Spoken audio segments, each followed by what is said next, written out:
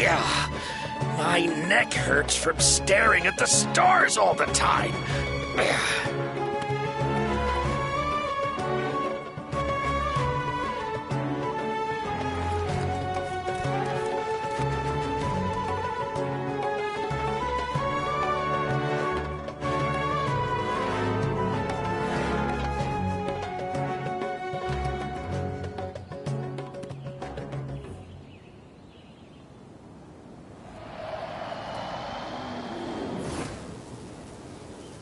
Yeah, my neck hurts from staring at the stars all the time.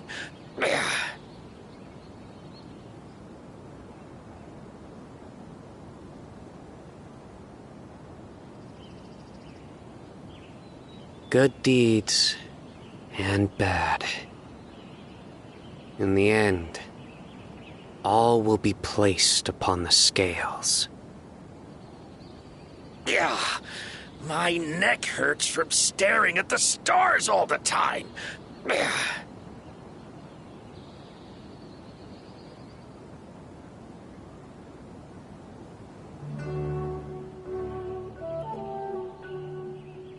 I do try to lighten the mood sometimes, but I'm not the best judge of other people's sense of humor.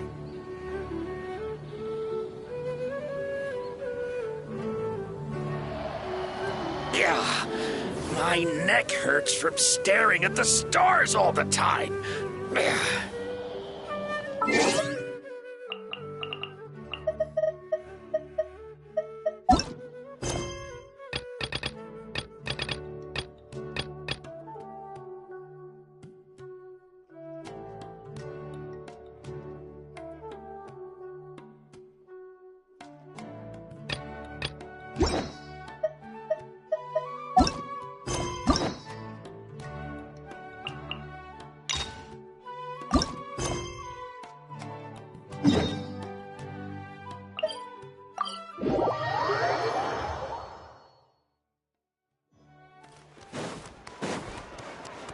Huh?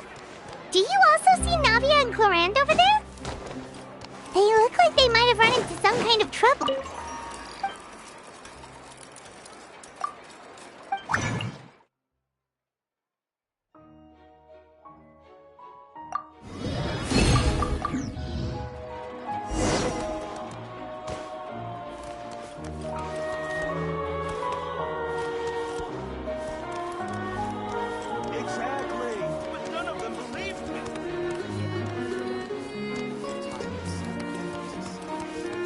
Ad Astra.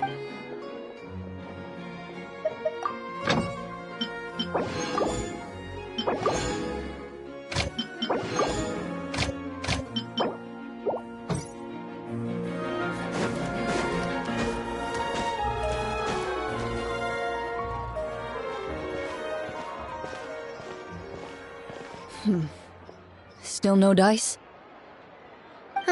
Not at all. And I've asked pretty much everyone in the court of Fontaine already.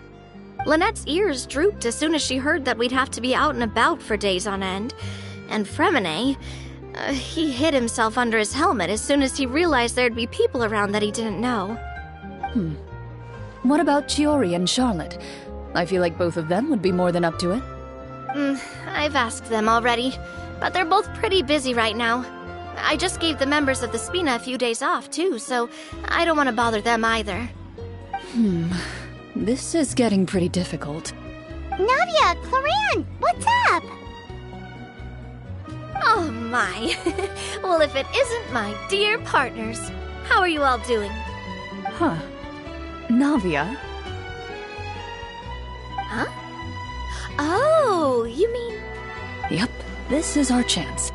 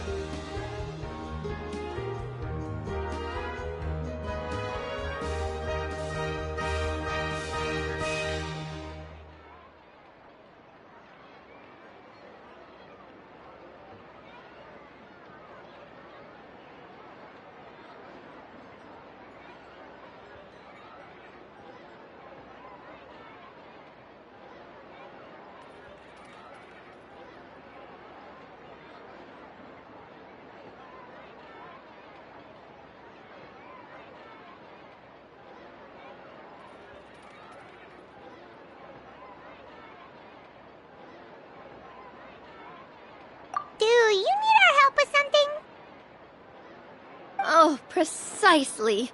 My dear partners, we've got a huge problem right now that only you can solve. Whoa, for real? Absolutely.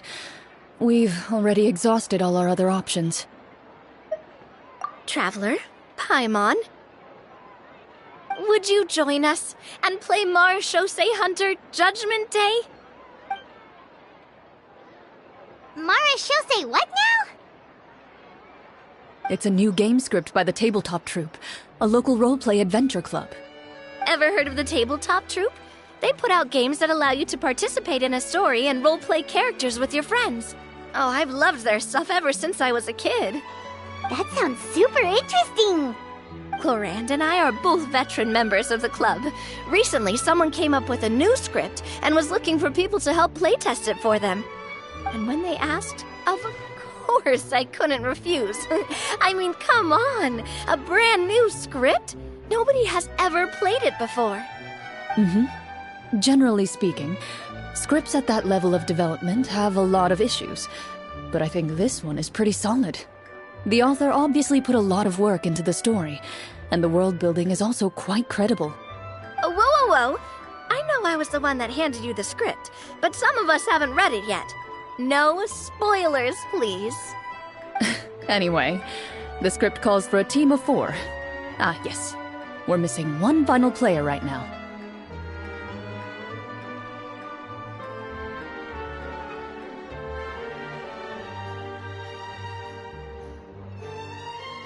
So, you're saying you'll help us out? I knew I could count on you, partner. Paimon and the Traveler are kind of a package deal. Is that okay? That's not a problem. I'll adjust the pace based on the actual number of players, and ensure that everyone has a good time. Well, Traveler, what do you think? Wanna play? Paimon will follow your lead.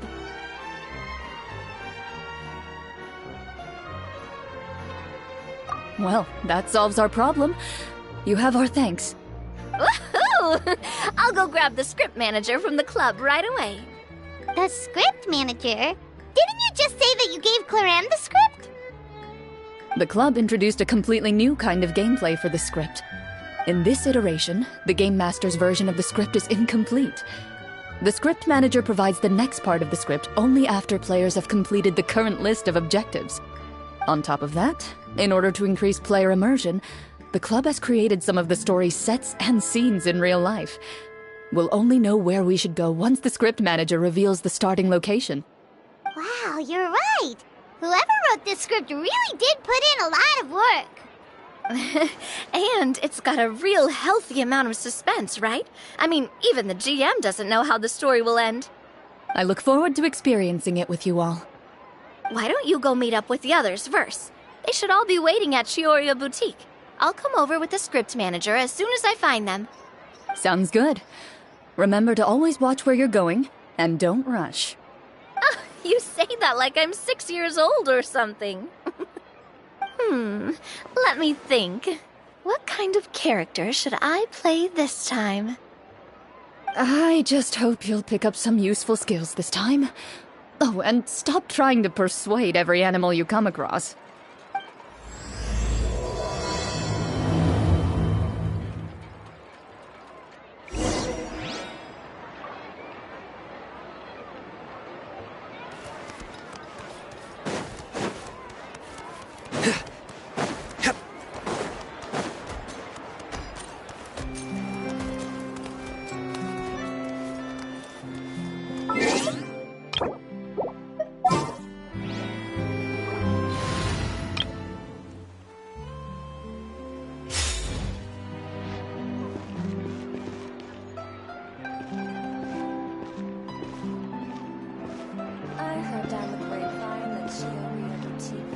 Welcome to Chioria Boutique.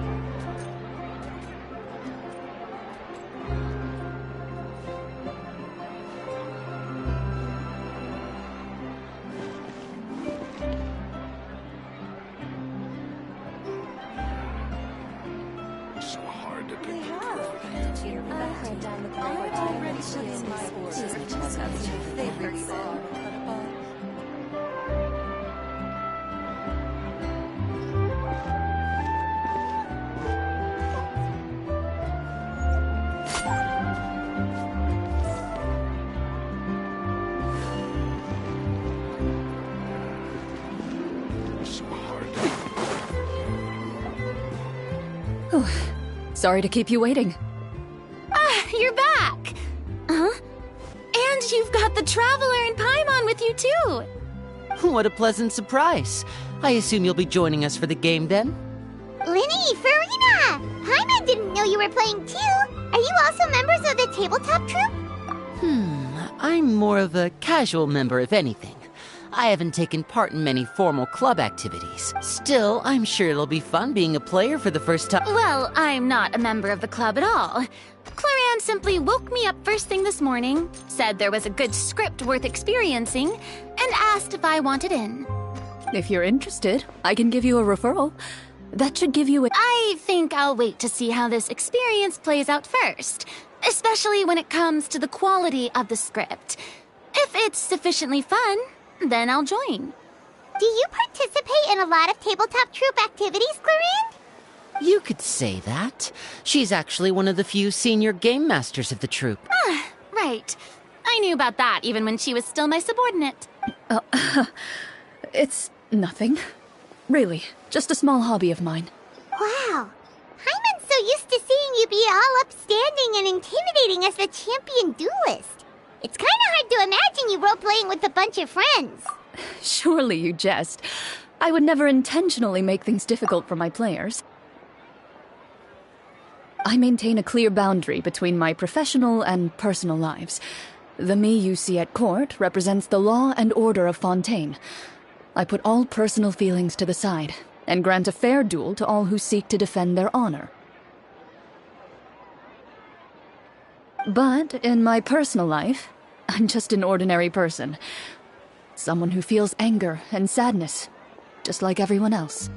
Well, you say that, but for all the time I've known you, I don't think I've ever seen you cry. I've seen you get angry, sure, but now I'm wondering whether you were actually mad or if it just looked that way from the outside. I was probably in work mode during those times. Is that so? Well, in any case, I just feel like even in your personal life, you don't get emotional very often.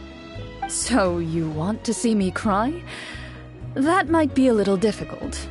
A show of anger, though, that might be something I could accomplish. No, that's not what I meant.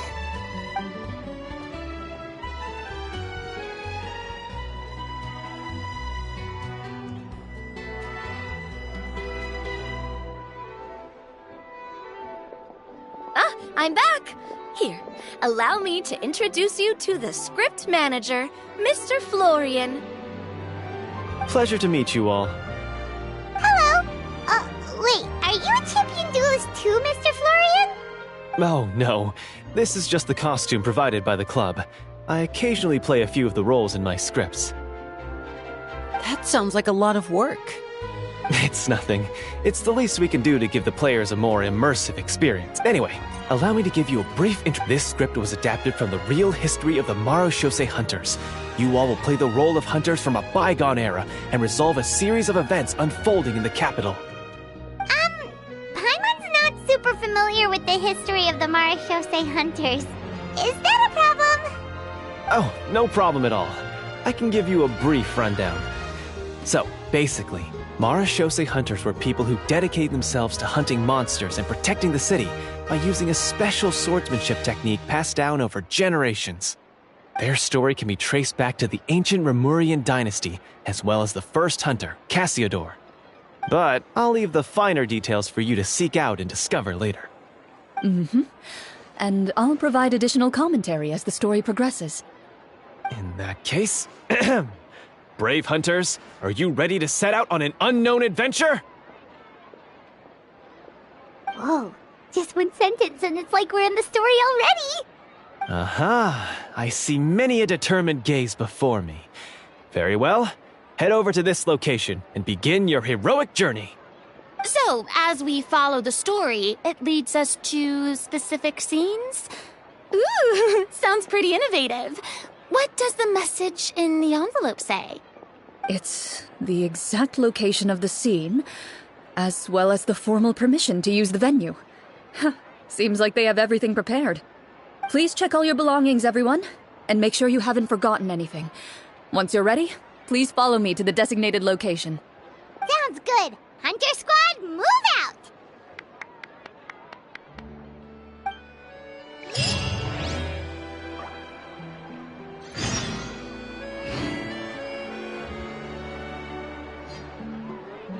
Welcome to Cheeria Boutique. For catering services, please make a reservation in advance.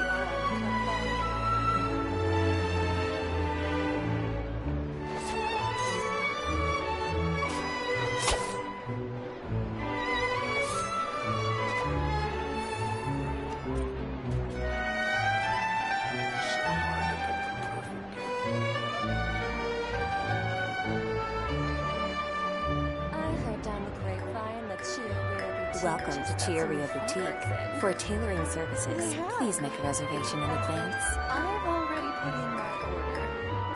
They really are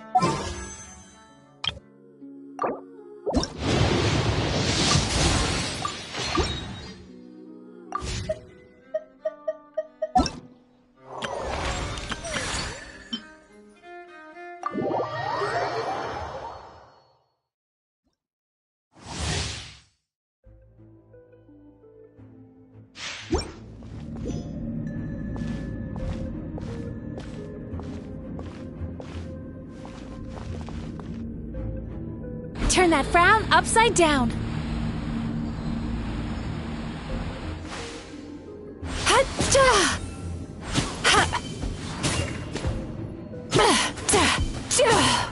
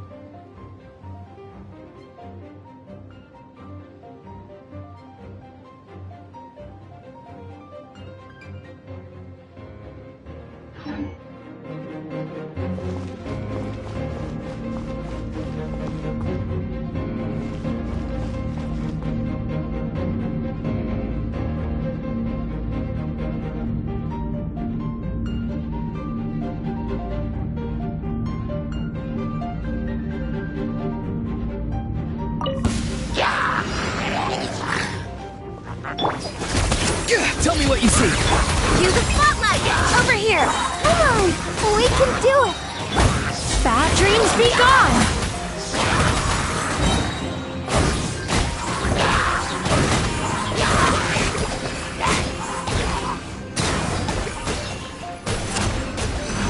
Oh, my mistake. Go! You're free now! Farewell! Let the magic begin! Ready, steady, go! Yachan, Taechan, let's go! Time to relax.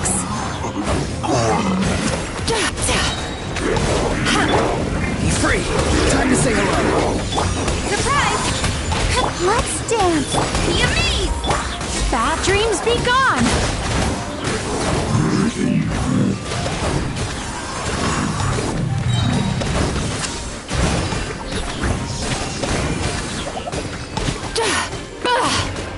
Cast your worries to the wind!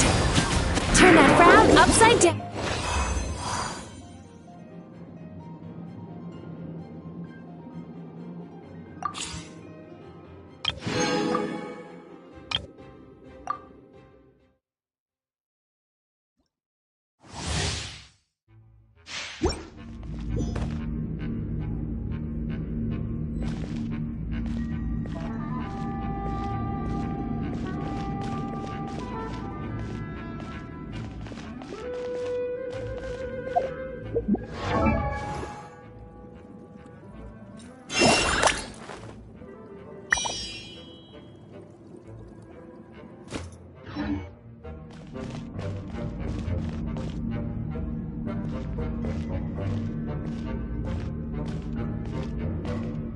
Wibbly wobbly!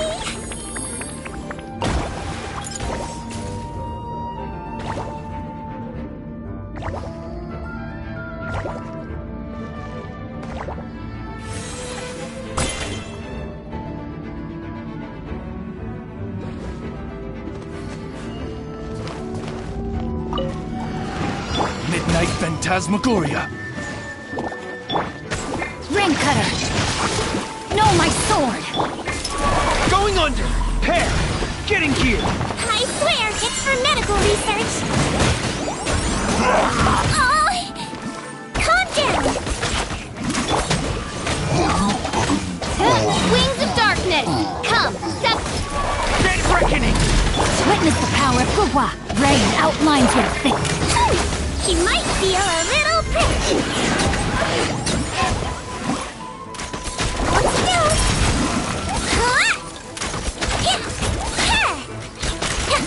Midnight Phantasmagoria! Let me weave you a verse. No, my sword! Commencing! I swear, it's for medical research!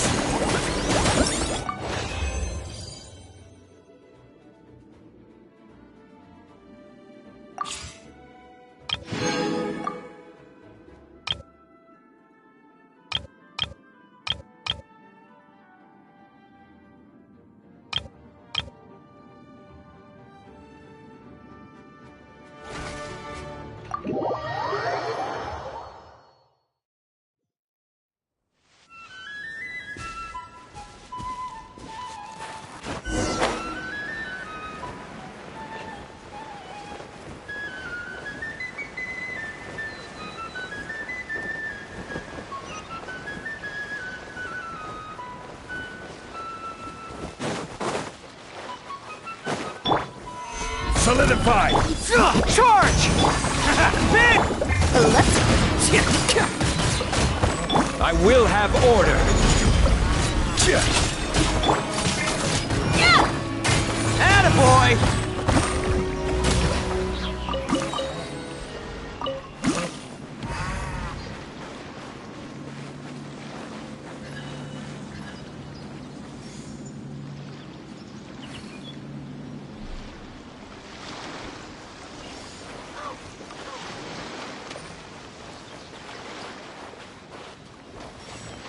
Can't catch me!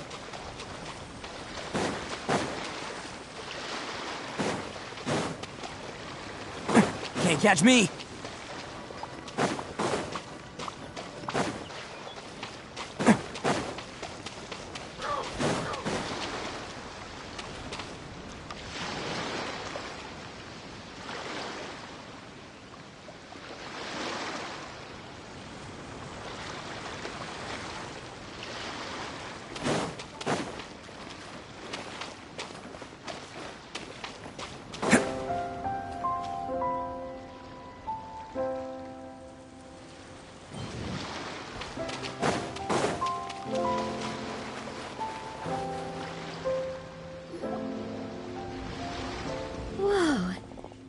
really have thought of everything.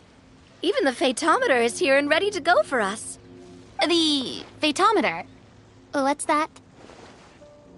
It's a card that's used to determine action success or failure. We'll need to use it when we try to use certain skills.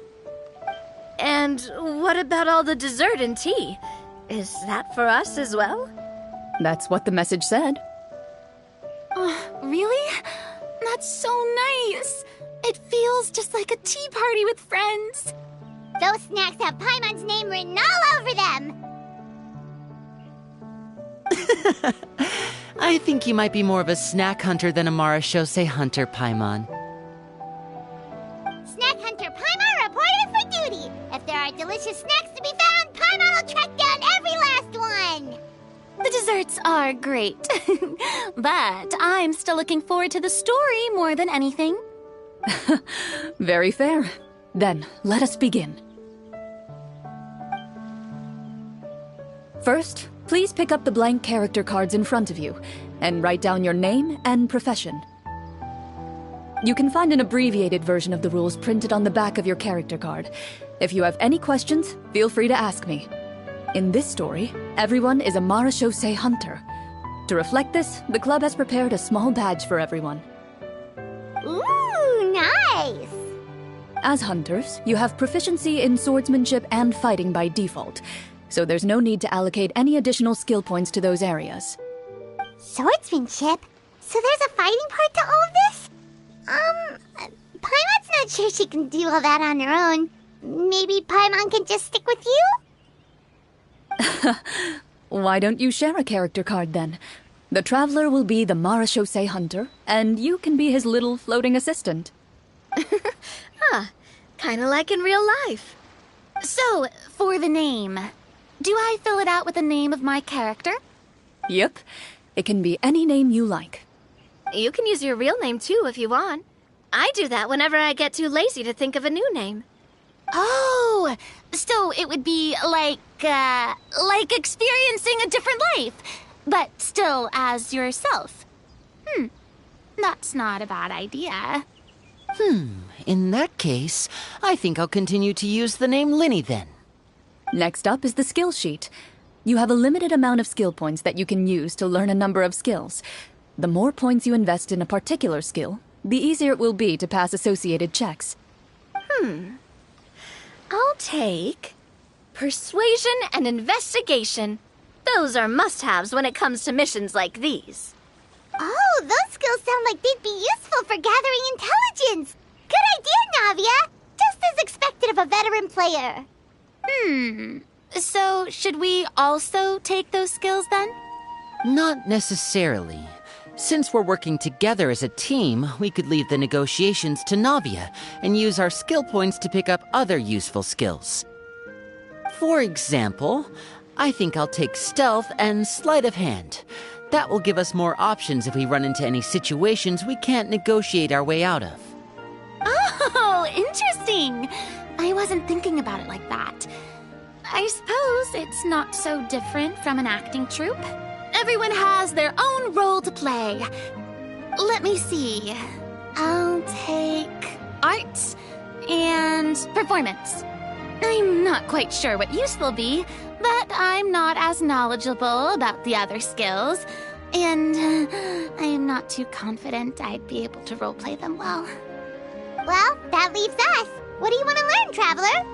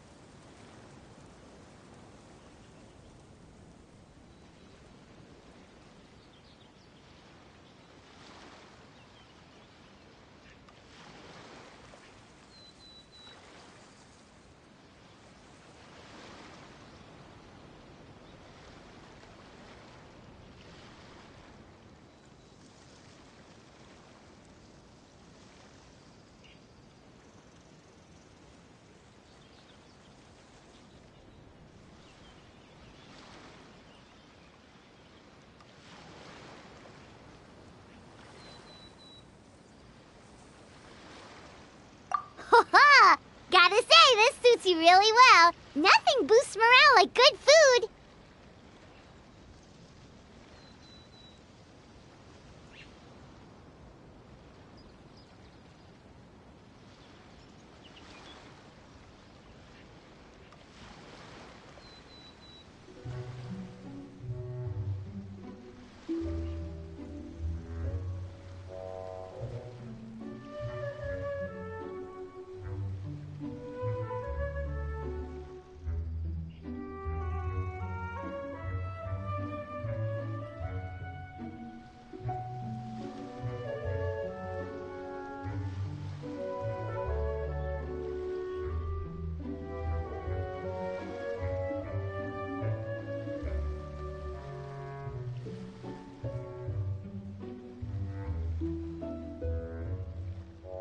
Ooh, so you want to help people when they're injured. That's nice of you. So what do you think? Are you sure you want to learn these 2 skills?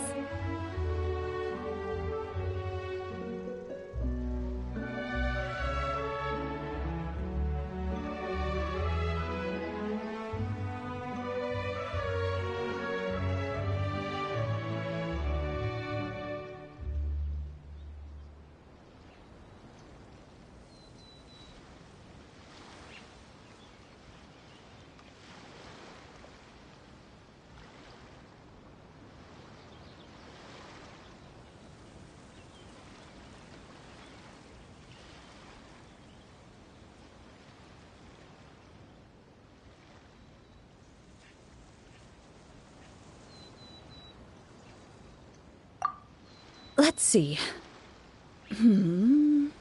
Oh, looks like you each have enough points to choose one final skill. You've all picked such classic skills. It's fine to go a little bit out of the box, you know. Why do I get the feeling she's getting ready to cause trouble? For example, this one here. Summon. Doesn't it sound super mysterious and cool? Oh, I saw that one just now as well. The description says, this skill can be used under certain circumstances to summon characters or creatures that fit the script's world-building rules. The script's world-building rules, huh? But how are we supposed to know what a Marashose hunter can summon? Oh, that's not for us to worry about, my friend. Just learn the skills that interest you, and the GM will take care of the rest. Alright, you've convinced Paimon. Let's learn Summon then. Paimon can't wait to see what kind of thing shows up. Well, now that everyone's more or less finished creating their characters, we can begin. Since 2 of our players are doing this for the first time, though, let me ask. Would you like to play on easy mode or authentic mode? What's the difference between the 2? Well, in role-playing games, the story sometimes changes based on the decisions of the players and the results of the Fatometer. For example, if you fail a check, that means you cannot use the target skill in that scenario. A critical failure may even result in further negative consequences. If you choose to play in authentic mode, every time you elect to use a skill, you'll need to use the Fatometer to see whether you succeed or fail, and face any consequences that may follow. If you choose easy mode instead, every check will be successful by default, and you won't have to worry about luck playing a factor.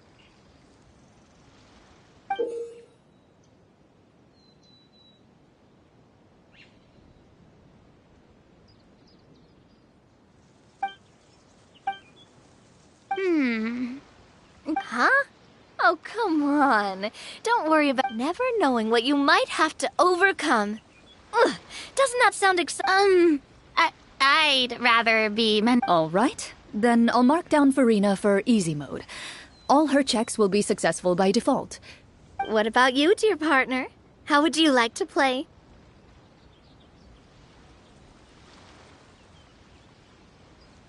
Are you sure? No need to worry about the pesky Fatometer. Honestly, I don't think Clorand would make things too difficult for us, no matter what the Fatometer says. No promises. That wasn't super reassuring. Well, anyway, enough talk. Let's get started. I want to experience at least a good chunk of the story today.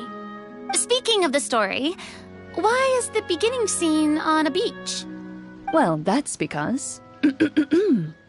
a long time ago, back when human civilization was still in its infancy, powerful demons and evil sorcerers ruled over the land.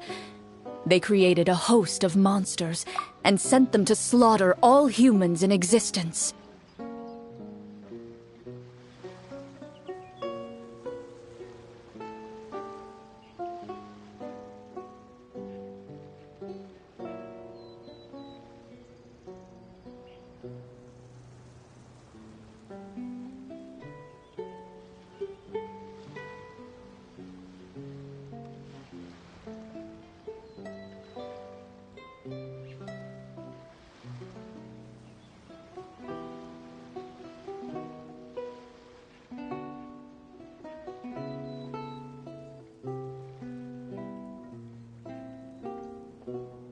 Soon, a group of human rebels banded together. With their swords raised, they swore to brave the darkness, and in doing so, subdue each and every monster that sought their destruction. They became known as the Marashosei Hunters.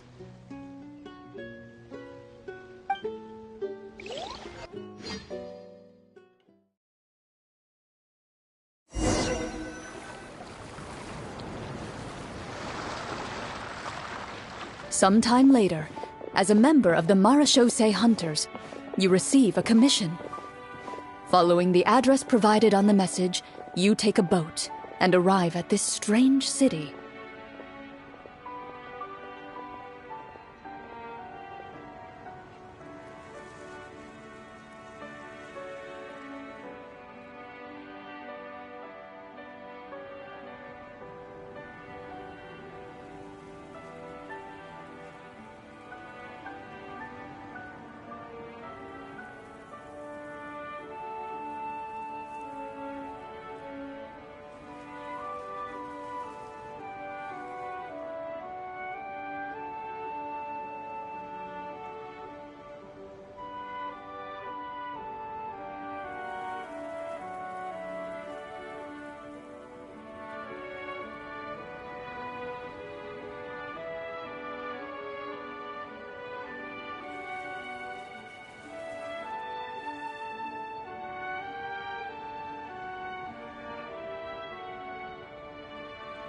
As you inhale, you can taste the slightly salty air of the docks as you begin to survey your surroundings.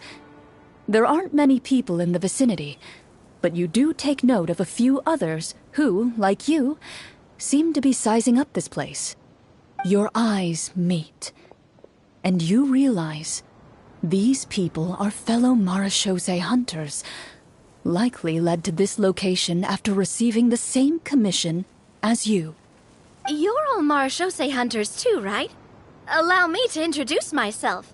The name's Navia, monster hunter by trade and helpful neighborhood businesswoman on the side.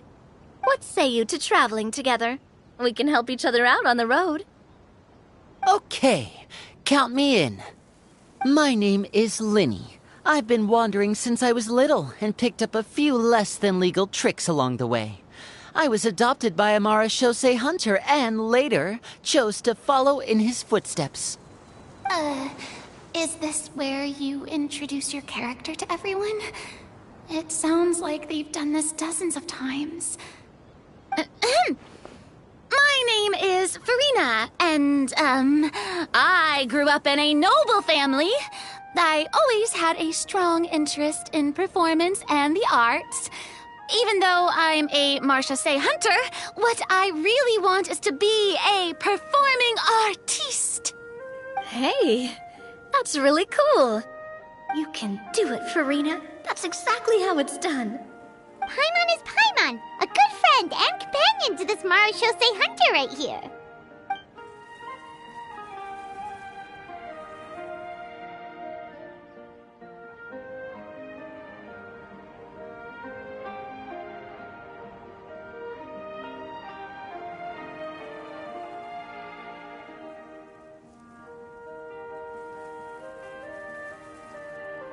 I've been studying medicine ever since I was a child. I want to do my part to eradicate these monsters and use what I've learned to heal others. Oh, welcome, welcome. When we face the monsters, I'll make sure to charge in front to give everyone some cover. You can take care of the healing at the back. You open your envelopes at the same time. The message reads, "To the honorable and trustworthy Marashose hunters, our kingdom is currently facing a grave crisis. The lands outside the capital have been overtaken by monsters, and our people are being led astray by forces of wickedness. We beseech you, please help us resolve this crisis and return peace and stability to our home." Huh. The layout of this city looks super familiar. It kind of reminds Paimon of Mondstadt! The scriptwriter must have used a real-world city as a reference when coming up with the map. As experienced hunters, the layout of the city reminds you of places once traveled. You recall the sight of tree-lined streets and the gentle tranquility of days gone by.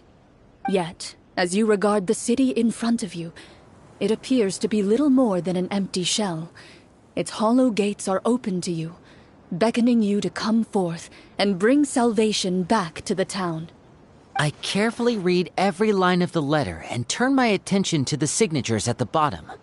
Who issued this commission to us? You see a long string of unfamiliar names. It would seem that many of the residents of the city issued this commission together. They sensed that things were not right within the kingdom and sent a distress signal to the outside world. In that case, why don't we take a walk around the city and see if we can learn anything from the local residents? Oh, good idea. We might be able to get some leads on the monsters and bad guys we're after. You look up and see a tavern nearby. It appears to be open for the day. Why don't we go check out that tavern? If the novels I've read are anything to go by, taverns are usually full of information.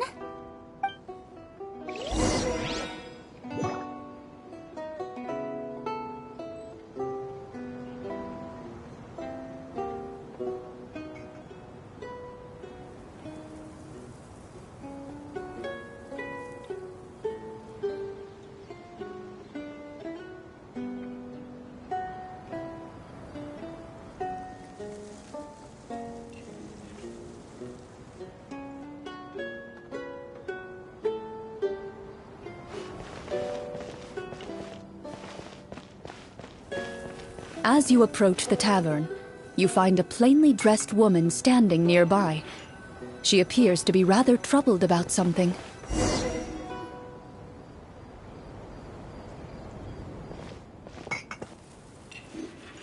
Greetings, friend. Lovely weather we're having today, don't you think? Oh, hello. I suppose you're right. The weather today is quite lovely. If only those monsters out there would stop causing trouble. It seems like every character included in the script has a certain amount of useful information to offer. If we keep asking questions, we might be able to get some good leads. Oh, come now, don't be sad. Life is all about optimism. I don't think that's the kind of... Nothing turns a frown upside down like good food. You didn't even take cooking as one of your skill That's not necessary, miss. So you're someone who barely smiles and doesn't like sweets. Hey! Did she just... me? Chlorianne must have broke character. This isn't getting us anywhere. Traveler, maybe you can think of something.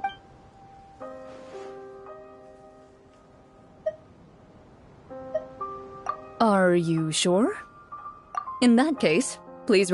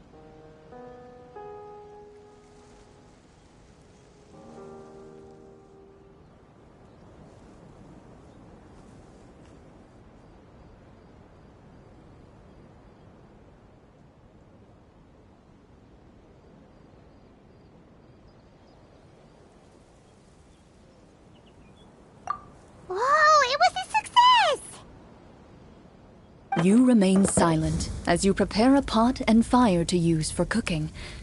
The woman stares at you with her mouth agape as you skillfully cut the ingredients and toss them into the pot. After some time, a rich aroma begins to fill the air. Even a passing cat can't help but stop in its tracks and look up in anticipation. Please have some food. Who knows, maybe you'll feel better after eating something delicious. Whoa, that's amazing. Wait. So, as long as you pass the check, you can pretty much do anything? Oh, thank you. You were right. So, what had you so worried earlier? Okay. A horde of monsters suddenly appeared near the capital Do you remember when those monsters appeared? I'm not completely sure. All I know is that my husband was dispatched to fight them 3 days ago. Do you know where he was sent? It all happened so fast. When we said our goodbyes, he couldn't even tell me where they were sending him. You have our thanks, friend. We'll find and defeat those monsters as soon as possible.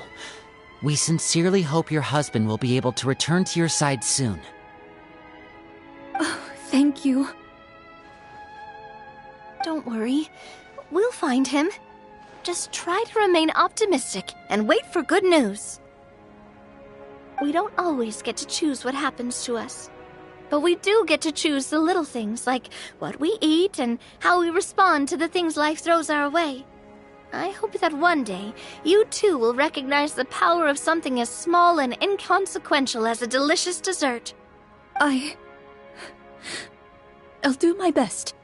You bid farewell to the woman and continue your journey further into the city.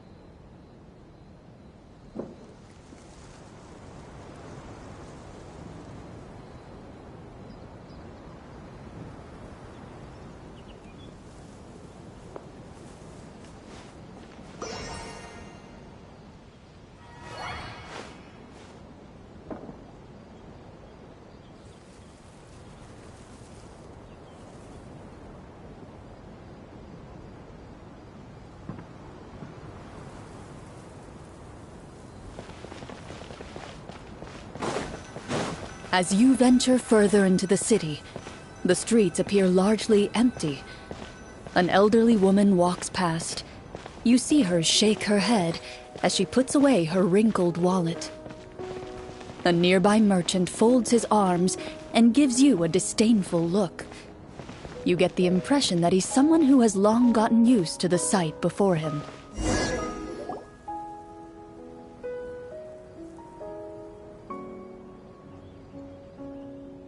Although he doesn't seem very friendly, merchants are usually a good source of information, right?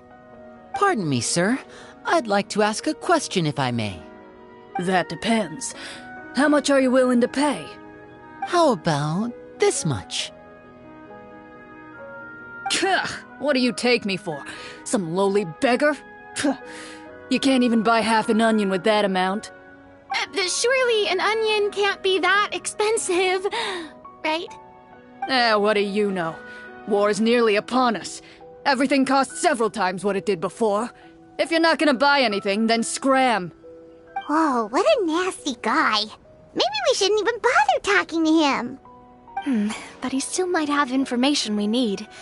Traveler, can you— Okay, while everyone is talking, I secretly use my magic props to summon a bottle of wine without the merchant noticing.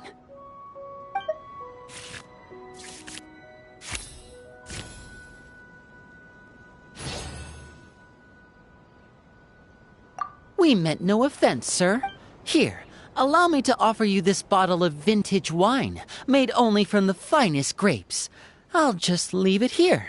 Please, enjoy it at your leisure. I should mention that this wine is the perfect accompaniment to a meal. I'd suggest enjoying it with dinner. All right. Go on and ask. What do you want to know? Do you have any information on the monsters or the crisis that has overtaken the kingdom? Crisis? If you ask me, there's a crisis everywhere you look. Those monsters are camped outside the city, and they've been destroying all our trade routes. We have limited reserves within the city, so if this continues, we're all gonna be in big trouble. Wait, you're saying no one has put a plan in place to distribute supplies or maintain order? We could all starve and those nobles in the palace wouldn't even break a sweat. Who knows? Maybe they've been in cahoots with the monsters all along. That is concerning. Thank you, sir. We won't take up any more of your time now.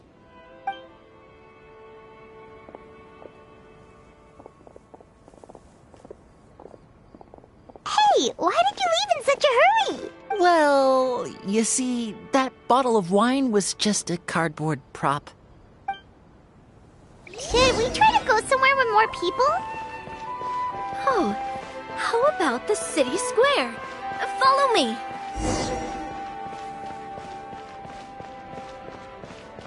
Before you lies the city's central square.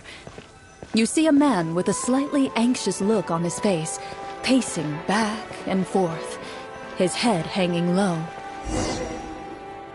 He doesn't seem to notice your approach, still immersed in his own thoughts. This guy seems promising enough. Hello, sir. Is there anything I can do to help you? Wait, you're... Oh, dear goodness! You're a Marashose hunter! You recognize us? Are you one of the people who wrote the commission letter? Yes! Oh, I didn't expect you to actually come! Oh, what great news!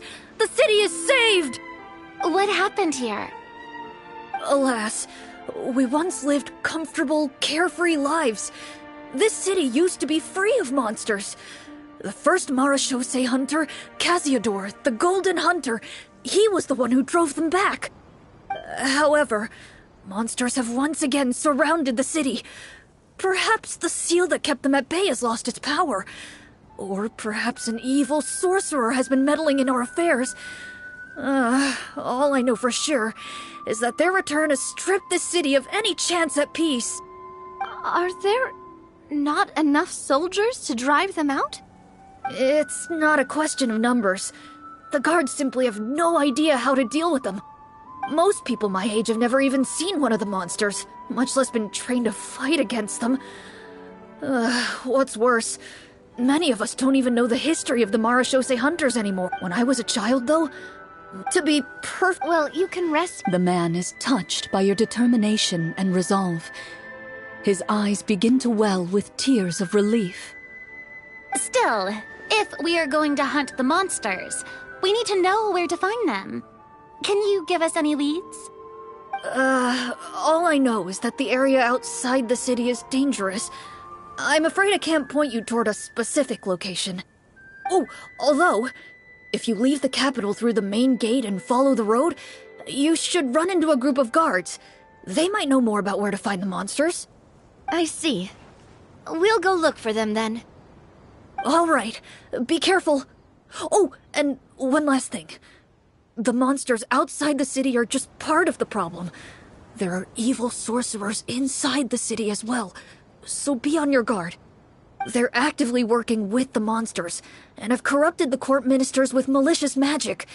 They're the reason why, even inside the city, everything has been a giant mess.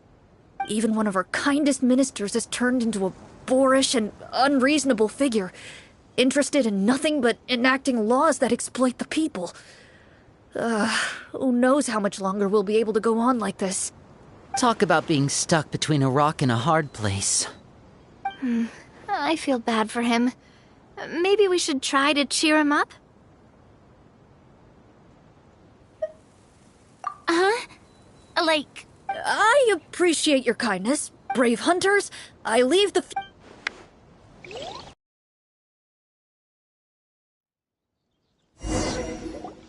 If I understood correctly, there are currently 2 problems in the kingdom that need solving, right?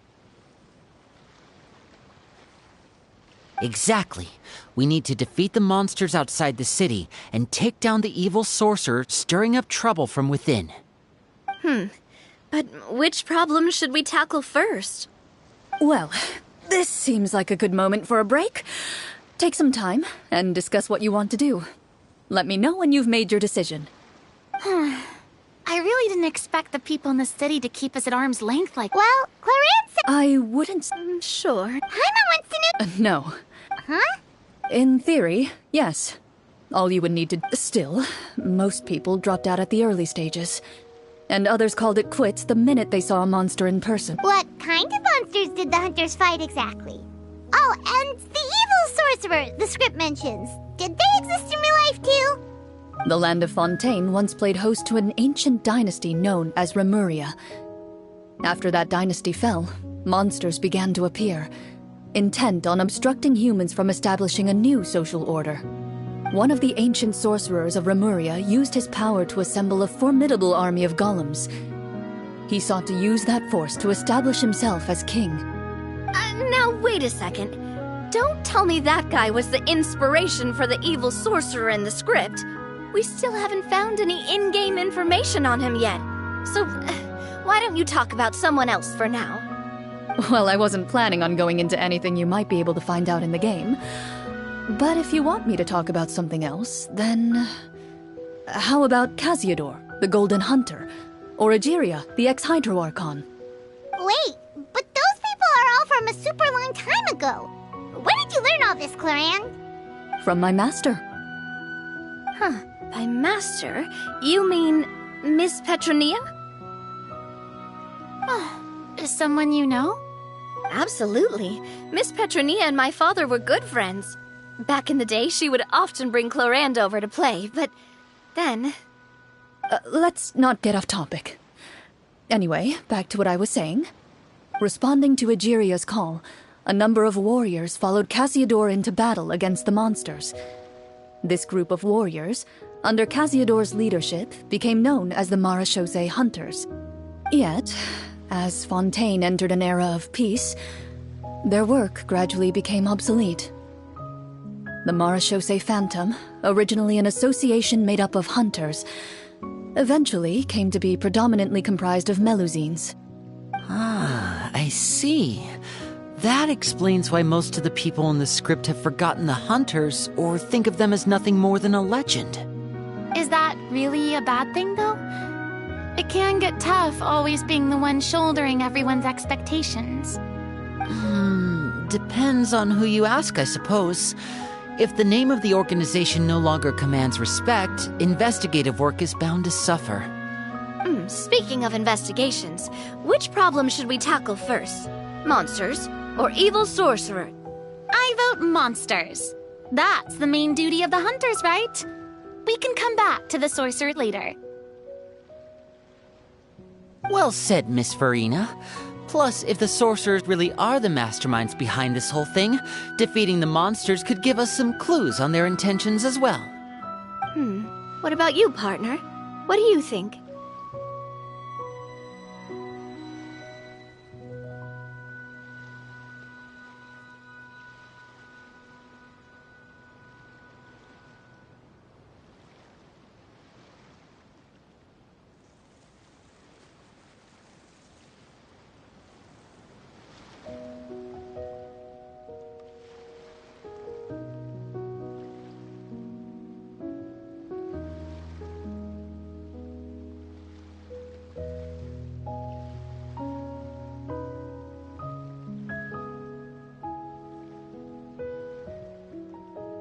It's decided then. All right. After some discussion, you decide to turn around and head out of the city.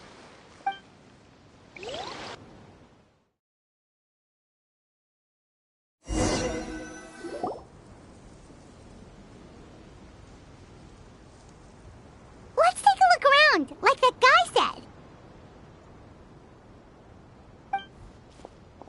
You there! Outsiders, halt! Who's there? An armored man approaches you. He has a tall, muscular build and a determined expression in his eyes. Just one look, and you can tell he's fought in his fair share of battles.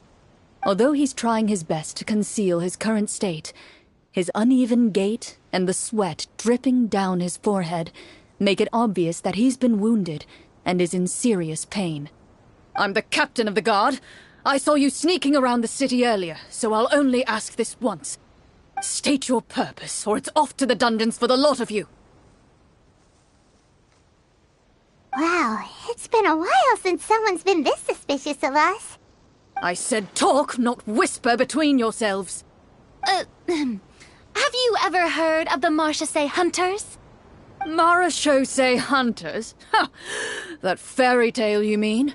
What, do you expect me to believe you're one of them?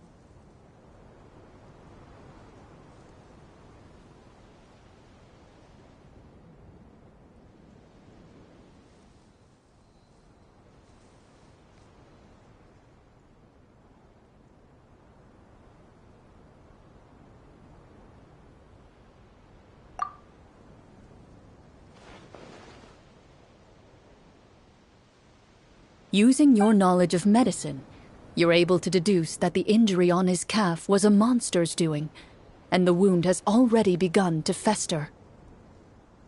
As you check him over, he looks at you with suspicion and retracts his injured leg further back.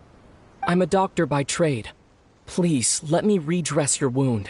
You don't have to suffer like this. The man appears somewhat disgruntled at having been exposed, but soon relents and raises his leg for you to take a better look. He allows you to apply a poultice of specialized medicine to the wound, and it appears to bring him much relief. The tension in his brow eases. Oh, right. Guess you lot might actually be real Marachose hunters after all. In it. Do you know where we can find... He informs you of some of our new Oh, please, sir. Hearing you say that, those monsters aren't easy. I just hope all the guards...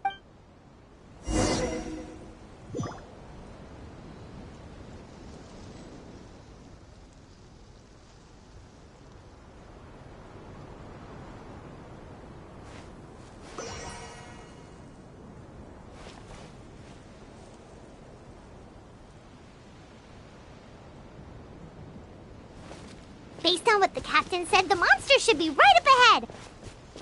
Let's go. Hopefully we're not too late. As you approach the battlefield, you see numerous people lying by the side of the road. They appear to be dressed like guards. Their faces are filled with desperation and terror. Some are screaming and cursing in vain, as if still trying to banish the monstrosities they saw from their minds.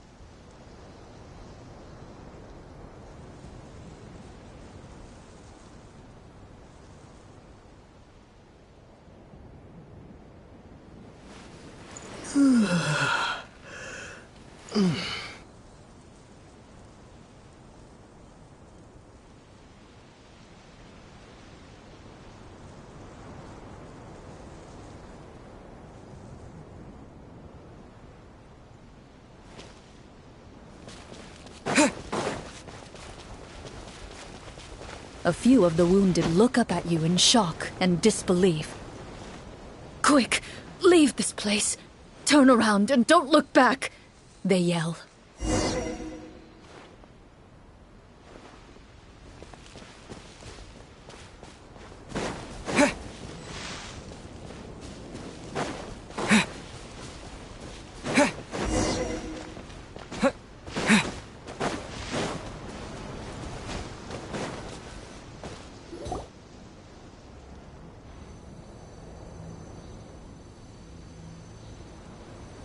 This is the place he mentioned, right? You see broken iron swords scattered all around you. All the signs point to one thing. A truly Be on your guard, everyone. The monster... Before you can finish your sentence, you hear rustling sounds from the surrounding bushes. The monsters have emerged. They close in on you without fear. A little help here! This thing wants to eat Paimon! Your battle round begins.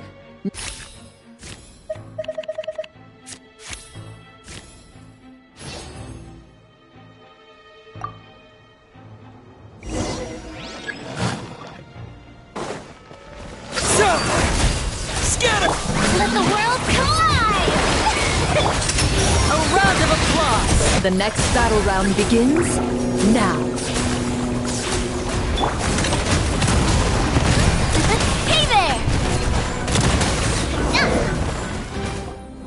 the monsters let out a terrifying roar of anger and resentment before dissipating into thin air.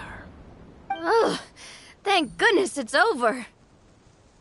We're lucky the Marashose Hunter class came with all those preset skill points. Otherwise, we would have been in some real trouble. I never knew the photometer even determines the... That's part of the fun. The uncertainty of fate is what gives these games their appeal. Just as you begin to celebrate your victory, a suspicious lump on the ground catches your attention. A suspicious lump? Wait, could it be the thing that appears after every battle? I walk up to it, crouch down, and begin to carefully examine it. I've still got my right glove on, so it should be fine for me to touch it, right? As you investigate the mound, you discover that the exposed portion appears to be made of wood. It was previously obscured by the large form of the monsters. With the monsters gone, the small protrusion now awaits your discovery, poking out of the ground like a shy flower bud. Whoa, it's a treasure chest!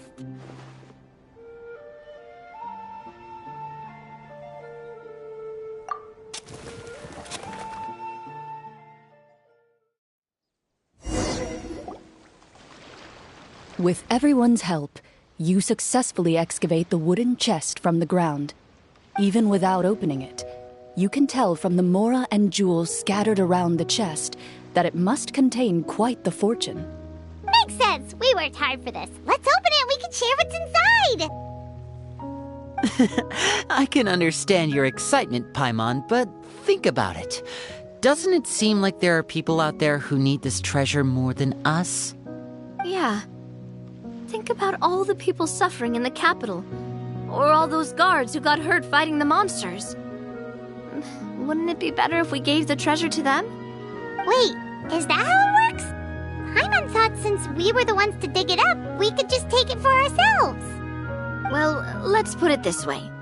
Any decision you make during a role-playing game can impact the future course of the story. But would the people really believe us? It's hard enough for us to prove we're Marashose hunters. What if they think we procured the treasure illegally? They might get even more suspicious of us. That's definitely something we should consider. Maybe we can come up with an explanation in advance. Well, if donating it could cause that much trouble, why don't we use it to buy some gear and fill up on good food? Then we'll be ready to fight even more bad guys. Looks like you're facing a difficult choice once again. Well, it's getting late. Why don't we call it a day for now? Wow! Where did the time go? I'm not sure if it's because I'm having so much fun with you all or because the story is particularly enticing, but I feel like I could almost keep going.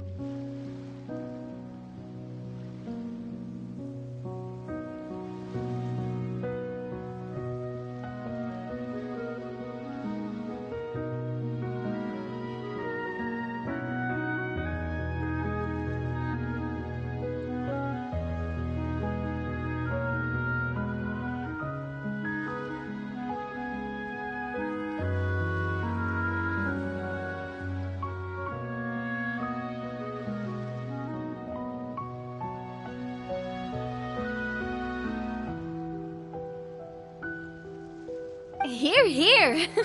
Ooh, how about we play through the night?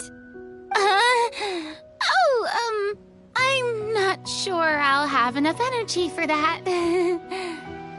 Yeah, that won't work for me either. Lynette will give me an earful if I get home too late. I understand how you feel, Navia, but we have to change venues for the next part of the story anyway. Huh? Another location? Mm-hmm.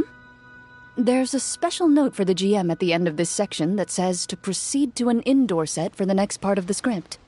Whoa, they really pulled out all the stops for this new script.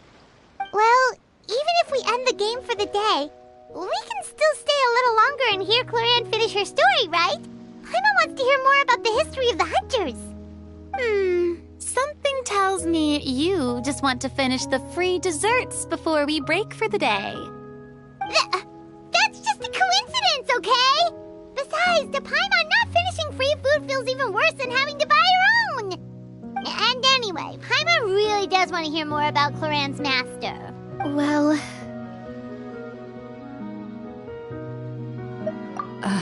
It's nothing. I appreciate the concern, but it's all in the past. It won't do any harm to share these things now.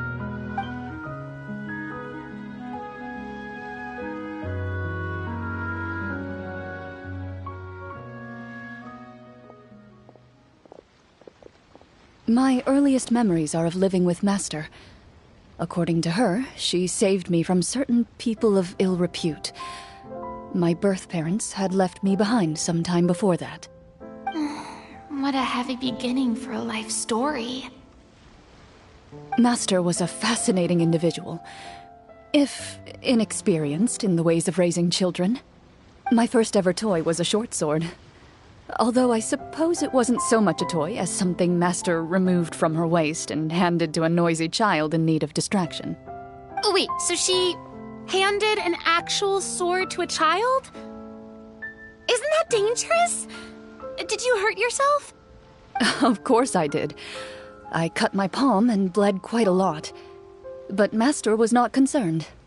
She just stood there and casually lectured me about it. See, that's what you get for not holding the sword properly, she told me. She then crouched down next to me and said, "Give me your hand. I'll teach you to bandage this wound. After that, it's time to learn how to truly hold a blade." Excuse me for asking this, Cloran, but how old were you exactly when all this happened? Probably around, 3, give or take. 3? Isn't that when most kids are still struggling to hold a fork? As I said, Master was rather inexperienced in the ways of raising children. She believed trial and error was the best way to teach a child what they're capable of. I'm not so sure this is a question of experience. I didn't see anything wrong with her ways at the time. And anyway, children don't get to choose how they're raised. Oh, she did bring me back a pet from Liyue once. It was a Geovishap hatchling. A Geovishap hatchling? For a pet? That seems even more dangerous. What she said was this: make sure to get along, you two. If you really can't agree on something, just settle it with a fight. Whoever loses is the real pet. And how old were you when this happened? 5. Well, did you win? No, I lost. So, you're saying you actually became the Geovishap's pet? Yes, but only for a week. By the end of that week, I defeated it in combat, and we've shared a cordial relationship ever since. That really doesn't sound like the kind of childhood someone should have.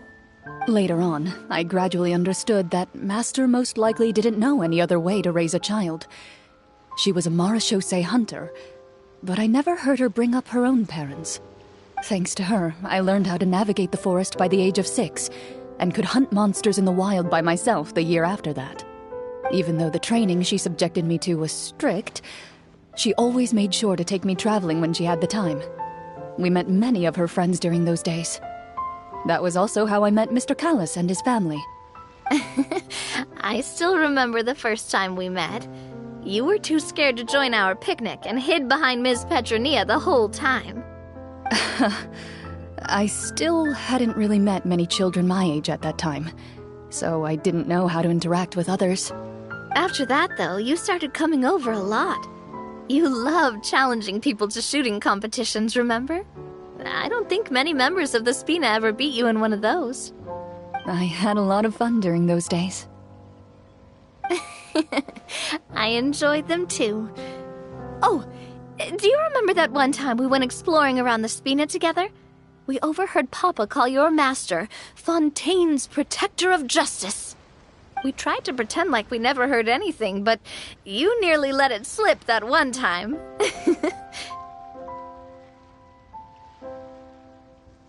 Protector of Justice? Oh, wait, you mean that vigilante hero from 20 years ago? The one who is always active at night? Yep, that would be her. She often would put on a black cloak and go out at night. I never knew where she went or what she was doing. Until, like Navia said, we overheard the truth from Mr. Callis that night. 20 years ago, huh? I still remember the guards leaving all kinds of witness reports about her on Nervalette's desk. My apologies. Oh, there's no need to apologize. You had nothing to do with it. And anyway, everything she did was for a good cause. Although, calling herself the Protector of Order was a bit much. Especially when she deliberately operated outside the law. Huh? When did the Protector of Justice become the Protector of Order? Oh, she had a bunch of code names. I heard she would just come up with a name on the spot whenever she was asked. Later on, she probably got sick of answering those questions and decided to stick to just two. The Protector of Justice and the Protector of Order. That sounds like her, all right. I bet she forgot which of the two she'd use by the time she got back each night. Well, she certainly sounds like a fascinating individual. With her strong sense of justice, it's no surprise her student followed in her footsteps. It's true. I always wanted to become like her. Someone powerful, independent, and with a strong sense of conviction. But...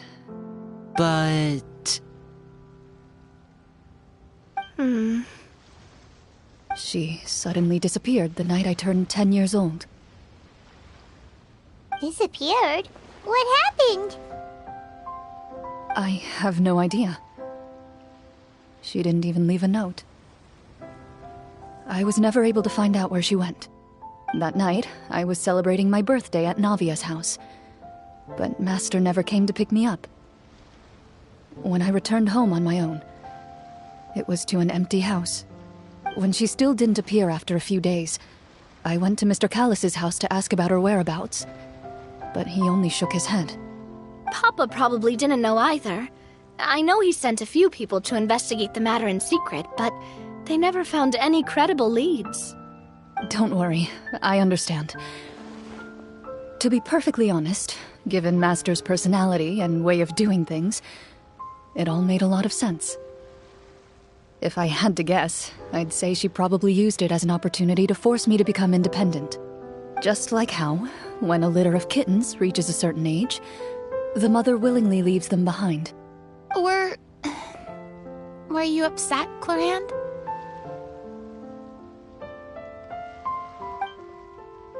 I was at first, but not anymore. I don't believe Master would suddenly disappear for no reason. There must have been something she just had to do. Well, despite everything, you still managed to follow in her footsteps and become the greatest champion duelist in all of Fontaine. You're practically a living symbol of law and justice. I suspect my position would be far too by the books for her. Master always did whatever she pleased. But you're right. I suppose I do take after her in some ways. Who knew Clorinde had such an interesting past? I never had the chance to ask her about it before. And I wonder...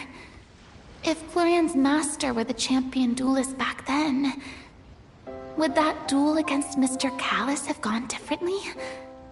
Oh no. Judging by the atmosphere, Clorand and Navia are probably thinking something similar.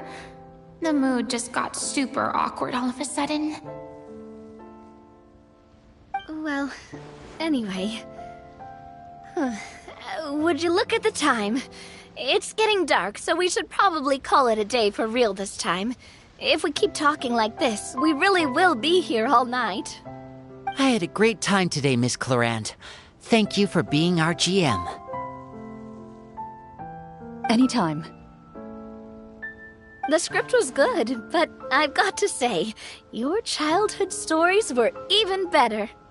Hey, you should tell us more about that fight against the Geo-Bishop sometime. Maybe your master was onto something. You could be right. What does she mean, onto something? I certainly don't know any 5-year-olds who want to fight a bishop in their spare time. Guess I'll head back as well. I need to save my energy if I want to continue enjoying the story tomorrow. You're that excited to hear about my fight with the bishop? I was talking about the script.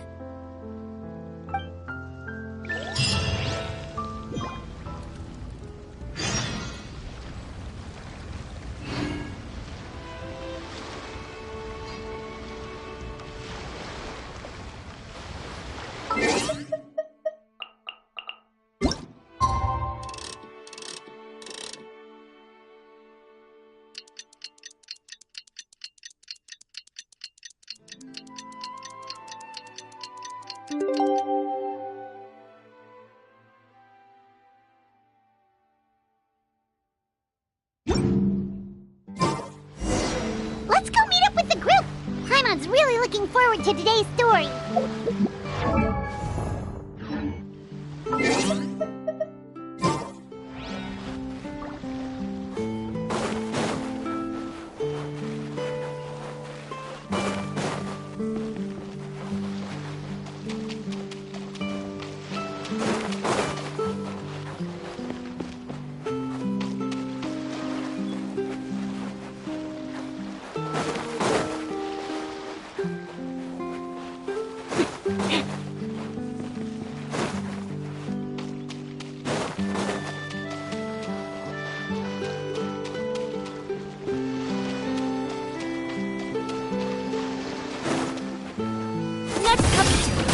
Who wants some of this?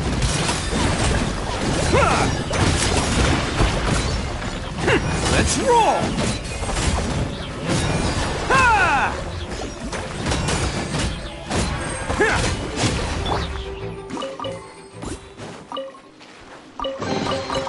Oh, so this is what you like?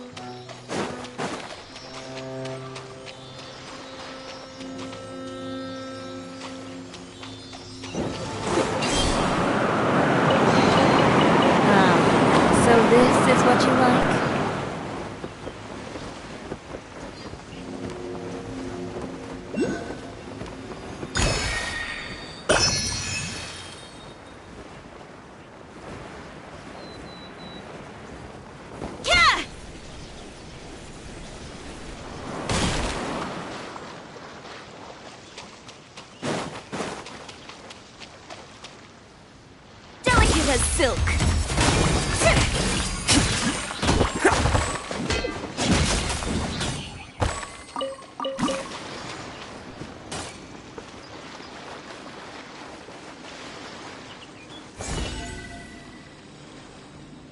Attaboy!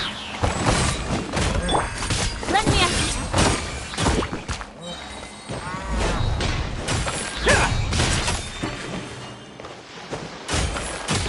Advance! Follow my lead!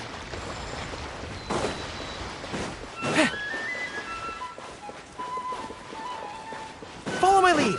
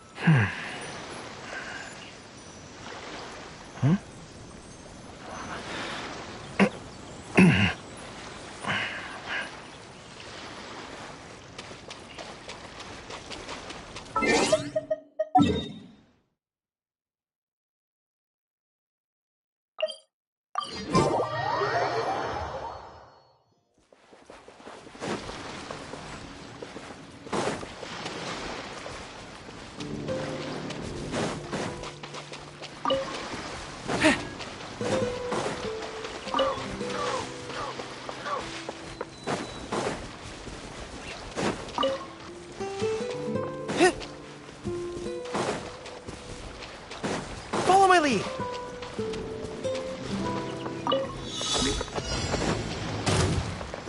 Everyone on me! This is order! let's get... It's showtime!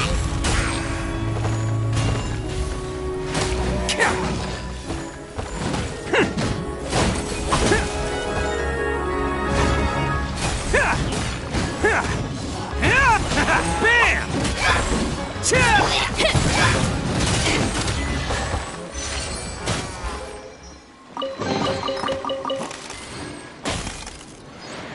I'm on a roll. Woohoo! Can't catch me. Order guide you. Quake! Charge! Press the advantage! I am the cutting edge of fashion. Attaboy! Oh, coming through!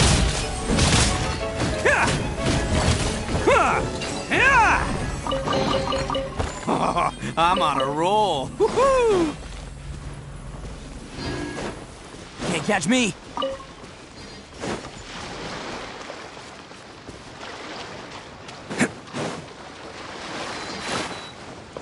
Can't catch me.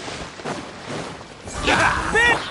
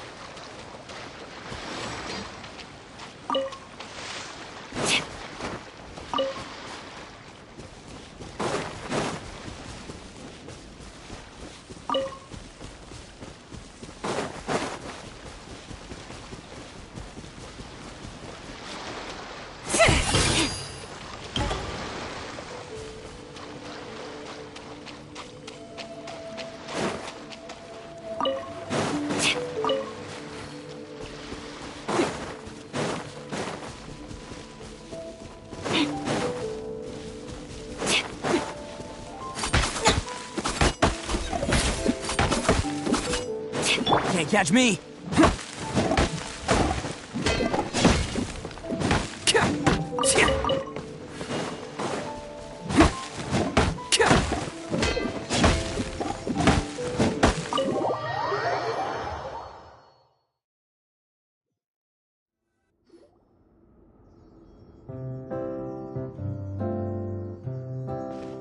Looks like everyone's here. Now, before we begin, why don't we finish where we left off yesterday? There was an important decision to be made, yes? I'll pour everyone a cup of tea. Is that really the most important part, though, Clarand? Paimon's more concerned about our current surroundings. Heavy walls, cold railings, dim lights. This is obviously supposed to be a prison. I admire the work put into the set. Still, it's obvious the scriptwriter has never paid a visit to the fortress of Meripede. So this set is going to be a part of the script? Unfortunately, that is something I can neither confirm nor deny. Anyone think Clarand's smile is starting to look kinda scary? Well, whatever happens, we'll just have to push on. But first, we should really figure out what to do with this treasure. If we're worried about arousing suspicion because of our identity, why don't we give ourselves a different name, just like Clarand's master did? Yeah, it might be better to keep a low profile. As long as we're helping people, it doesn't matter who we are or what we're called. Staring at me won't get you anywhere. Or did you want some more tea? Oh, Paimon's good. Thanks. Why aren't you saying anything, Navia? Wait, what's that next to you? Oh, this is the short sword Clarand mentioned last night. I found it. Huh. I'm surprised you managed to track it down after all this time. Well, I made sure to take good care of it, considering the circumstances in which you gave it to me. Of course I had to keep it safe. Anyway, where were we? Oh, right. I was just thinking about all the potential ways for us to break out of prison. We could dig a tunnel, or try to bribe the guards. Wait, we haven't been thrown into prison yet, have we? Well, it's only a matter of time. It pays to be prepared. Just like how you should always have an umbrella on hand, even when it's sunny. Alright, Paimon's made up her mind. Let's just give the treasure away. Paimon may have wanted to keep it, but if it's going to land us in prison somehow, Paimon will be too upset to enjoy her snacks. So, you've reached an agreement? All right then, we can continue with the story. Oh, and we'll collect all the scattered pieces of treasure on the ground as well. All right. You collect the treasure and make your way back to the capital with your bag of loot in hand.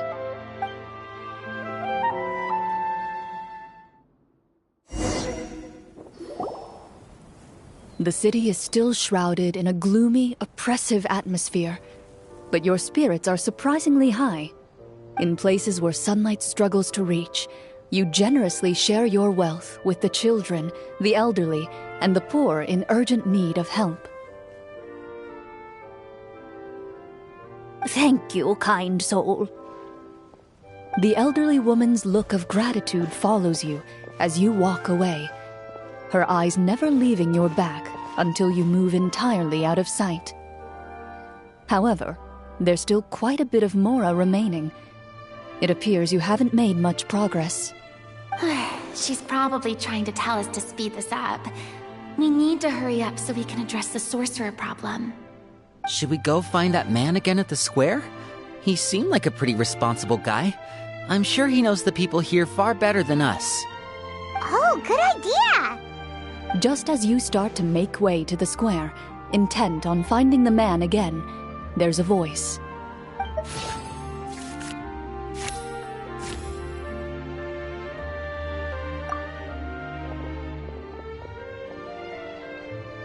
Please wait, distinguished guests. Several strange guards suddenly call out to you. They run forward to meet you and proceed to politely pay their respects. Greetings, gentlemen. Are we being invited for afternoon tea? Surely you jest, my lady. That would not be our place. It is His Excellency the King who requests to meet with you. Please come with us.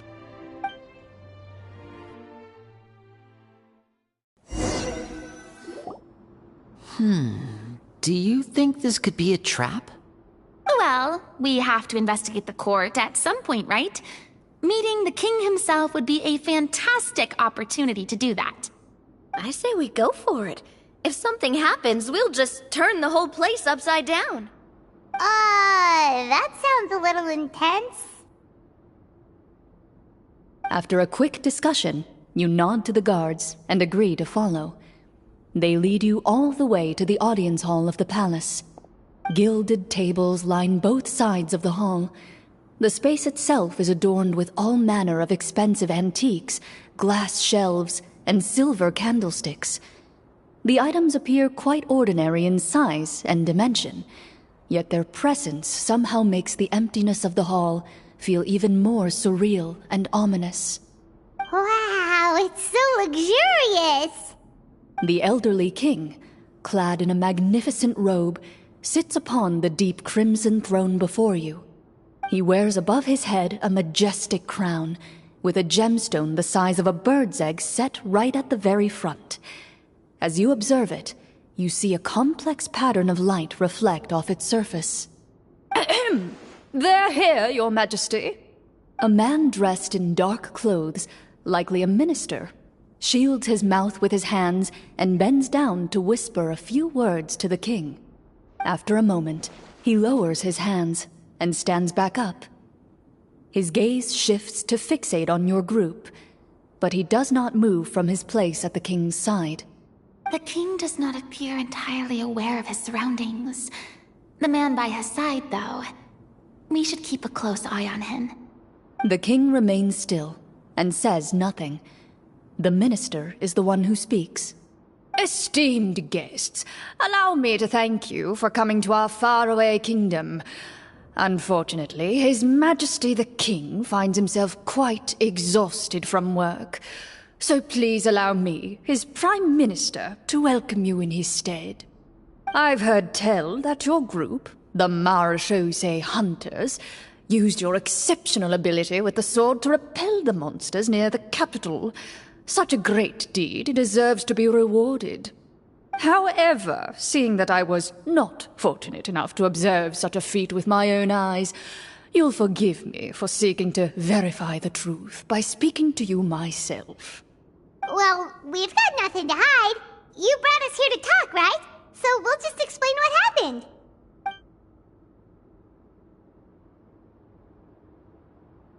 The golem's blades were so powerful, they could cut down trees in a single swipe! It took a lot of effort to defeat them, even for trained swordsmen like us. Well, that was enough details, right? Believe us now? Your account does indeed match those of the survivors. Since you were the ones who defeated the monsters, that must mean you are also in possession of the treasure they stole?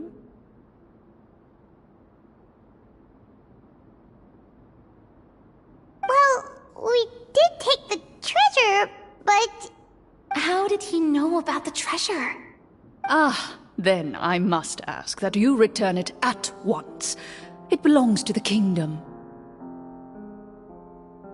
Wait, but didn't you just say that our great deed deserved a reward? Shouldn't the treasure be considered a part of that?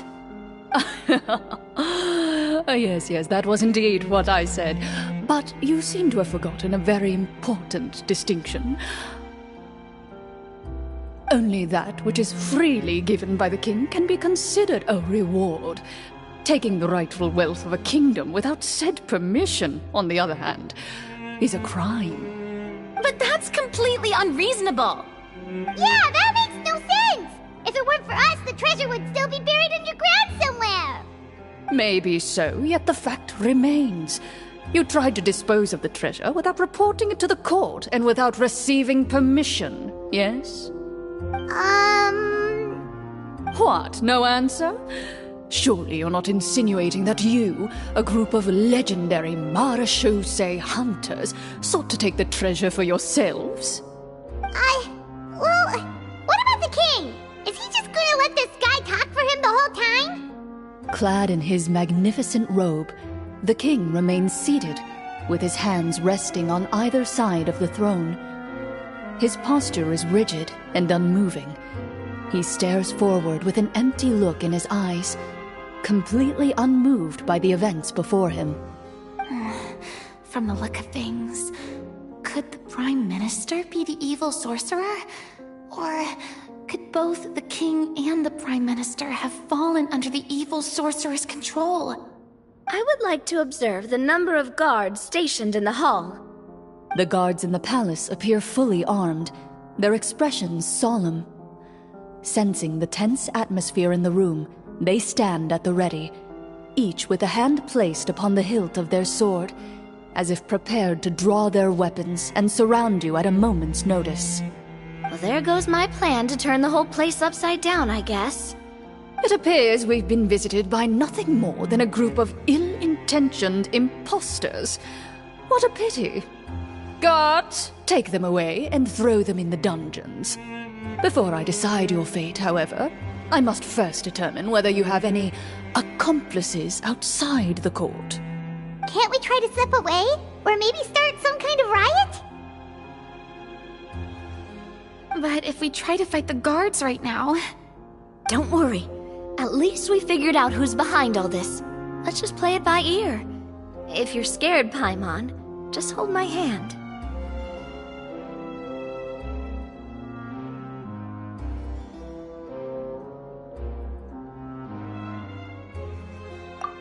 Thanks, you guys. You allow yourself to be led away by guards surrounding you on both sides. It's only when you begin to feel drops of water falling from the dungeon ceiling and smell the stench of death and decay all around you that you finally realize you've stepped into a completely different world. Stay here, and don't try anything funny. The guards lock the cell door and leave without looking back. Wait, sir! Your voice echoes through the dark hall, but the only response you receive is the sound of water dripping from the ceiling. No! What should we do now? Carve out a new path of fate with our own two hands, of course. I draw my weapon. You reach toward your waist, but find nothing there. You now recall that your weapons were confiscated before the guards locked you in the cell. The bag of treasure along with them. What about that knife I hid in my boot? When did you hide it in there? When I was thinking about digging a tunnel. Rejected. You failed to inform the GM of this course of action. Moreover, the guards would have conducted a thorough search before throwing you in prison. And the keys to the cell aren't anywhere to be seen? Correct. You don't even feel a lock hole on the cell door. Oh, well, there goes all our plans. Indeed. Huh? Why are you the one saying indeed? Because that statement holds true for me as well. This is where the script ends. What? That's a terrible ending! Generally speaking, this should be the point where the scriptwriter gives the players some kind of hint, or gives the GM some kind of code for how to move forward. I mean, maybe they just really wanted us to be immersed in the feeling of being in prison? Like, they'll only show us the way out once we've grown truly and utterly desperate? That is a possibility. If only there were desserts and tea in real prison. Oh, wait, guess it's kind of how the Fortress of Meripede works if you're lucky. Oh, before I forget, Navia, the short sword you had with you earlier. I took a closer look, and the craftsmanship doesn't appear to resemble anything from this era. If I remember correctly, that style was last in vogue several hundred years ago. Wait, Cloran said that sword used to belong to her master, right? Does that mean her master has been alive that long? I doubt it. The way she went about things often made her seem childish more than anything. I'd say the sword was most likely an heirloom passed down over time. Hang on. A precious heirloom passed down to you by your master. And you gave it to me just like that? You weren't worried I might lose it? Master left many things to me when she disappeared. There was the sword, an old key, and a good amount of junk she probably just didn't want to take with her. I gave you the sword back then, because I didn't want our friendship to end. Wait, when did this happen exactly? After the duel.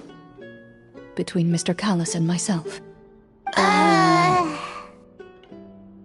Before that, Clorand would have meals with us and even stay over at the Spina some days.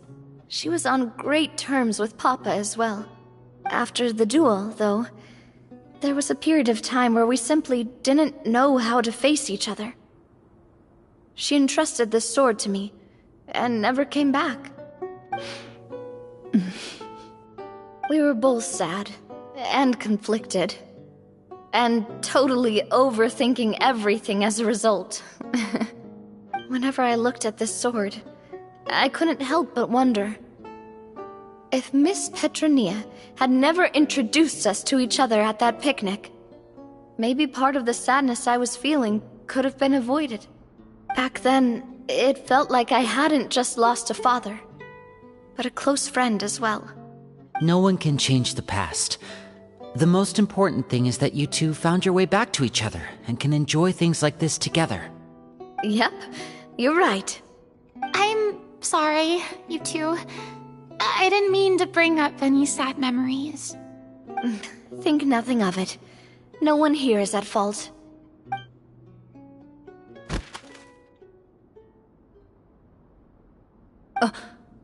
Huh?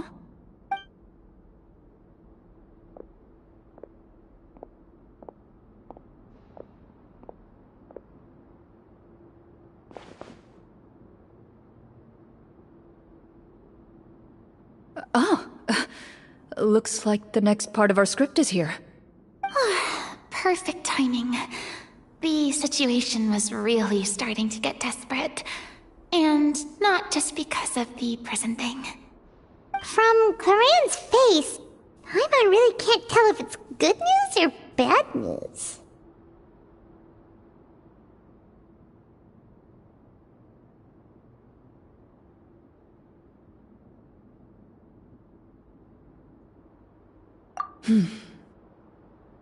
Water continues to drip from the ceiling.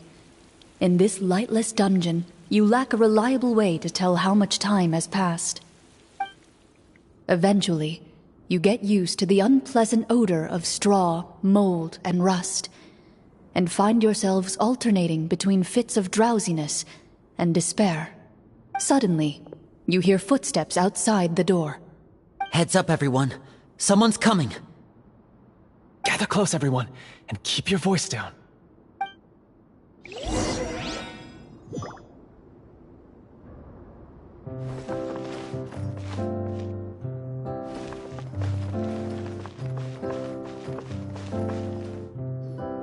Who are you? I work as a guard in these dungeons, but my true identity is the same as your own. I'm also a Marashose hunter. Huh? Shh. I've already sent away the other guards, but if we make too much noise... I understand, but how can we be sure we can trust you? The king has issued a formal decree.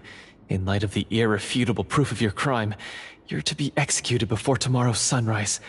If you want to escape, it has to be now. Executed? We barely did anything! Monsters appearing at the same location as the treasure. Could this entire thing have been a trap? There will be time for speculation once we're out of here. As for my identity, I have no way to prove that to you just yet. Infiltrating the capital was difficult, and finding a chance to speak with you has taken a lot out of me. I could go on, but I think we can all agree that now is not the time for details.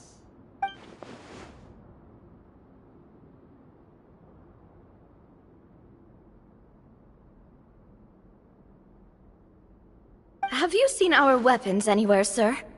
Don't worry, I brought them with me. They're just behind the door. Still, these weapons alone won't be enough to defeat the true enemy behind the scenes. His faction is too powerful.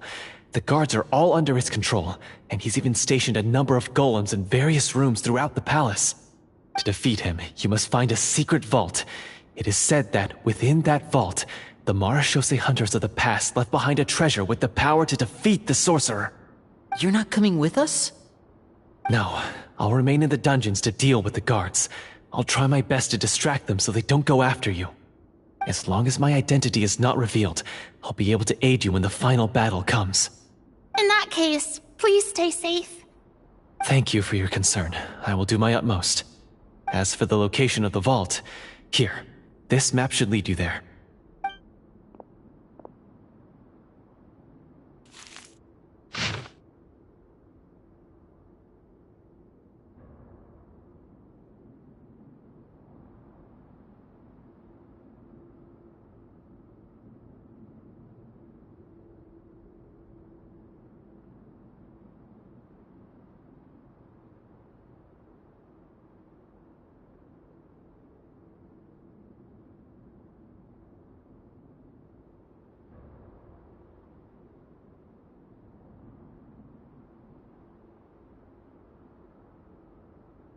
Got it.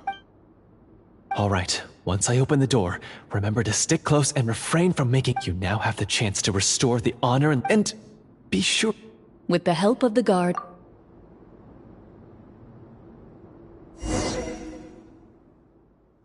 Wait, we didn't get to use our skills at all while we were in prison. Who knows when we're gonna get the chance to use that cool summon spell? That is a pity, but we can only continue to move forward.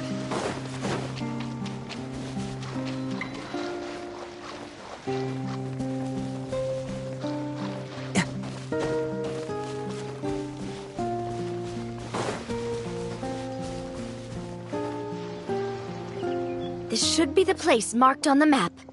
This bit of rock certainly looks suspicious. Well, I'd say an investigation's in order then. Plus, if all else fails, we can just blow it up. Wow, you really meant that! Before you lies a serene stretch of open water, its surface shimmering a brilliant shade of sapphire blue. Well, guess this means it's time for a swim!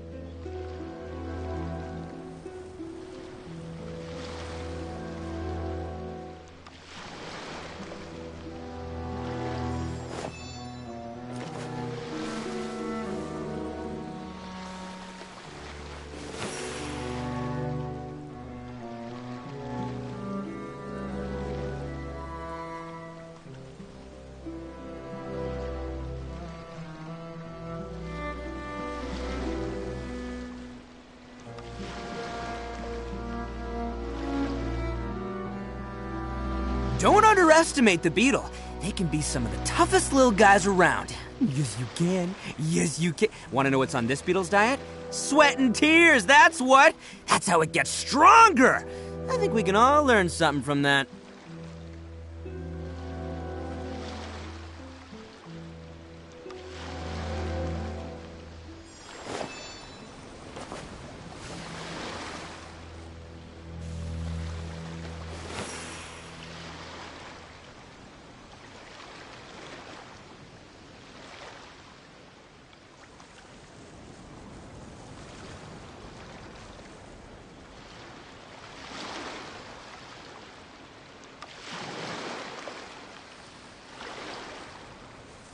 best flavor in the world? The sweet, sweet taste of victory. And that's why I've never spent a single more on any of my snacks. I've won them all, fair and square. That's right.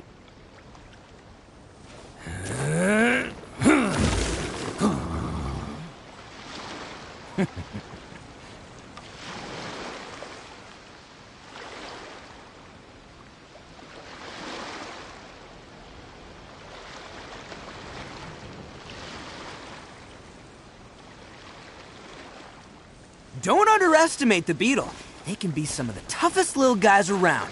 Yes, you can. Yes, you can. Want to know what's on this beetle's diet? Sweat and tears, that's what. That's how it gets stronger. I think we can all learn something from that.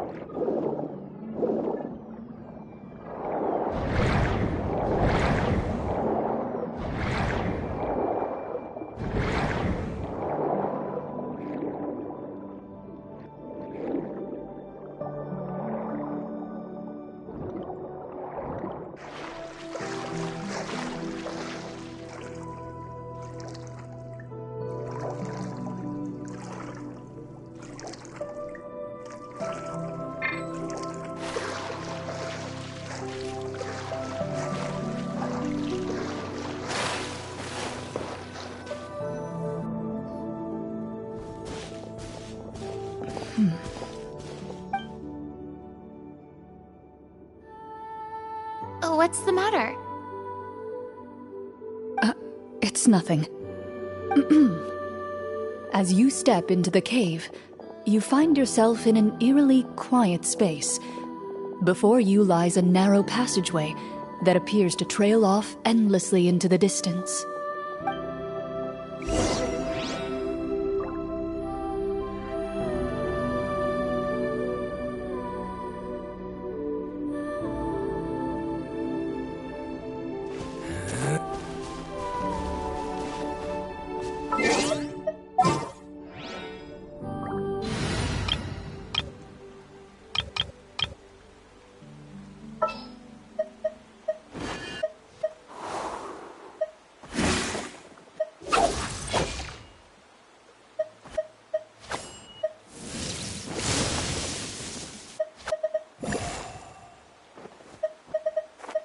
Anything I can help you with?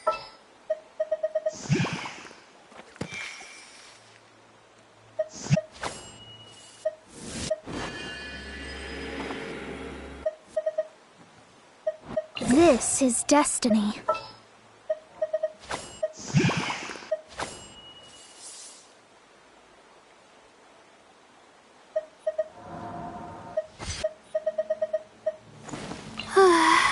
My mind is completely blank. I need to get out and unwind.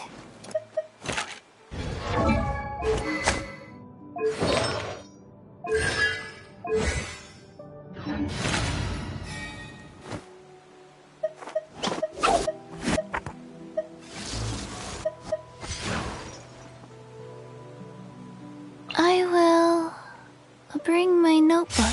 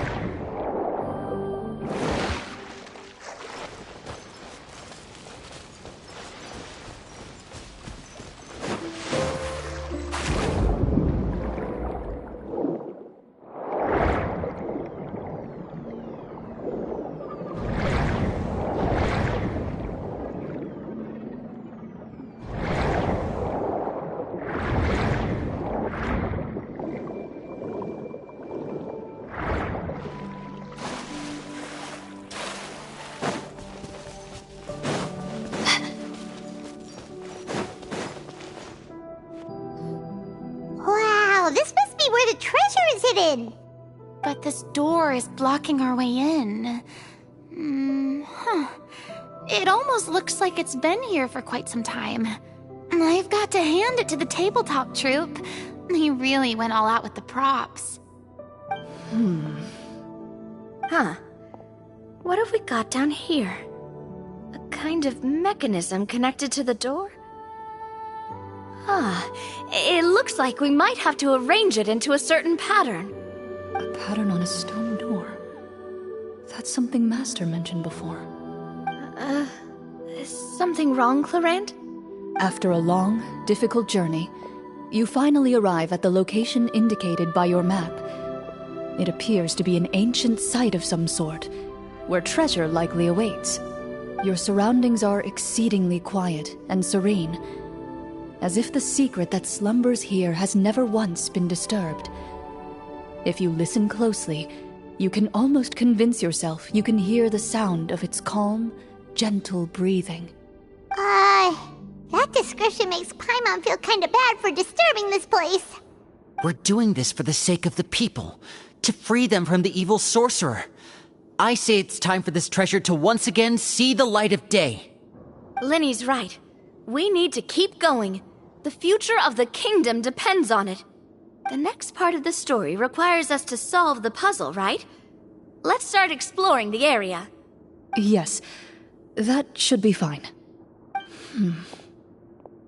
Something feels off about all this. Guess I'll just have to improvise.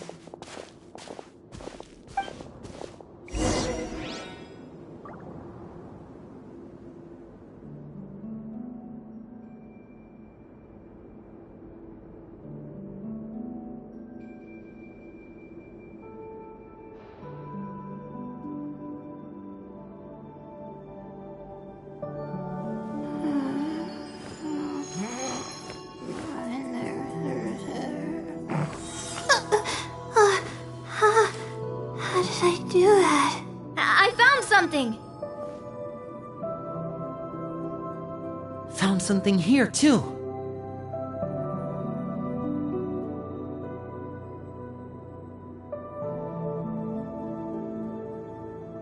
My legs are so sore. Same here. Last night.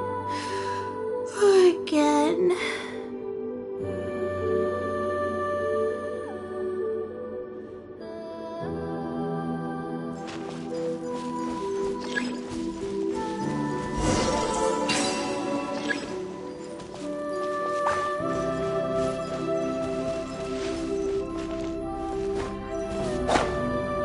The night is cold.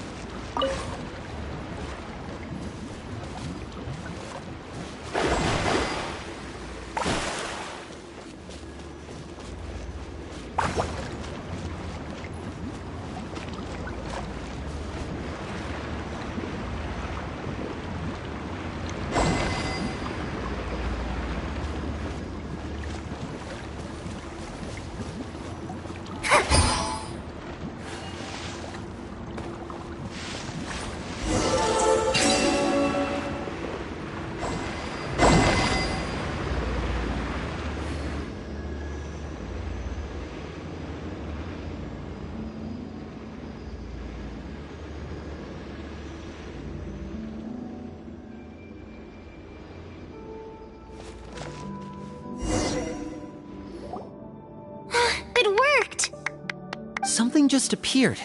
Some kind of new mechanism, maybe?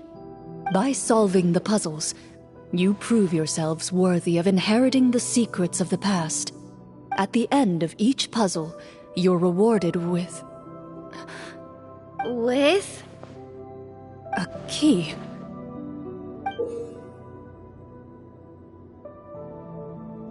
Oh, it must be the key to the big door. Huh? This is one of the Marechaussee Hunter keys. that are passed down from generation to generation. It looks just like the one Master passed down to me. It is said that 4 keys in total are required to form the final, complete key. And it seems like we just collected 3 of them. That must mean... Huh? What's wrong? You hear a few strange noises. Suddenly, all the torches in the ruin go out at once. Huh? What's going on? Did we fall into another trap? For the sake of immersion, please close your eyes, everyone. Without the torches, the space is now completely dark, and you cannot see anything.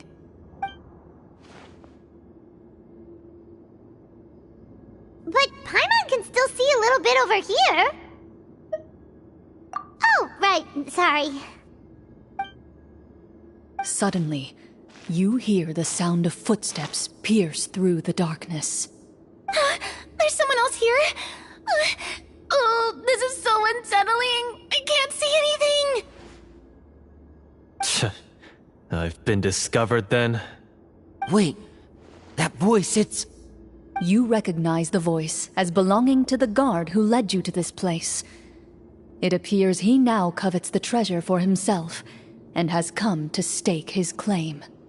Oh, so this is just part of the script. Then I can probably relax. Well, if we can't see anything, that means we can't fight to the fullest of our abilities. Should we retreat for now? Judging by the way he's holding his sword, he must be a real Marashose hunter. But this isn't part of the script. Retreat?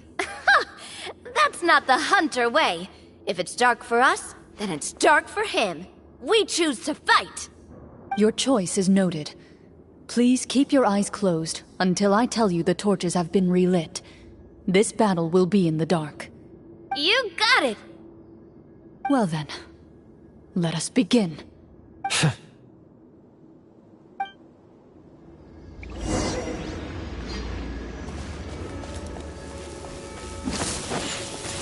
Loaded. Hunt them down. I'd like to try to hit him with my sword. Your strike is successful. Is he still standing? Goodness, he sure has a lot of HP. Is it over? Can we open our eyes now? The enemy is strong and relentless, but the battle is nearing its end. The torches have not been relit. What about now? Final strike. Ha!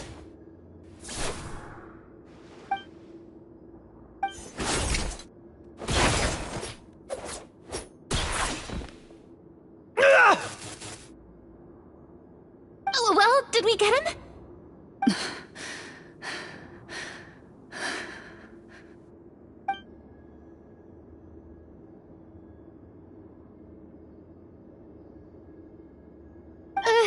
Glorian?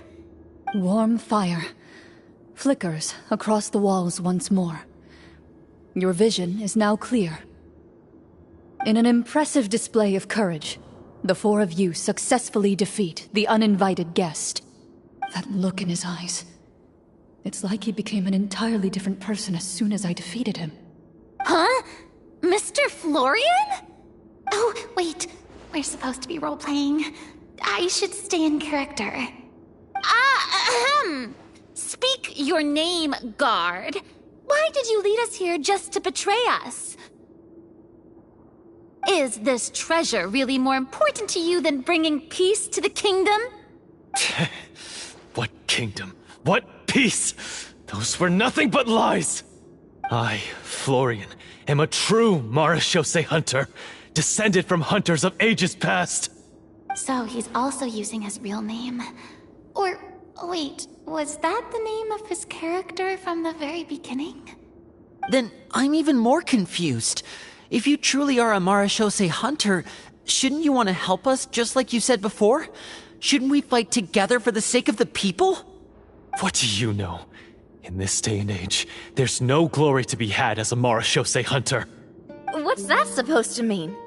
My skills were passed down to me by my father. We lived a life of obscurity in the remote wilderness. Still, he devoted everything he had to being a Marashose hunter. And what did he get in return? A life of poverty and pain. In a world that forgot all about him. When he died, not a single person came to mourn his passing. The Marashose hunters were the ones who saved this city. We're heroes! We deserved more recognition and respect than this! Is he talking about how no one in the capital seems to remember the hunters and their legacy? I didn't expect the script to contain this level of social criticism. So that's why you want to take the treasure for yourself? You feel like you're owed fame and wealth? If you already knew where the treasure was located, why didn't you just come down here and take it?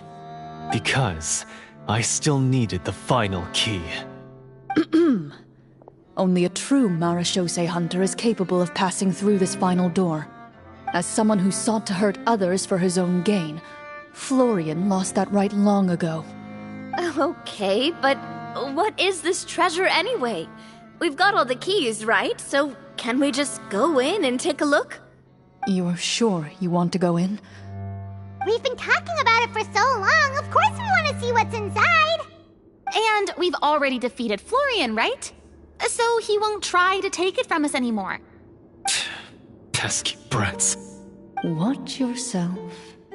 Then let's open the door together. All right.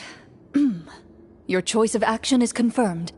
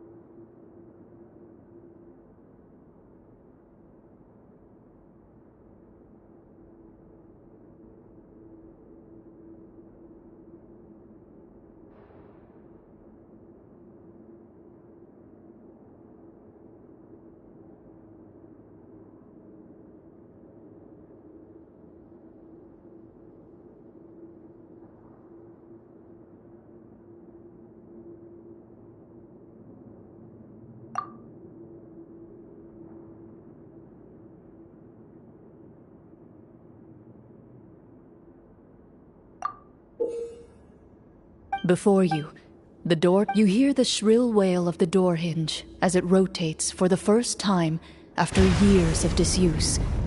Almost like a sleeping giant letting out an extended yawn.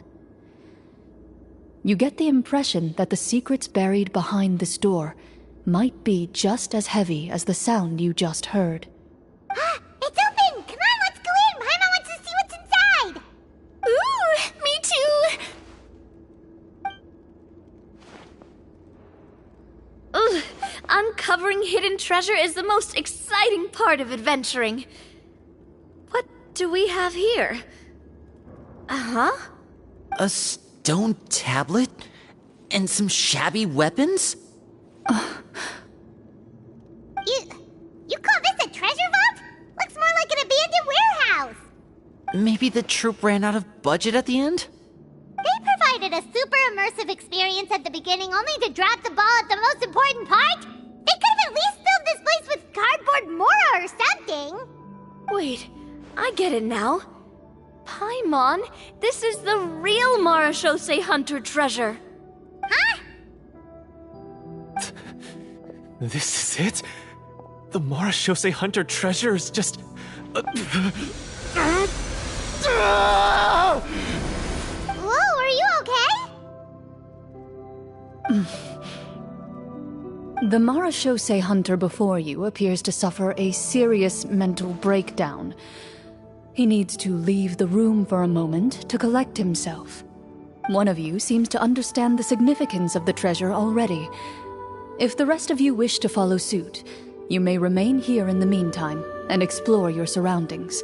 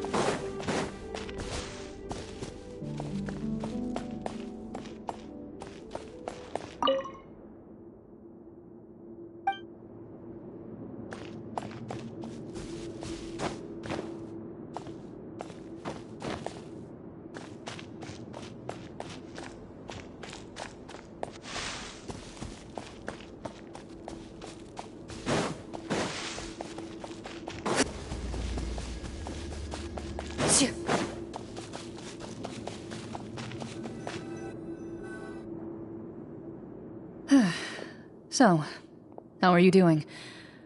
Feeling any better? What just happened? Do you remember how you got here? Or what happened to your body just now? I remember now. I brought you here because I wanted to... The explosives in the cave! You mean these? Huh? How did you... I could tell something was off the moment I stepped into this cave, so I kept an eye out. I've already dismantled the whole thing. So the strongest champion duelist in all of Fontaine saved the day once again. Guess I shouldn't be surprised. It would seem your skills as a Marechaussee hunter are as sharp as ever. I deserve some answers, don't you think? Tell me why you wanted to lure me here. Everything you said earlier sounded like the truth. Luckily, your monologue was dramatic enough to convince my friends you were just role-playing. I don't know. I just always felt like there was something in my heart that didn't belong to me. Something agitated and angry. Who knows? Maybe it was my own anger all along. I could never really tell. The feelings about my father and the other Marechaussee hunters are real. It just wasn't fair. I was angry, bitter that no one remembered them or praised their accomplishments. I don't know when it started, but at some point, my anger came to completely consume me. At that point, I remembered the legend my father used to tell me. The one about the treasure. But if the treasure was all you cared about, why plant all those explosives? Wouldn't they just destroy the treasure and bury you along with it? I can't remember. My head is a mess. It felt like there was this voice telling me to eliminate the hunters, but now it's gone. From your description, I suspect you were dealing with a devorator. A devorator? Oh, your master... your father, I mean. Never talked about it? It was a kind of monster that was active several centuries ago. No, I've heard of it. I'm just not sure why you suddenly... Wait, it can't be. The seal! The seal? My family has served as Marechaussee hunters for many generations. But the title and swordsmanship weren't the only things passed down over our line. There was a seal as well. My father instructed me to always watch over that seal and maintain it regularly. He said it had been passed down over a truly ancient age, and protecting it was our clan's most important duty. But I neglected that duty after he died. I finally decided to come down and check on it one day, and that's where my memories become fuzzy. The Devorator would be a formidable adversary for any mortal being, even ones as capable as the Hunters.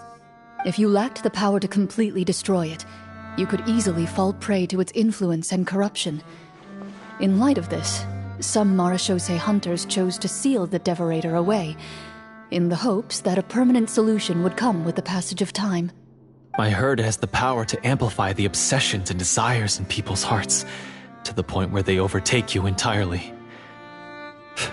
It would seem I'm not just lacking in skill with a blade, but in mental fortitude as well. And yet, you were able to retrieve 3 of the 4 keys. If I remember correctly, each was entrusted to a respected and capable hunter. How did you manage it? One of them belonged to my father. The second I stole from a different hunter. And the third was one that I snatched while the person was on the way home from the tavern. I nearly died in that alley. I know just how strong you are. It's as clear as day to everyone in Fontaine. I observed you from dusk to dawn, but could never find any opportunity to sneak up on you. I never even saw you drink a single glass of liquor. The only way I could think to obtain that last key was to lure you here using your hobby, and then... Oh, I get it now.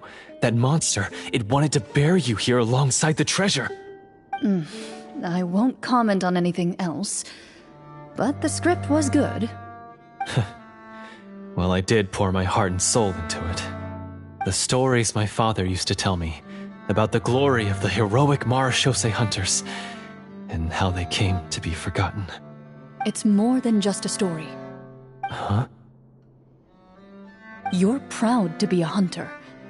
You're still holding onto that part of yourself, no matter how small. I have done so many despicable things. I have nothing to be proud of. Then explain the purpose of the evil sorcerer in your story. Huh?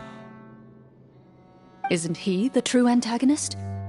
The one who sought nothing but his own gain, and used the people as pawns to attain it?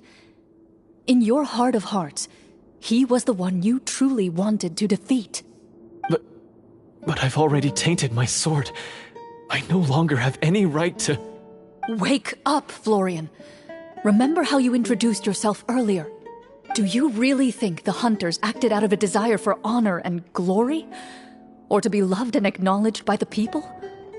What did your father teach you about our order? You do not wield your sword for yourself, but to protect those you serve. There's nothing special about a blade. It's the intentions of the wielder that matter above all else. Do you still not understand? Even after seeing the treasure for yourself? The contents of that room, they represent the true legacy the hunters left behind. You're right. I am a Marechaussee hunter. It's time for me to redeem, no, to finally serve the people I vowed to protect all along. I wouldn't be so quick to push aside the need for redemption. I know. That's a charge I won't bother to defend myself against. Good. Then, come with me, and help me see the script through to the end. Huh? See the script through to the end? But there's no more script left. Never finished it, huh? No, I mean, I wrote the script with the sole purpose of luring you all here. There was no reason to write beyond this point. Then we'll just have to keep writing it. The evil sorcerer still needs to be defeated. You mean the Devorator? Are you saying I have to make up the rest of the script as we go along? Is that really so hard? You've already written most of it. Surely you can write an ending where the hunters win and justice prevails. I'll be there to help you too. You aren't afraid your party will fall into danger? I know what my friends are capable of, and they're all quite skilled. Besides, I need their help. Then, are you going to tell them the truth about all this? I don't intend to spoil the fun. Sometimes, protecting dreams and fantasies is more important than exposing the truth. Don't you think?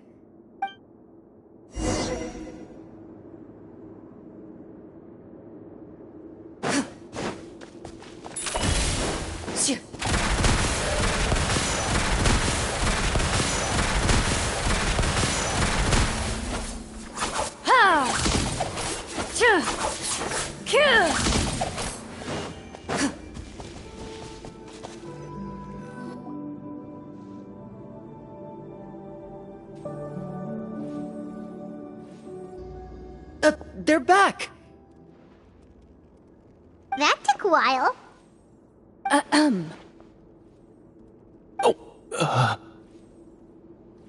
Ahem! My fellow Marashose hunters, please forgive me, for I have sinned. Tone it down. Sorry.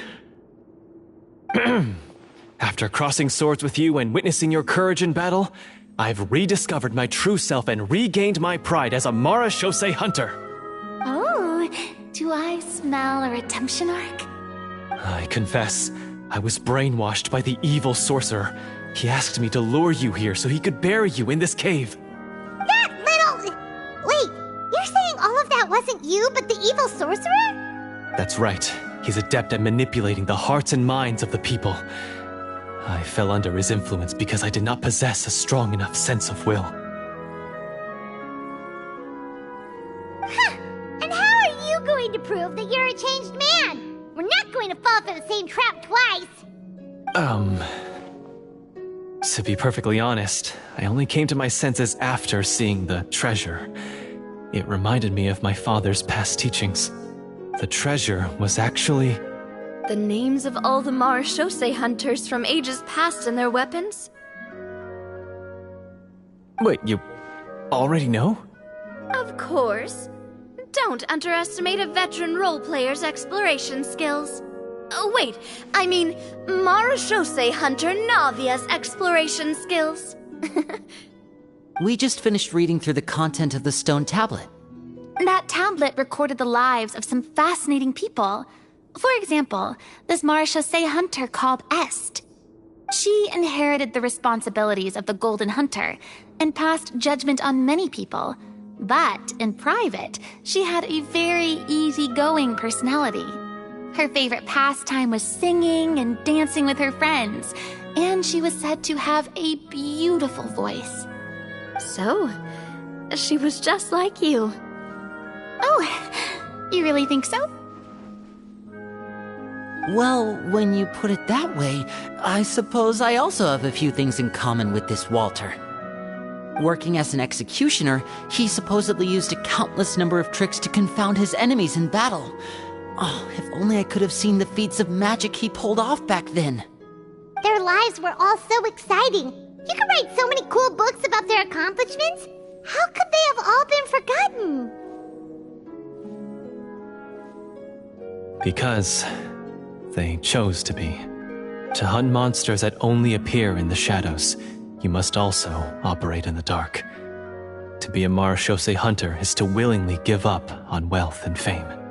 Then this stone tablet must have been left behind by their companions. That's right. Few Marashose hunters ever revealed their identity to the public. They always protected the city from the shadows. The only time they spoke of their accomplishments would be at night, when they gathered with their fellow hunters in front of the bonfire to share stories of the monsters slain by their hand.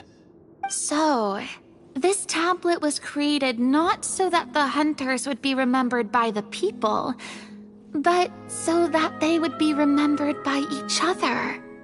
No wonder this place was so well hidden. You regard the stone tablet in solemn silence. The names of your comrades etched onto its surface serve as a reminder that you are never truly alone.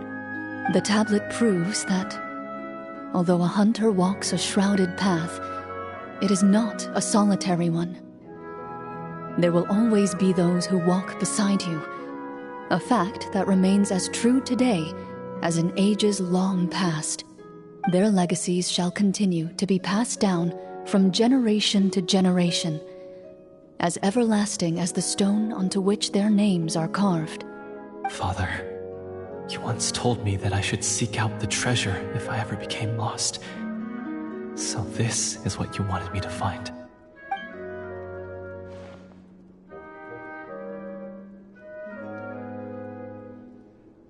Thank you, my friend. You are very kind. I implore you, everyone, please give me a chance to make up for all I've done. Allow me to fight alongside you and defeat the evil sorcerer that threatens the peace and prosperity of everyone in this kingdom. Well, I say we let you join. Sounds good to me too. Everyone makes mistakes. What matters is what you do to make up for them. I have no objections, but Mr. Florian, do you even know how to defeat the evil sorcerer? When he took over my mind, I gained some insight into his thoughts. Every time I thought of the treasure, he reacted with a strong sense of fear. Huh? He's afraid of the treasure? But there's nothing here except some broken weapons and the stone tablet! What if the secret's hidden inside these weapons? GM, permission to investigate.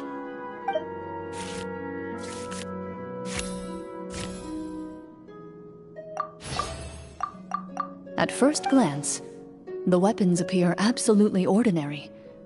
But as you observe them, you notice a faint energy emanating from within. These blades have slain countless monsters. Though it's been a long time since they were used in battle, their edges remain sharp, as if they're simply waiting for the next worthy hunter to carry on their legacy. So basically take these with us, right? I'll take this weapon, since it used to belong to Est. Maybe it'll find comfort in being held by someone who appreciates the arts. Good idea. I'll take Mr. Walter's bow then, from one archer magician to another. Paimon's gonna pick a cool weapon too!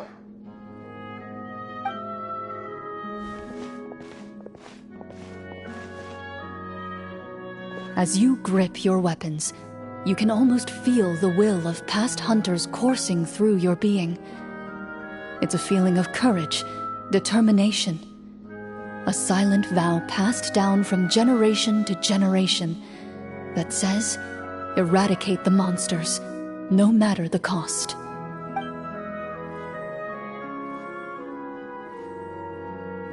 Mr. Florian, do you know where to find the evil sorcerer? I was able to see his surroundings when our minds were connected. I believe he's currently hiding out at the church in the kingdom. We must be extremely careful. He's spent so long living among monsters that he's now taken the form of one. He will not be easily defeated. Then why don't we explore some more and try to find some higher level gear? We don't want to just fight him and lose, right?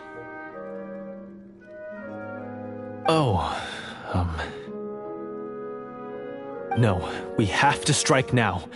He was greatly weakened when I managed to break out of his control. If we let him rest, he might have time to escape. I agree with Mr. Florian. We've got to act while we have the advantage.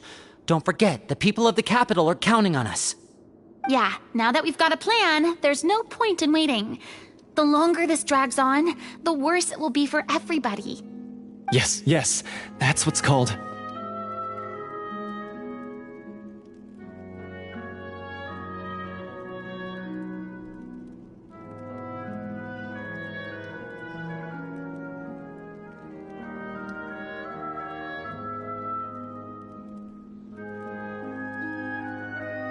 Yes, that's exactly right. Alright, you've persuaded Paimon. Mr. Florian, please lead the way. Of course. Follow me. He had to set up so many scenes today, and now he has to join in for this last part. I really don't envy his job. Finally, you decide to slay the evil sorcerer and bring peace back to the kingdom once and for all. As you walk away, you feel the gaze of the stone tablet at your back, as if all the hunters of the past are wishing you success in the battle ahead and awaiting your triumphant return.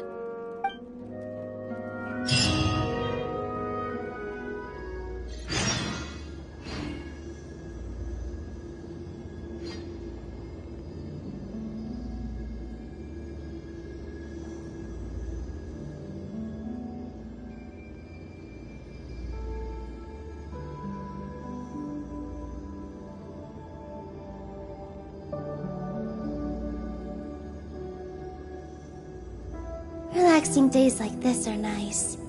Let's take it easy.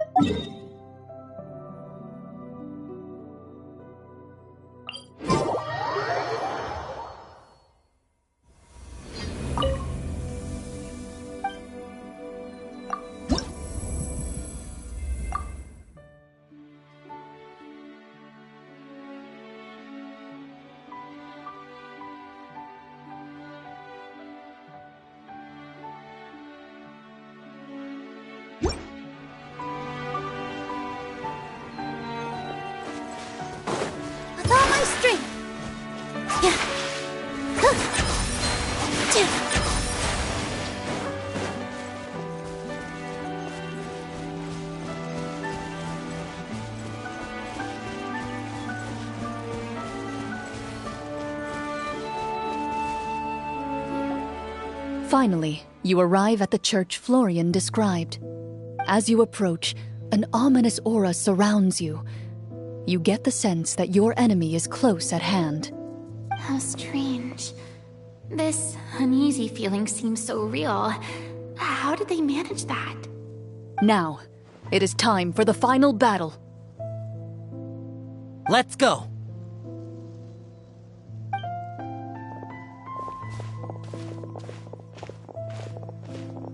Florian, wait. What's wrong? I think you should wait outside. You've already been corrupted by the Devorator once. It could easily re-enter your mind and take control of your body.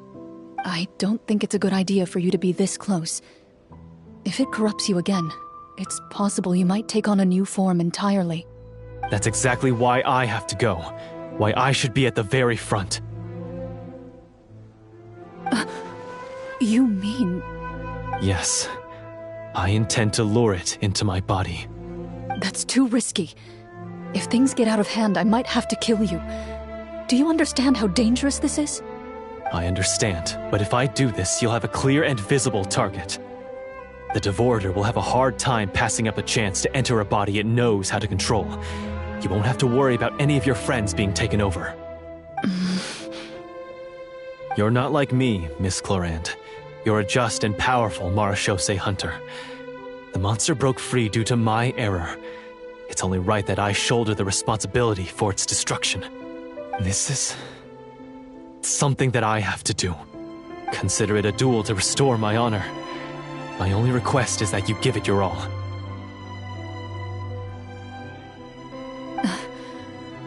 I understand. Then, as a champion duelist, I hereby accept your request for a duel, and extend to you my most sincere regards. Thank you. The battle is now upon us. Let the Devorator once again tremble under the blade of the Marechaussee hunters.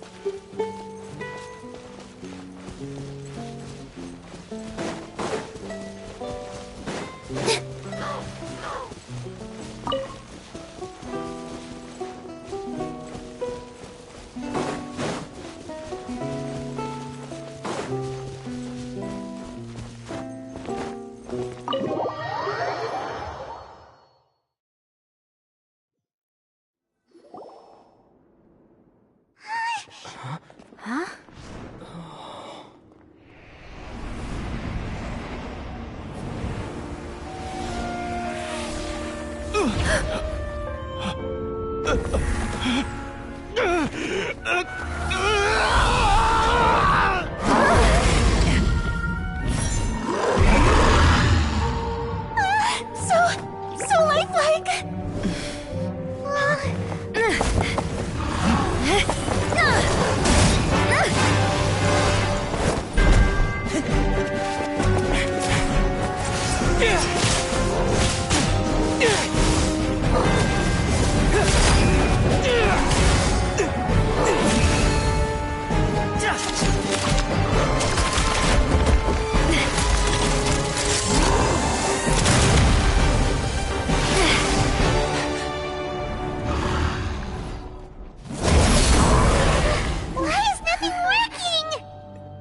This foe is not invincible.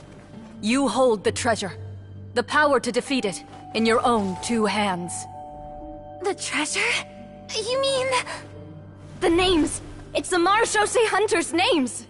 How are we supposed to... You forget, Paimon? There's still one skill we saved until the very end. Hunters fight not for fame, but to aid the people whenever they are summoned. Walter the Marechaussee Hunter, master of 1,000 tricks, executioner of the Phantom Hunters, I call for aid! Est, the Marechaussee Hunter, inheritor of Cassiodor's will, judge of the Shadow Hunters. Answer my call!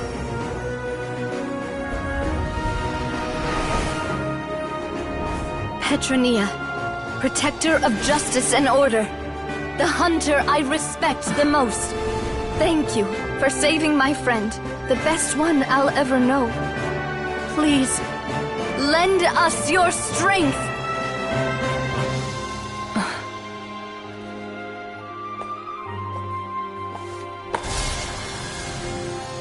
We have come to answer your summons.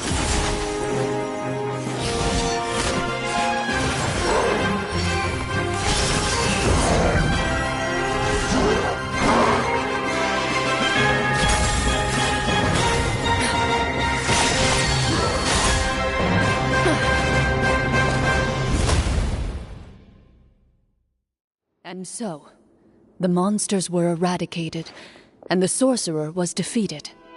Peace soon returned to the capital.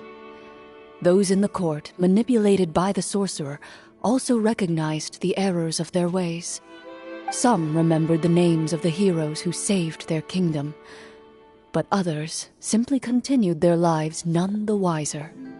Such is the story of the Marechaussee Hunters.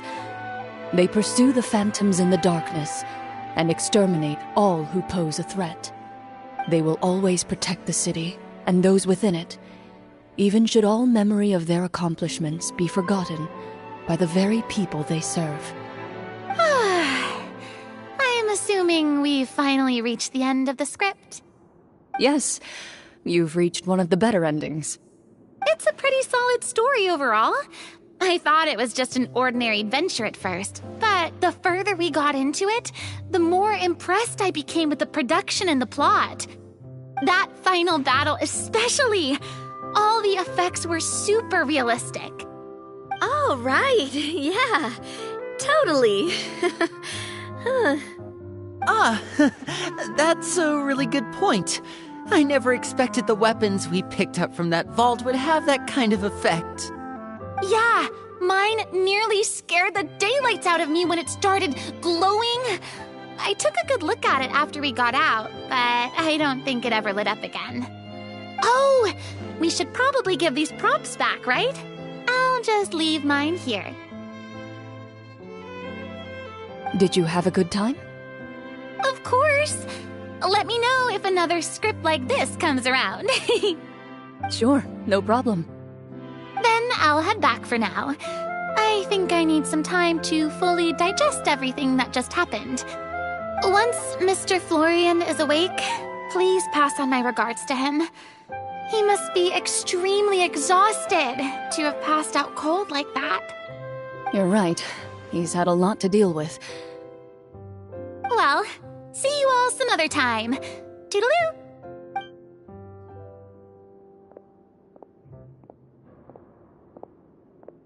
Okay, so, can I ask now? I think it should be fine, yeah. What in the world was going on back there? So you saw through all of that?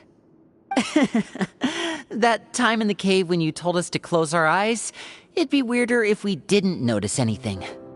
I was dying of curiosity the entire time. I mean, you did a pretty bang-up job of pretending nothing had gone wrong. Farina actually looked like she thought all of it was planned. Guess none of us wanted to be the one to break the illusion. What are you all talking about?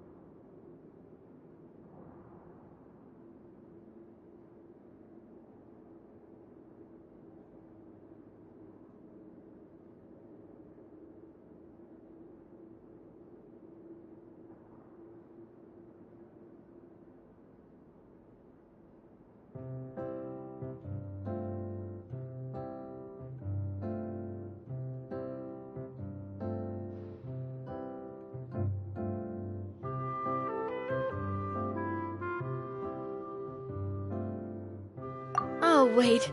Don't tell me you never... Ugh, this is all my fault. It's not too late to cover your ears.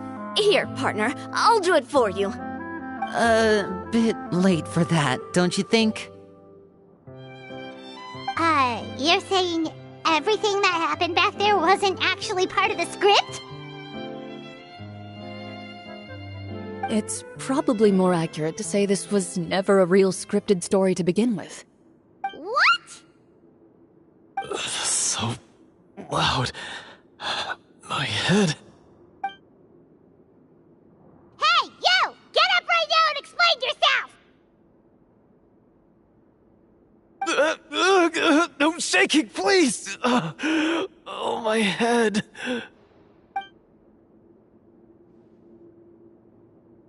Did Paimon just hear that right? You guys made up that whole last part on the spot? It's not nice to lie to people, but Paimon's gotta admit, that was a really good story, Florian. Oh, and nice improvisation, Clorant! Yeah, it was like watching a magician improvise a spectacular magic trick after forgetting an important prop. If Paimon knew something was wrong with that vault, she would have floated straight in the opposite direction! Everything was under control. As if you've ever described a situation as being out of control. I'm pretty sure any situation you consider to be easy to handle would scare a reasonable person half to death. Guess I'm just used to it.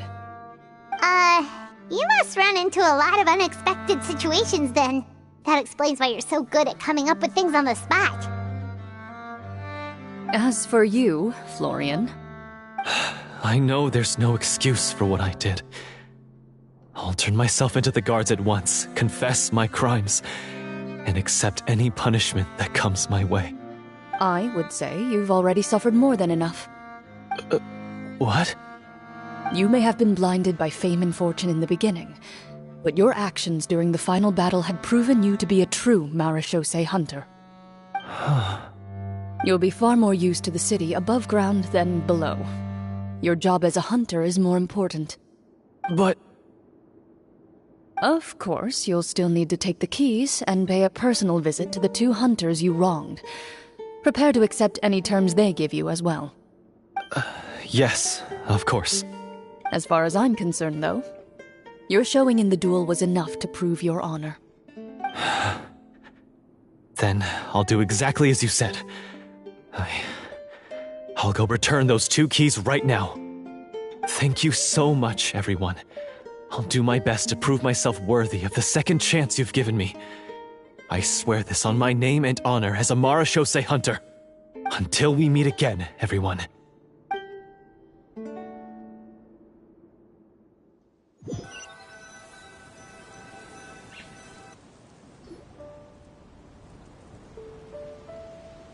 Speaking of Marechaussee hunters, what should we do about the treasure in that cave? Leave it be. Are you sure? We could show it to people, make it so that the hunters are remembered. Don't you want that? No. Every name on that tablet made the same choice. All hunters know what the path entails. I am no exception. My identity as a Marechaussee hunter is not something I need people to remember. I wish only to be recognized as a champion duelist. Nothing more. That's certainly very different from the path of a magician. Still, I admire your decision. Wait! Paimon just remembered something. If there were no special effects involved, why did our weapons begin to glow during the battle? That's because the Marechaussee hunters of ages past would often imbue their weapons with special enchantments to suppress the monsters. Whenever a monster was nearby, their weapons would start to glow. Oh, so that's why they had an effect on that guy near the end. I really thought the summons were doing all the work. Well, I'm sure the summons were a part of it too. Oh? How so? This particular devorator probably hailed from the same era as the hunters we saw in the room. The names you recited all belonged to the bravest hunters. Countless monsters fell to their blades. That's likely why the devorator visibly reacted when you said them out loud. So the names held the power all along! Navia. Everything you said during your summon. Huh? Oh, I meant what I said. I mean, it was true to my character, so yeah, I'm glad you heard it. Just don't make me repeat myself. It's embarrassing. I really appreciated those words. All right. Don't get all sentimental on me. Anyway, let's not talk about that anymore. I'm going to go on ahead. Don't fall too far behind now. She ran off! I should probably head back as well. This story was truly incredible. I might have to spend the whole night telling my siblings all about it. Traveler. Should... I suppose that... A great answer.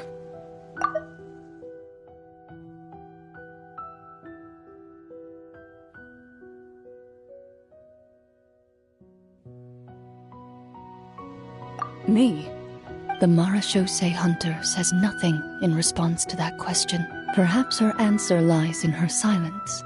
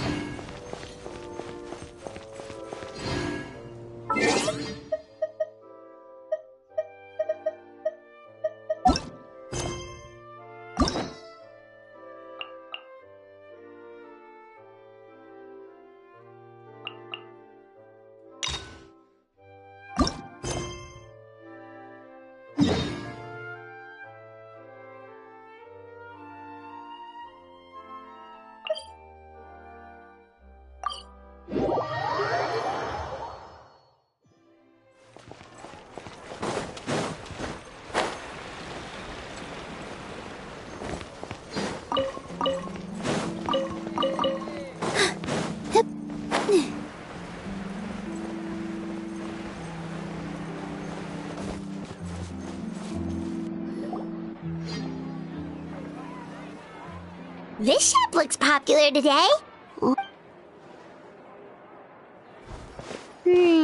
Butterfly. Oh, Seedween's here too. Hey there, Seedween. Hello there, Traveler and Paimon. You bet we are. So anyway, the Duke insists I take regular vacations in the Court of Fontaine. This one just so happened to coincide with a promotion for a new skincare product, so I came over to take a look. I like to keep up with the latest industry developments when I can, to help me with my magazine articles. Wait, you write? For a magazine? Which one? It's called Beautés en Fleur, and it's run by the Fontaine Beauty Association. I've done lots of articles about skincare for them, using the pen name Maritime Flower. Oh, wow! You're a Maritime Flower? If Paimon's not mistaken, you're one of the leading figures in the Fontaine Beauty Association!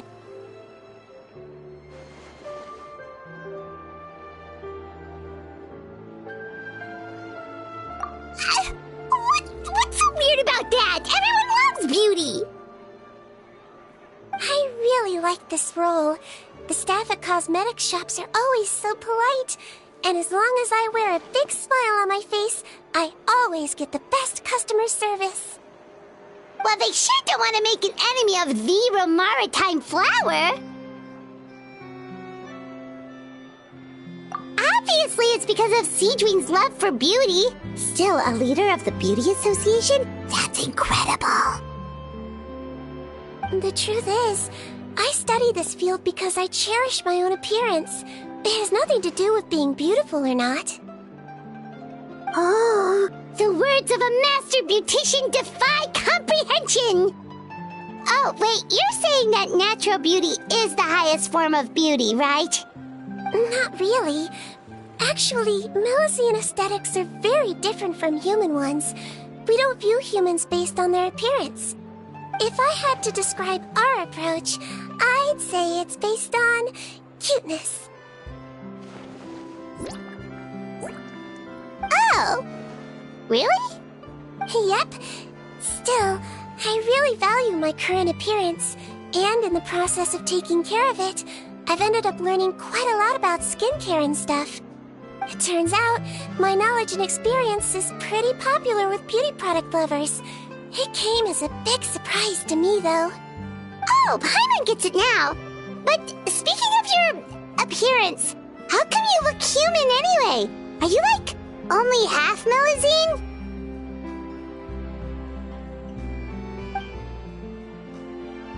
Ooh, wait, sorry. That was probably really offensive, wasn't it?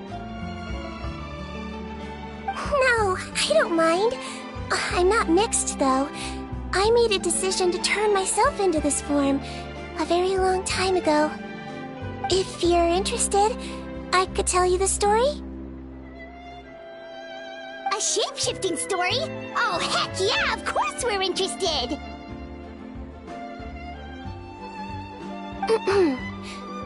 Once upon a time...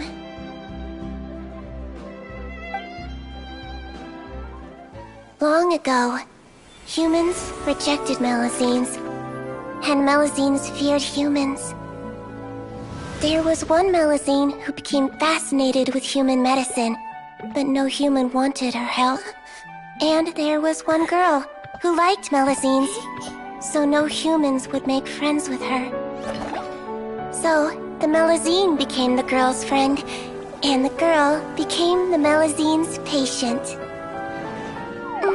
Your checkup's all done. You're still in perfect health. Thank you, Dr. Melusine. In this game of doctor and patient, a friendship was born. Then, one day, the girl fell ill. The Melusine was the only doctor to arrive on time, but the adults sent her away. Scram! Melusines can't be trusted! So just because I'm not human, I can't save my best friend? In desperation, the Melusine approached the frightening witch. She begged and begged until she got a reply. If you take this potion, concocted of sin, you will gain a human face and grow human limbs. But then, you will lose everything that attracted this friend of yours to you in the first place. Can you accept that? The Melusine did not hesitate for very long.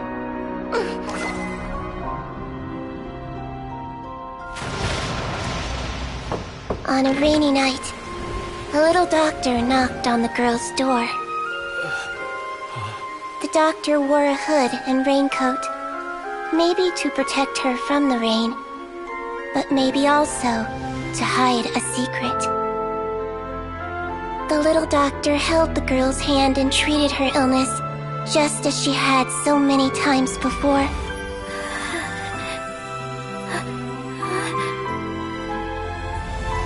Dawn came, and the little girl's condition improved.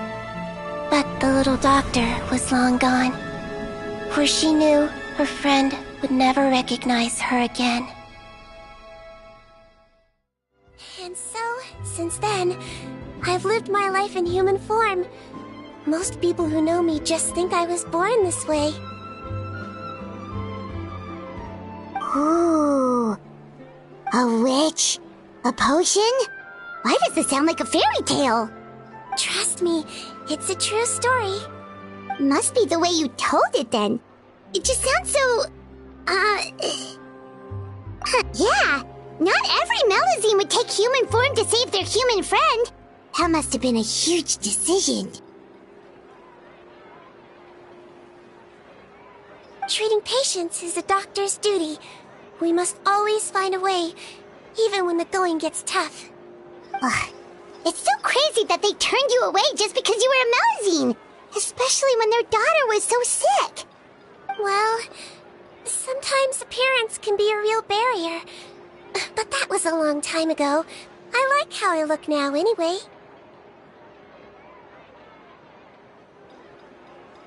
Paimon too! You're super cute this way. Attention customers! Thank you all for waiting.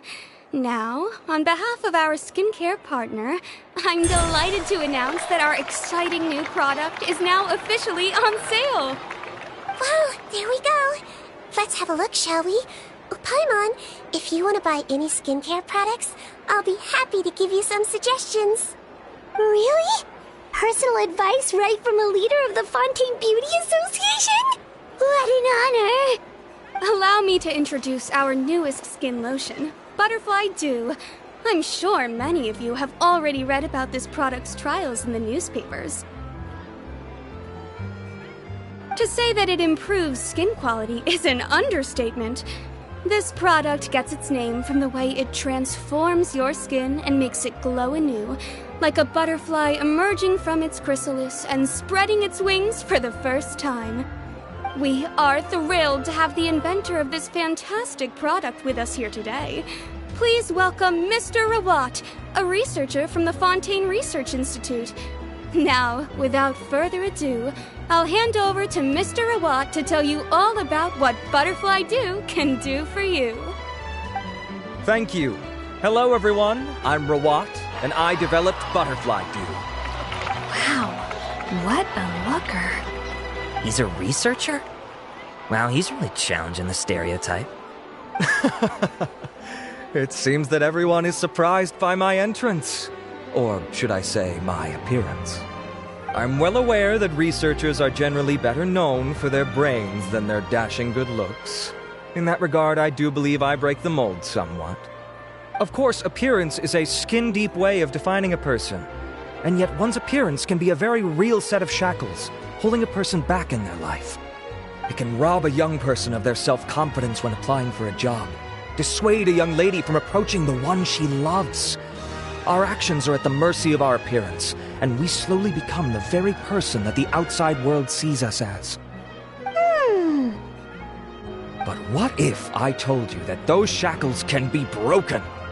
If our appearance prevents us from changing, then let us first change our appearance itself. Wash away moles, birthmarks, and wrinkles, and they can no longer rob us of our confidence. Replace them with luster and radiance, and we shall never again hang our heads in shame. That is why Butterfly Dew exists. Its mission is to allow us to shed our pupae, undergo a complete metamorphosis, and embrace a new life. Well, whether it actually works or not, after that speech, Paimon's already sold! Mr. Rawat, could I ask if you've used this product yourself? Of course, I tried it many times while I was testing it. You can consider me a product ambassador. Wow, then it's sure to work. Still, I don't expect to convince you just by blowing my own trumpet. So, could I get a volunteer from the audience to try it out? Oh, Paimon volunteers!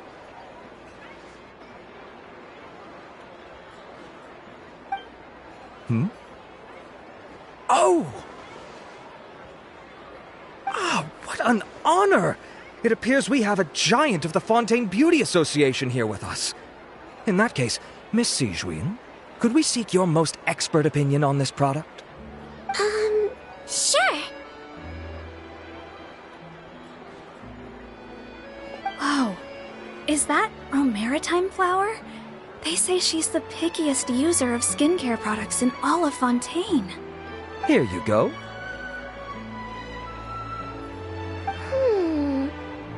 Oh, it's very kind to the skin, and the absorption rate is high. Even for Fontaine, this is a first-rate product. Wow, now that's high praise! I'll take one! Any discounts? All right. Well, all that remains for me to say is, Butterfly Dew is now on sale!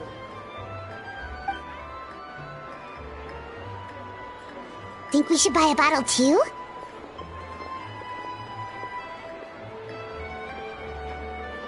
Aww, really? Well, it's still good to care for your skin though, right? Paimon definitely feels kinda rough from being exposed to the elements all the time. And if you're worried about whether it's the right product for you, well, luckily for us, Sijuin's here, so we can get an expert consultation.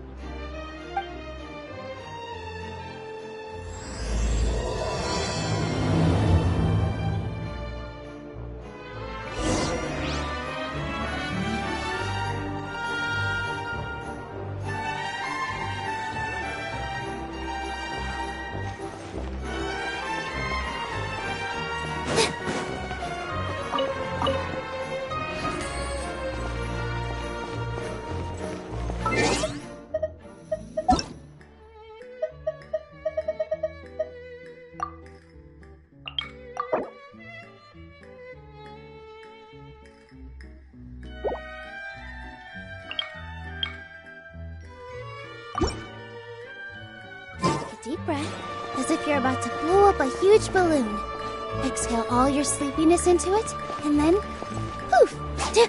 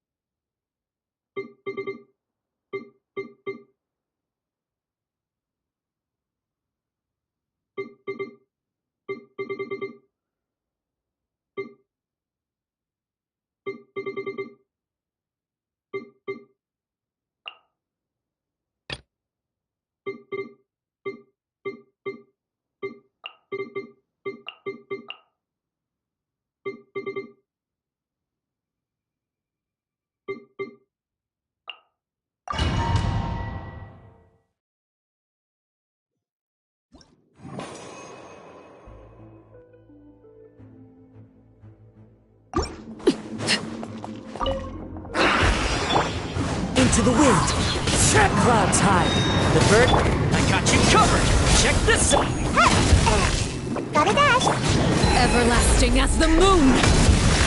Transfixed.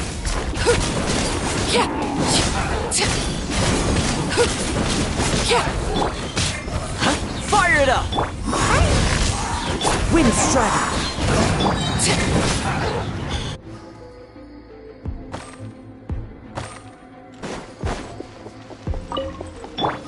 I will have order. Rise! Rain Cutter! I'm going in!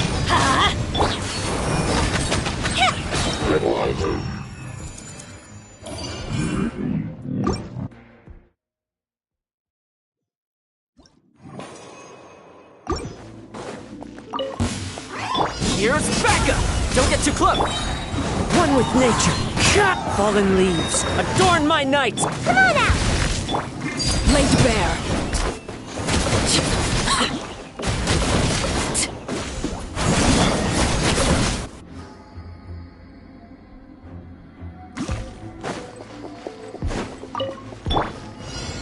Stabilize! No, my sword! Order guide you! Witness the power. The fuse is lit! Quake!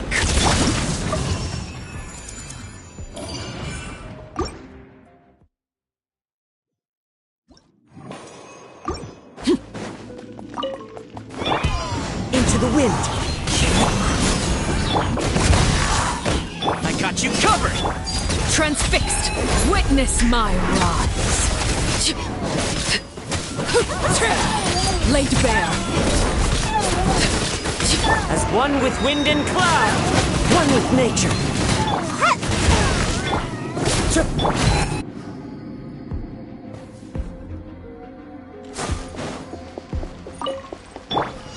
I will have order! Rise! Rain outlines your fate. Teamwork is dreamwork! Yeah! Time for a light show!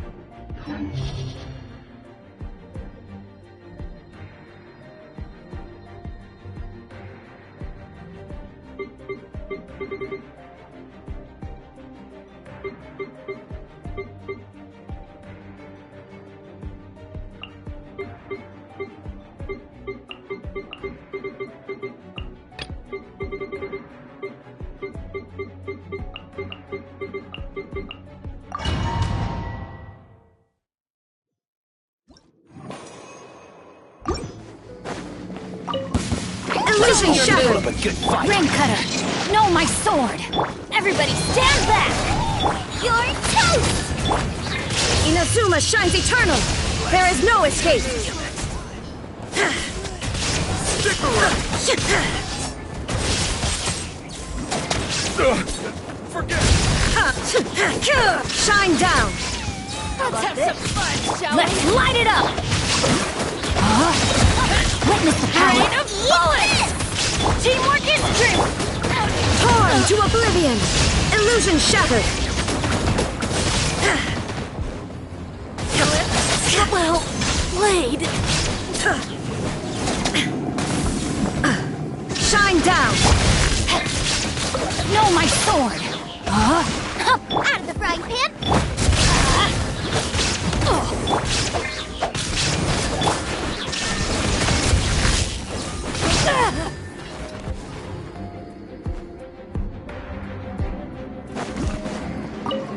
Your Right journey now, right ends here, right now. Lord of This Sand. is order! Your second.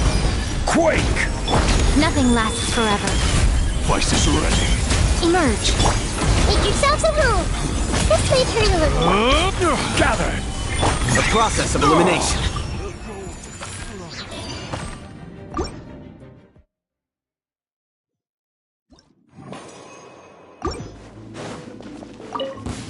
Come on! Let me lead you Show me away. your Rain outlines your fate. Nice and spicy. I'm going in! You're toast. Now you shall perish! There is no escape!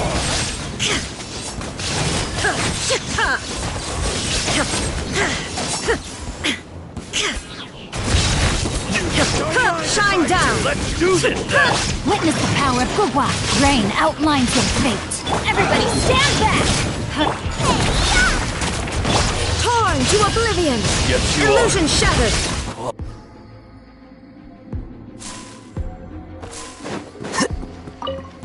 Finally, Rise! some target Order practice. guide Stretch you. your wings and right Right here. Emerge. Right here.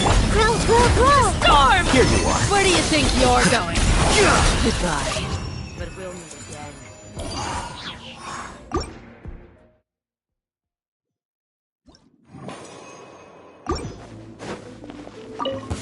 Let's hope you'll put up a good fight.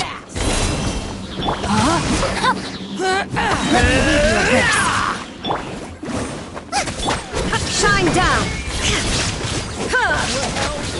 All right, let's finish this fast. Let's round it up. I'm going in. Let's hope you put up a good Now fight. you shall perish.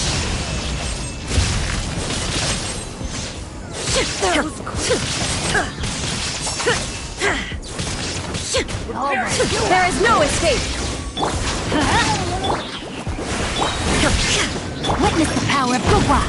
Teamwork is strength. Inazuma shines eternal. Shine down.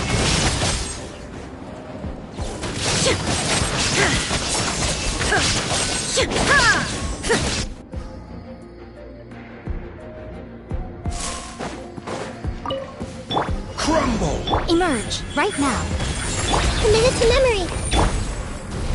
Solidify! Wicked.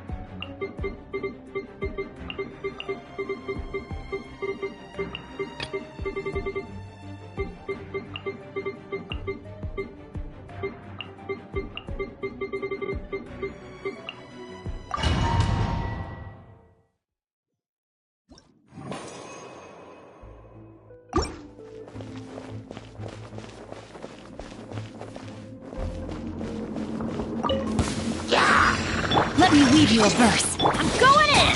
Eat this. Now you shall perish. Illusion shattered.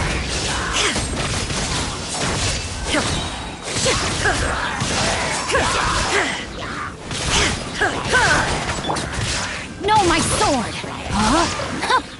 Rain cutter! Everybody stand back! Out of the frying pan. Torn to oblivion. Shine down.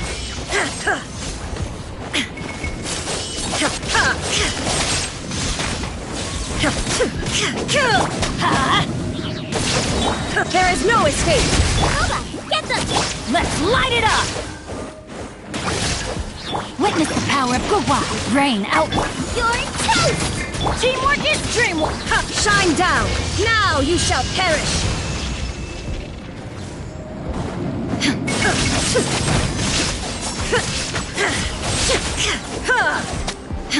Illusion shattered. Why do they never... No, my sword!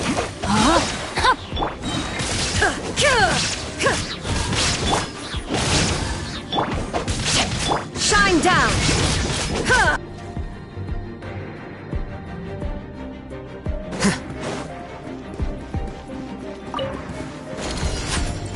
I will have order. Quake! Emerge, right here. Emerge. Grow, grow, grow. A sight to behold. Right now. Emerge, right now. Stabilize! This may hurt a little. Share my knowledge. Scatter!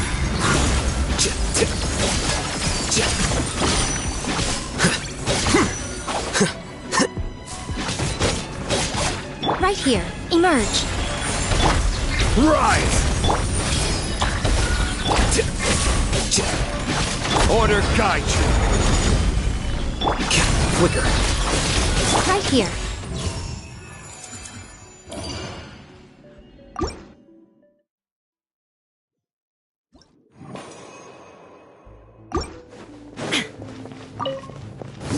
There is no escape. Let me weave you a verse. Rain outlines your fate. After fried hip, I'm going in. Eat this! Inazuma shines eternal. Shine down.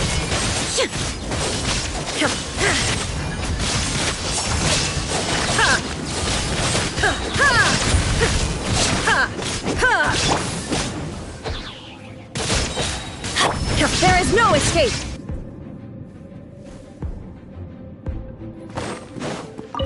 Emerge. Right here. Emerge. Make yourselves at home. A minute. Here you are.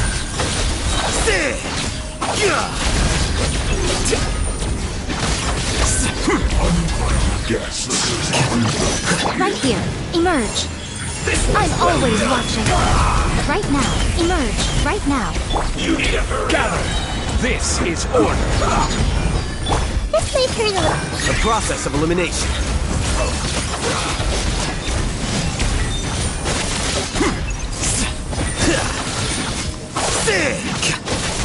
Let's end this Share my quickly!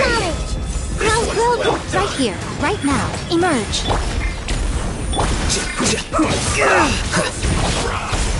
Flicker. Scatter! Right now. Oh, what a miss. Emerge. I will have order!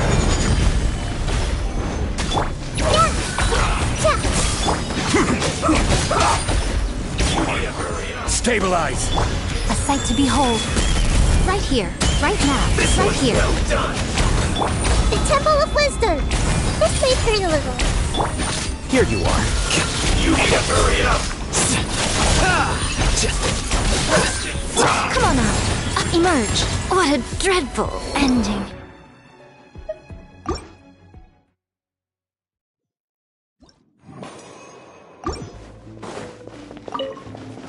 No, my soul! Huh? Brain cut! Boba, get Teamwork is trick! Now you shall perish.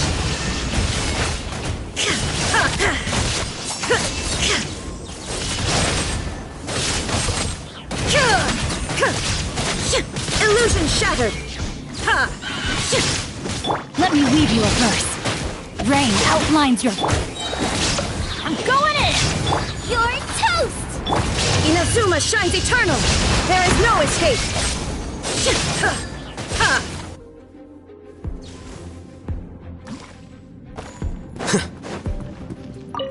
Right now. Emerge. Right now. Solidify!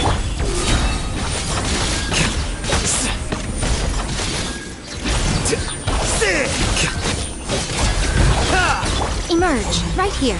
Emerge. Nothing lasts forever. Right now. Emerge. Make yourselves at home. A minute to memory. You need to stabilize! The process of elimination. This was well done! I didn't... First...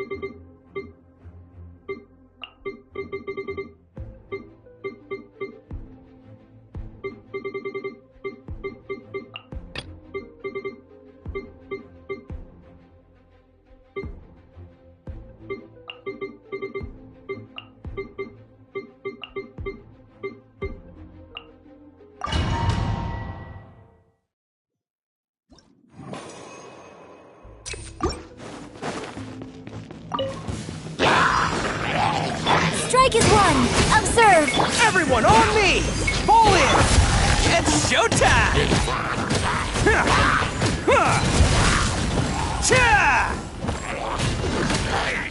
Attaboy! Your grand finale, delicate as silk.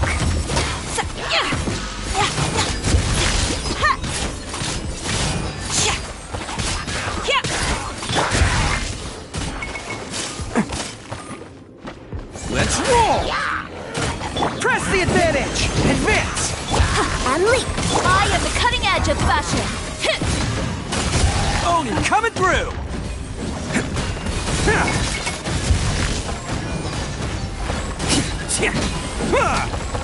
Can't catch me!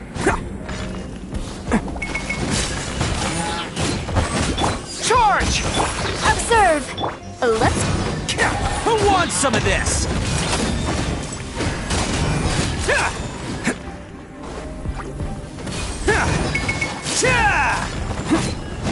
Attaboy!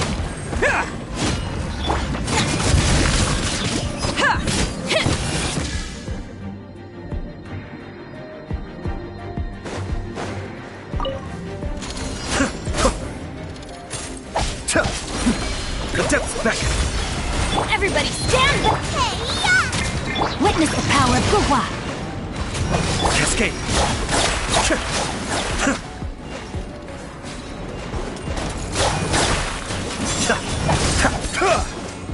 Time to act. Nice and spicy.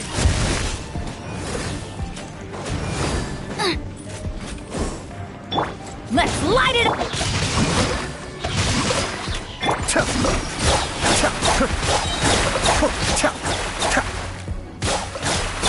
I'm going in. Eat this. Boba, get them. Let me weave you a verse. Be still.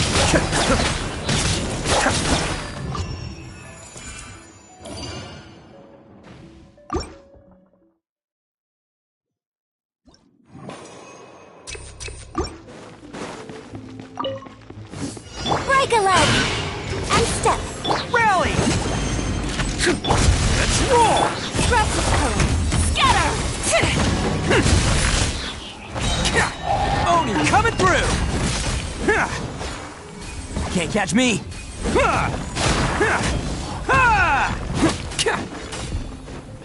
Attaboy!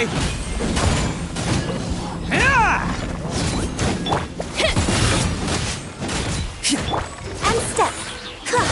Advance! Press the advantage! Your grand finale. I am the cutting edge of fashion.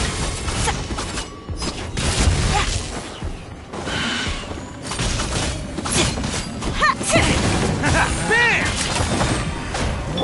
And step. Pull in! Who wants some of this?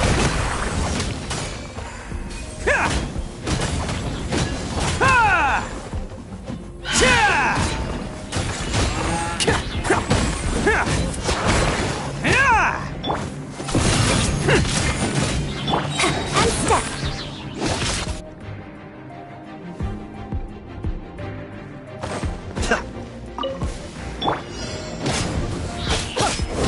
No, my sword! Rain outlines your... At the frying pan, it's the fire! Teamwork is strength! You're toast! Kamisato Arc. Suiyu!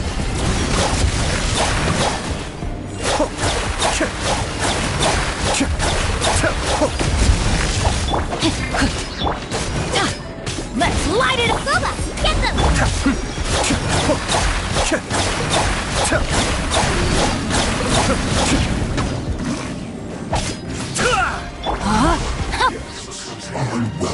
Witness the power of Gua. All right. I'm going in! Nice and spicy! Hey-ya! Send this quickly. Be still. Mind the deluge. Rain outlines your fate. Rain cutter! Let's light it up! Everybody stand... Boba, get them! You're toast!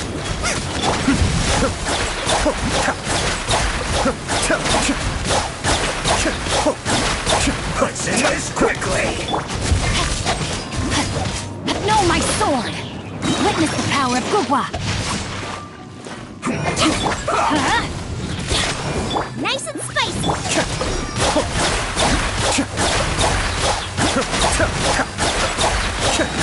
Kamisato Ari. Suiyu!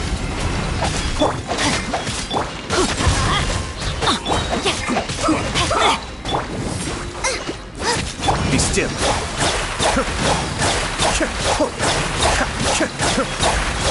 Rain outlines your fist. Know my sword! Your teamwork is strength! Hey-ya! At the frying pan! Cascade!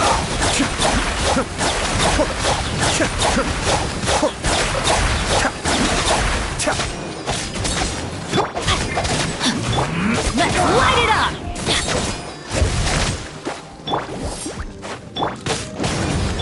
Rain outlines your fate. Know my sword! Witness the power of Gugwa! Mind the deluge. Let's end this quickly!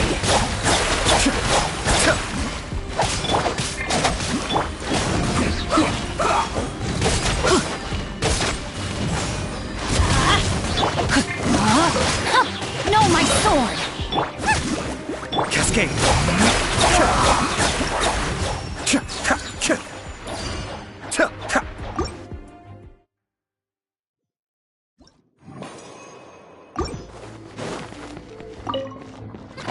Charge!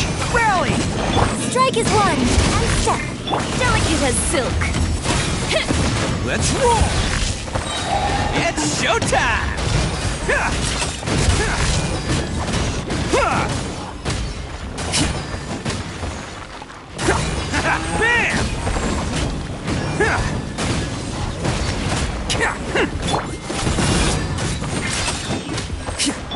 And leap.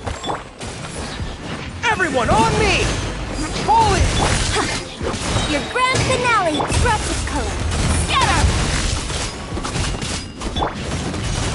Let's roll! Who wants some of this?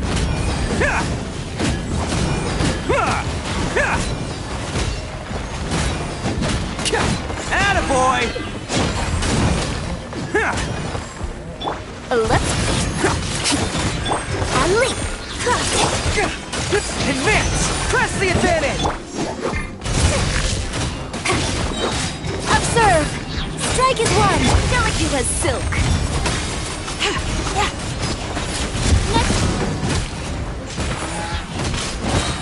It's showtime!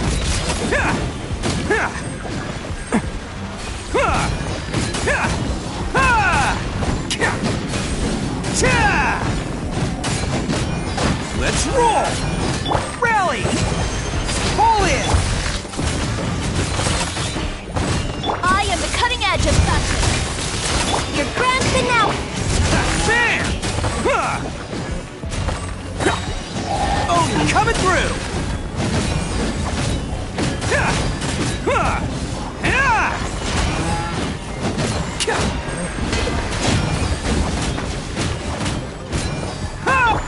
And leap.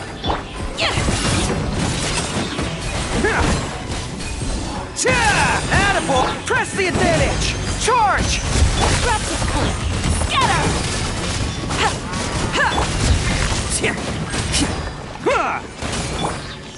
Break a leg. Observe. Pull in! It's showtime! Let's roll!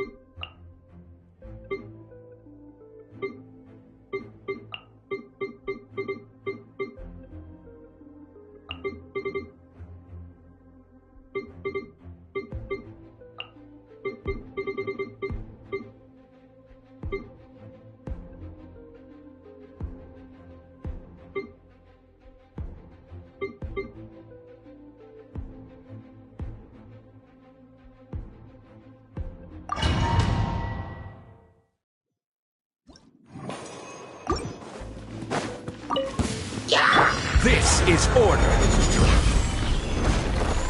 This way, Curly. The Temple of Wisdom. Right now. Emerge. Right now.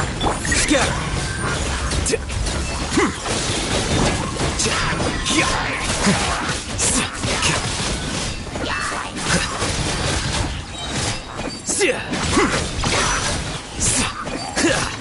I will have order. Quake. Right here. Emerge.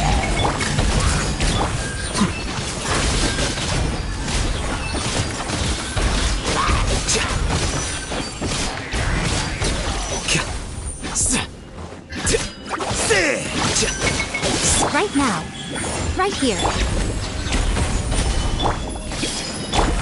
Here you are.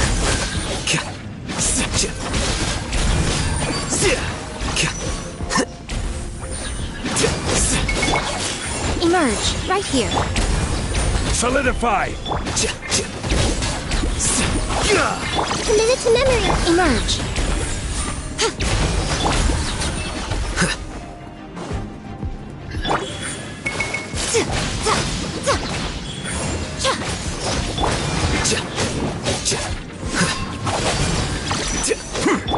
This way, right now. Gather. Flicker.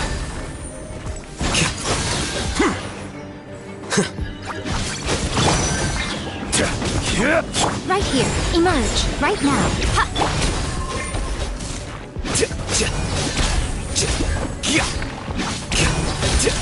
Right here. Right now.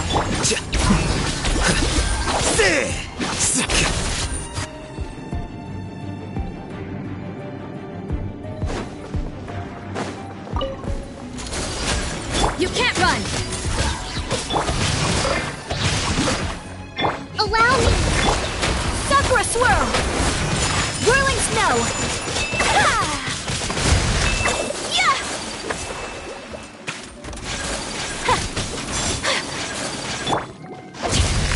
Let me weave you a punishment!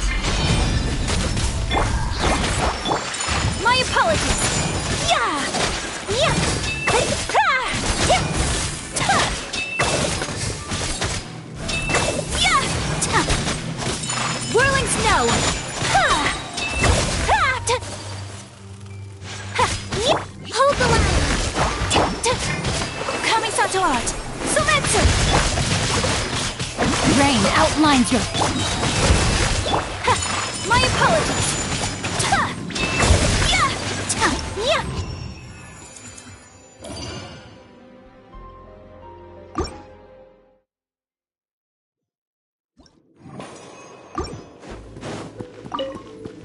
This is order.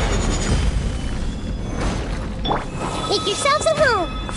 Grow, right here. Emerge. A sight to behold. Right here. Emerge.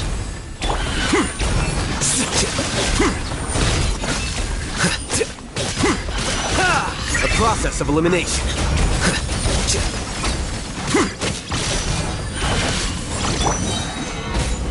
Right here. Emerge. Right now. Committed to memory.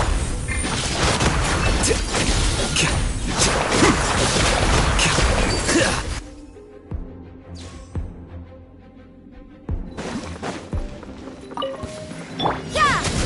Lights out. Allow me. Witness the power of Gwa. Huh? Rain. Ha! Ha! Ha! Ha! Ha!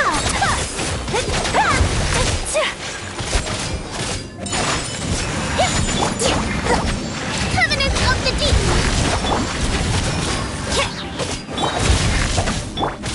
Sakura swirl.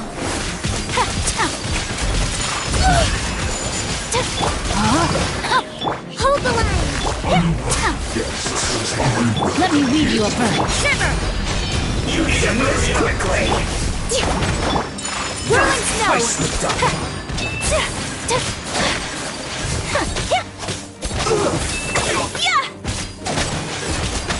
Yeah. Take full judgment. Rain outlines your fate. Allow me. Rain cutter. Lights out. Yeah.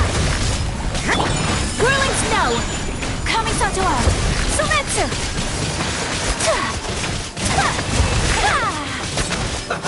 Let's move. Onward, friends. Onward. Billowing surge. Hold the line. You can't run. No, my sword. My apologies. Yeah.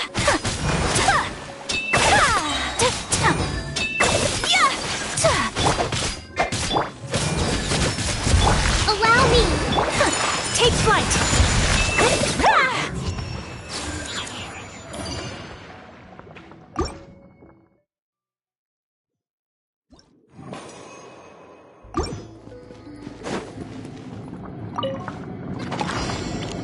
I will have order. Right. Right here. Emerge. This may turn a little. Flicker. Sharing my knowledge. Committed to memory. Right now. Nothing lasts forever. Emerge. Right here. Right now. Stabilize. Grow. Scatter.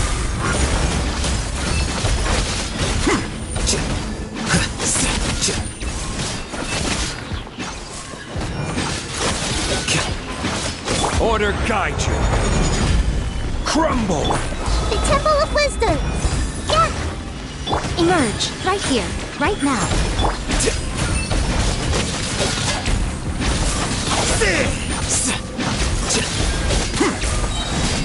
The process of elimination. Emerge. Right here. Gather. This is order. Here you are. A sight to behold. Right now. Right here.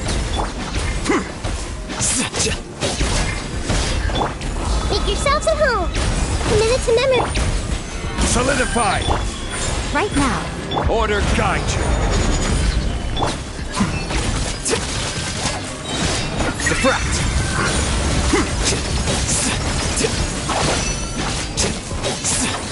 Right here. Right now. This is order. Flicker. Nothing lasts forever. Emerge right now.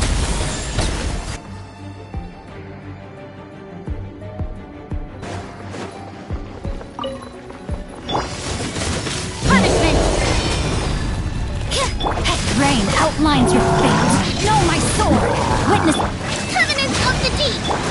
Chakra swirl.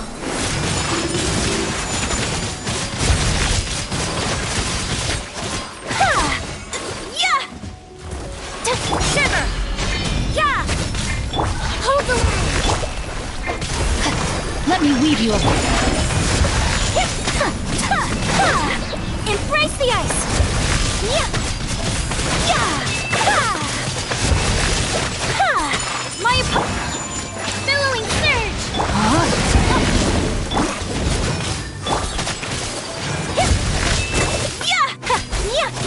Take flight! Witness the power of good what lights out. Just leave it! Whirling snow!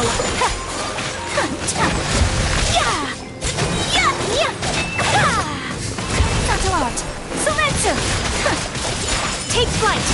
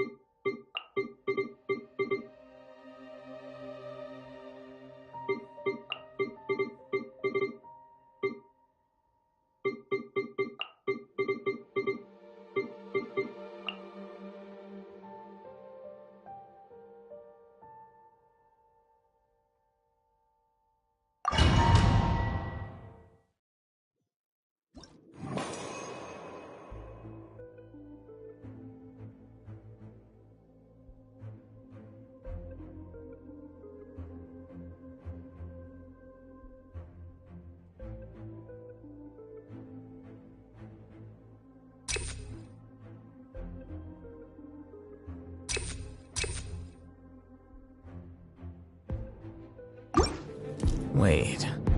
Huh? No. Whatever.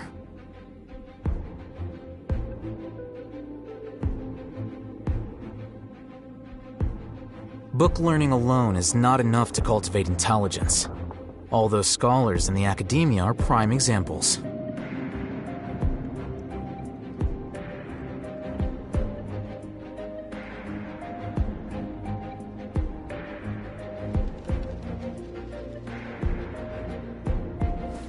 Wait. Huh? No. Whatever.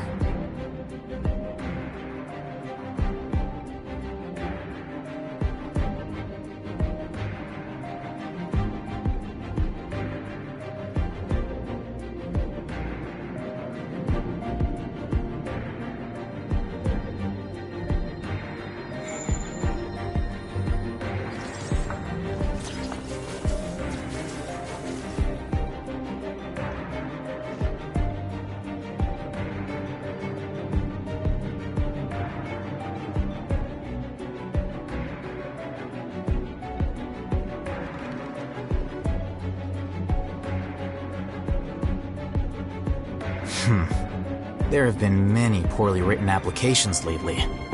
I guess I'll just have to reject them all.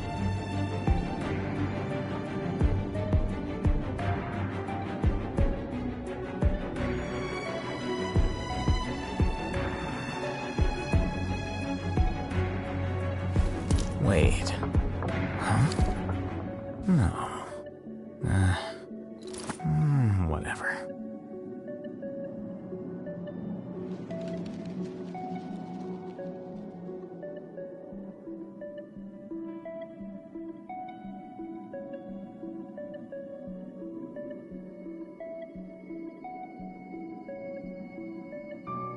The scribe's work is simple, which is exactly why I took the position.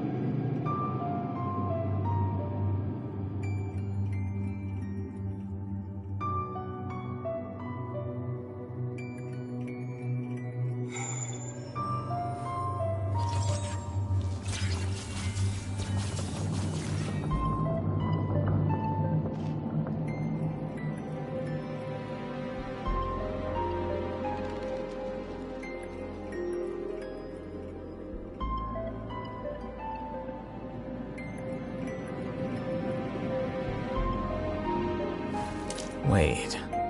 Huh? No. Whatever.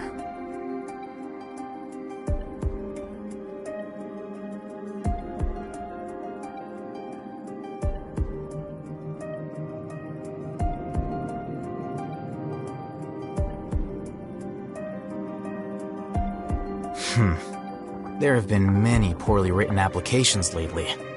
I guess I'll just have to reject them all.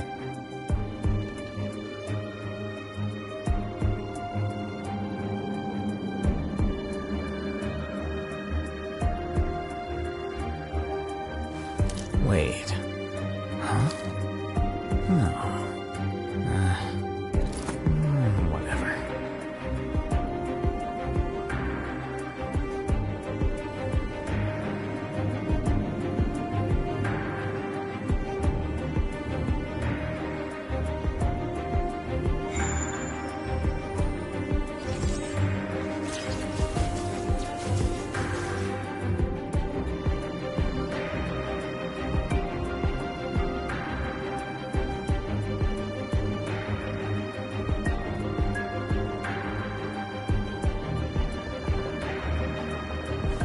Wait.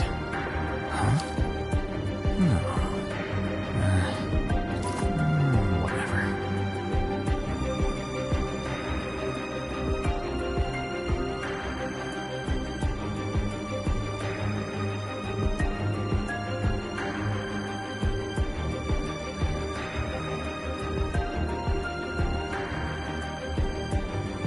The scribe's work is simple, which is exactly why I took the position.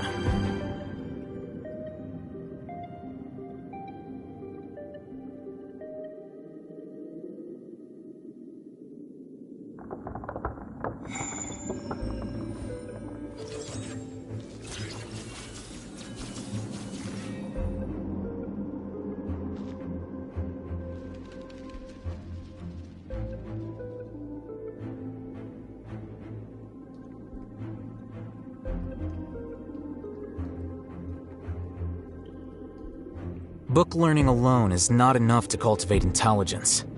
All those scholars in the academia are prime examples.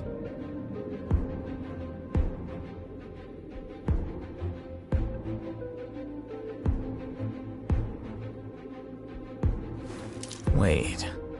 Huh? No. Whatever.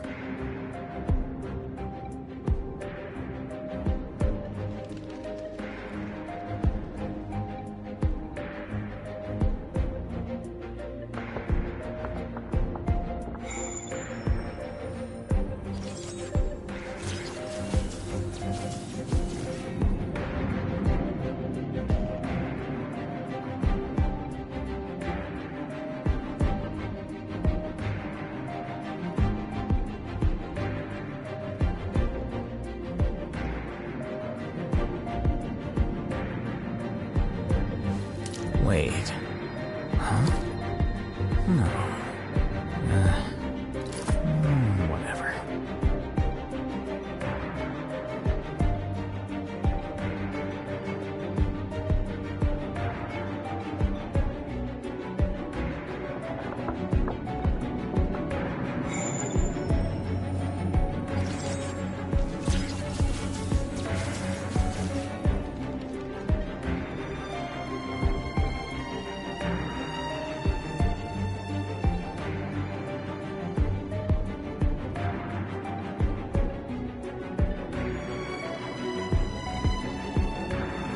The scribe's work is simple, which is exactly why I took the position.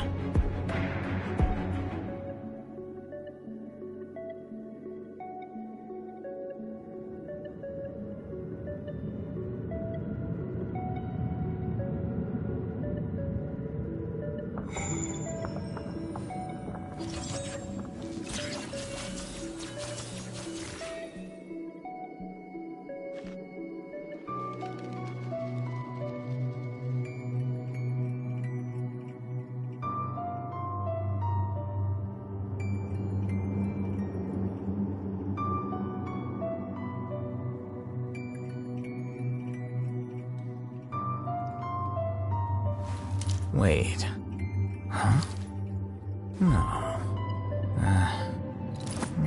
Whatever.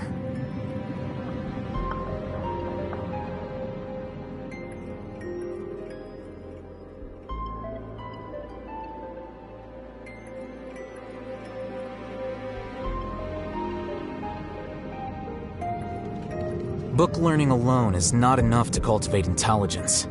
All those scholars in the academia are prime examples.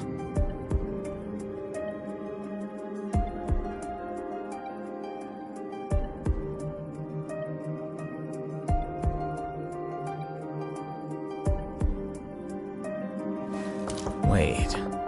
Huh? No. Whatever.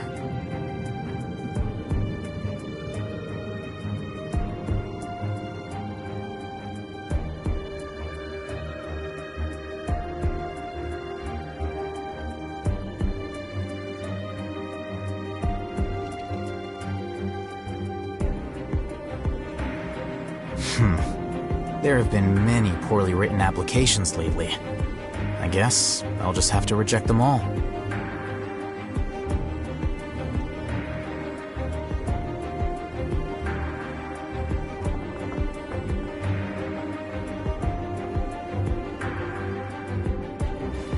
Wait. Huh? No. Whatever.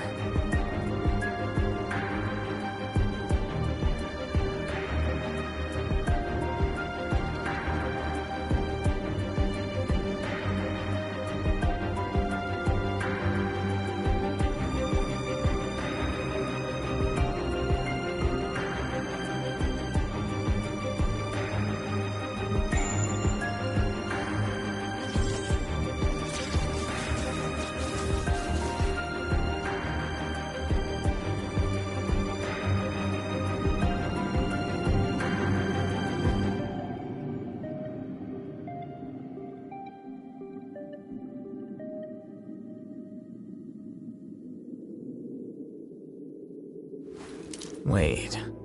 Huh? No. Whatever.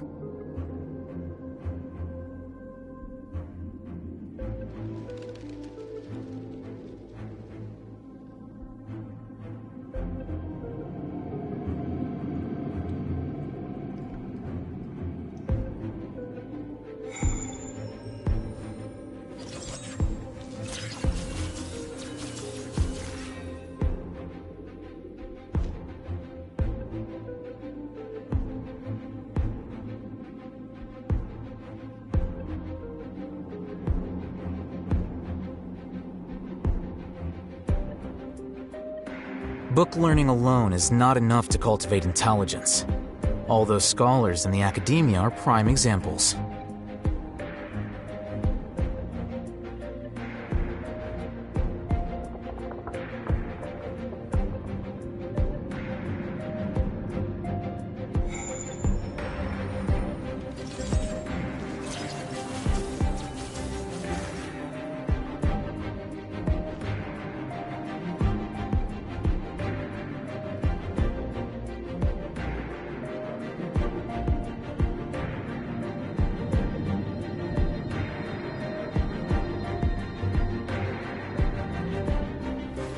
Wait. Huh? No. Whatever.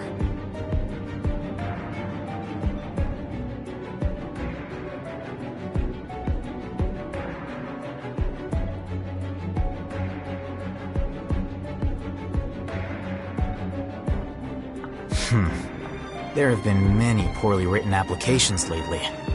I guess I'll just have to reject them all.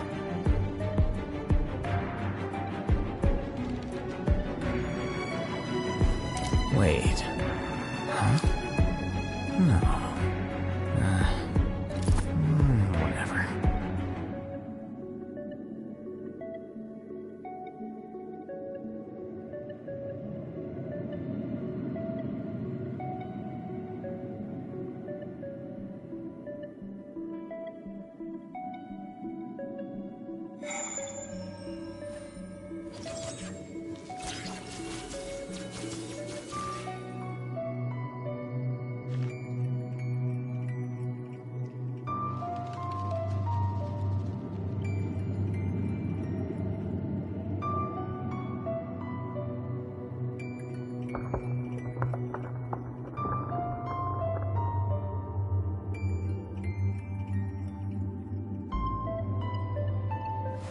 Wait.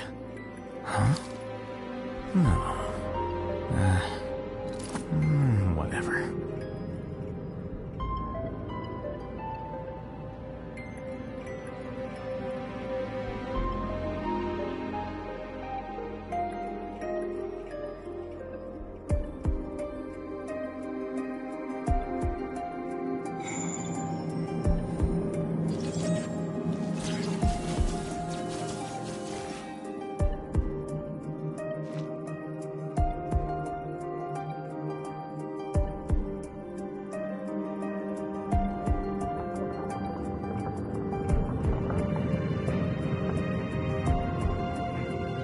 The scribe's work is simple, which is exactly why I took the position.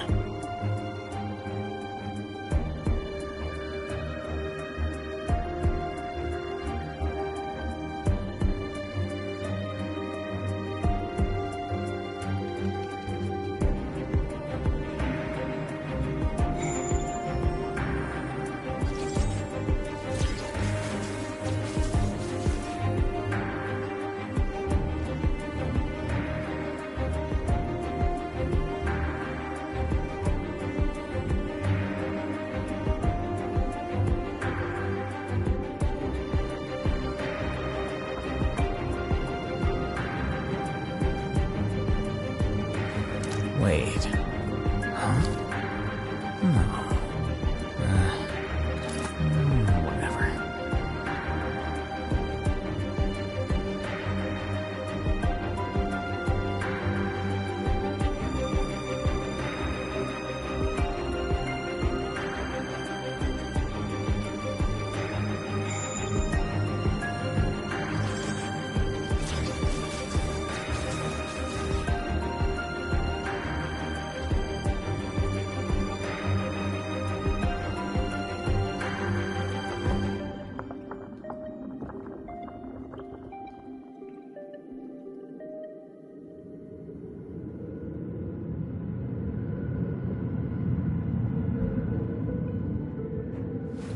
Wait. Huh? No. Whatever.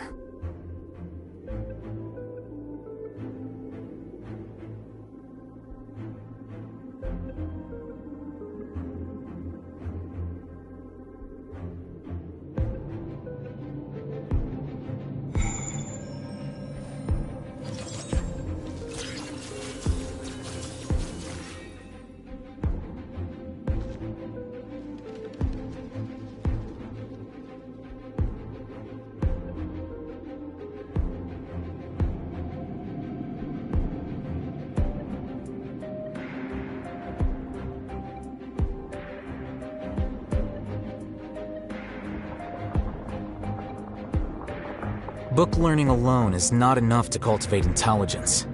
All those scholars in the academia are prime examples.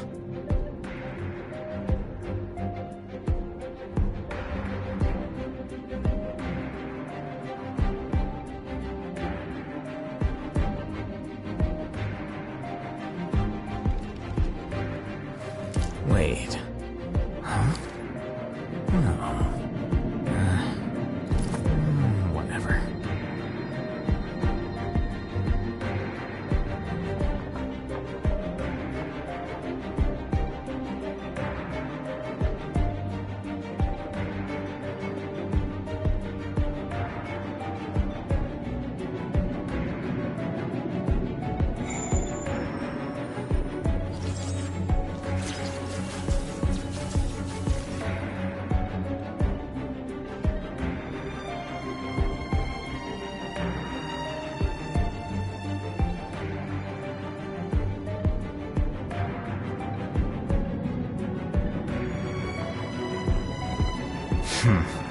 There have been many poorly written applications lately. I guess I'll just have to reject them all.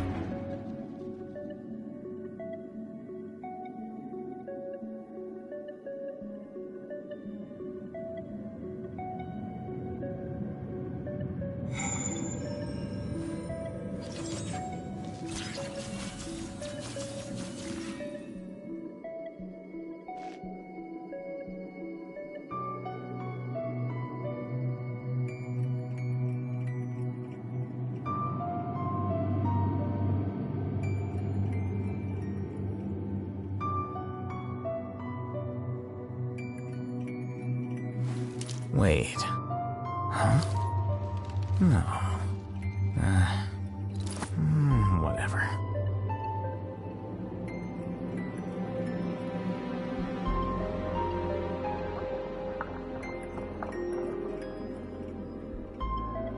Book learning alone is not enough to cultivate intelligence. All those scholars in the academia are prime examples.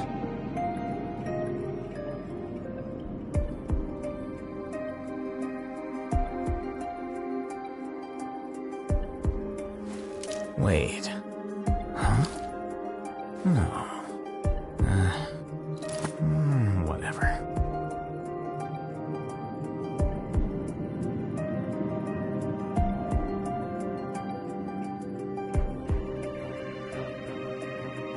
The scribe's work is simple, which is exactly why I took the position.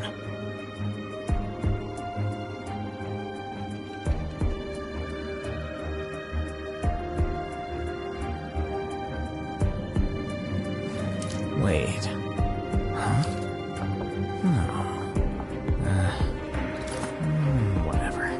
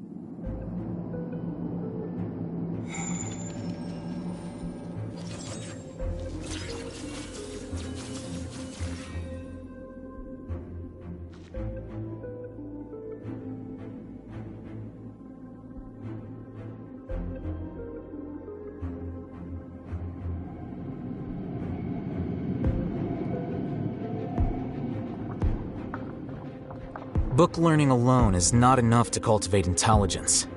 All those scholars in the academia are prime examples.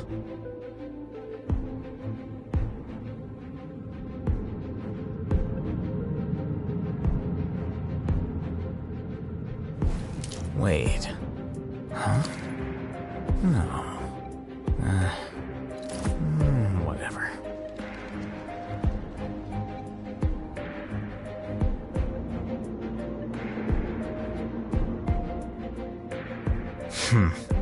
There have been many poorly written applications lately. I guess I'll just have to reject them all.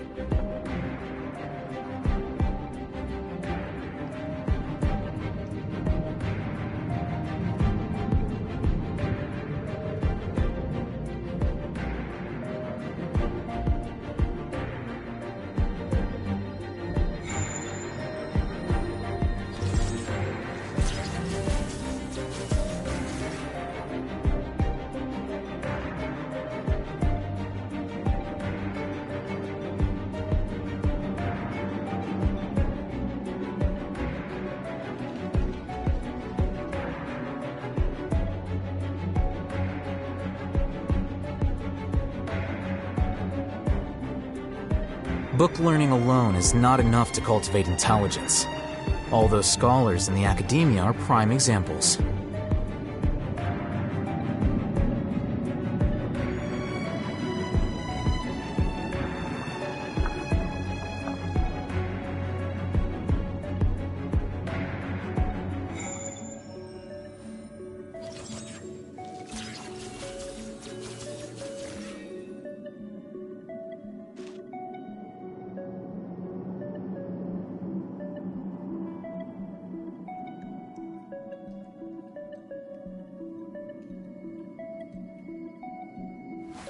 Wait. Huh? No. Whatever.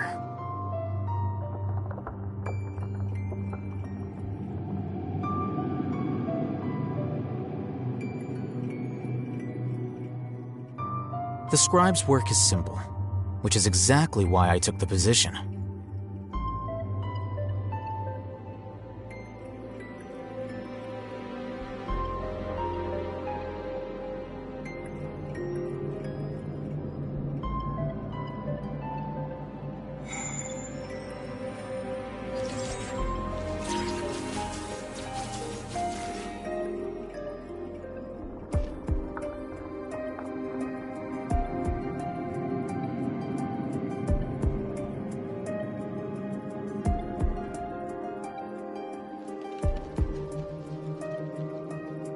Book learning alone is not enough to cultivate intelligence.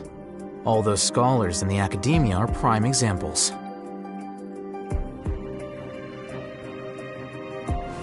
Wait. Huh? No. Whatever.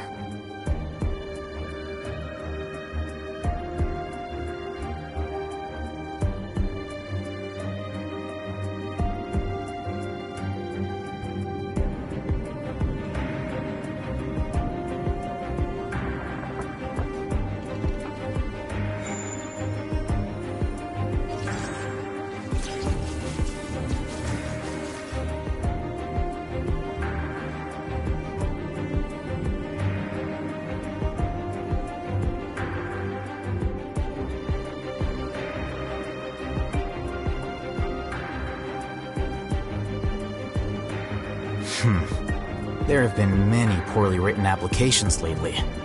I guess I'll just have to reject them all.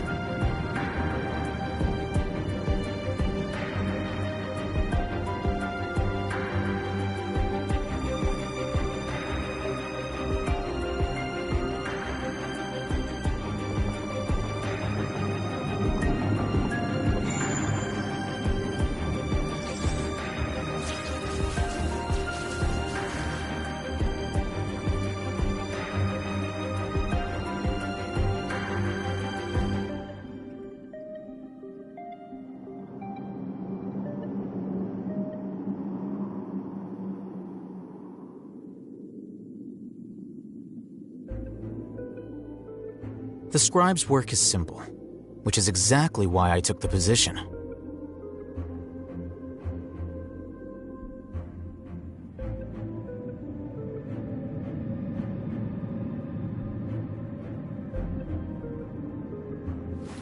Wait. Huh? No. Whatever.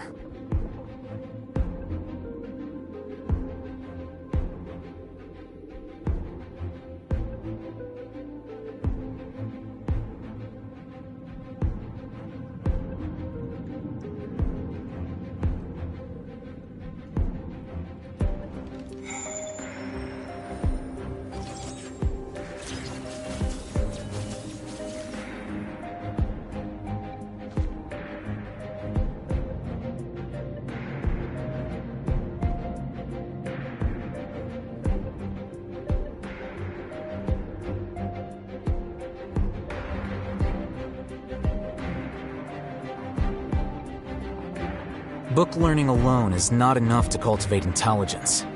All those scholars in the academia are prime examples.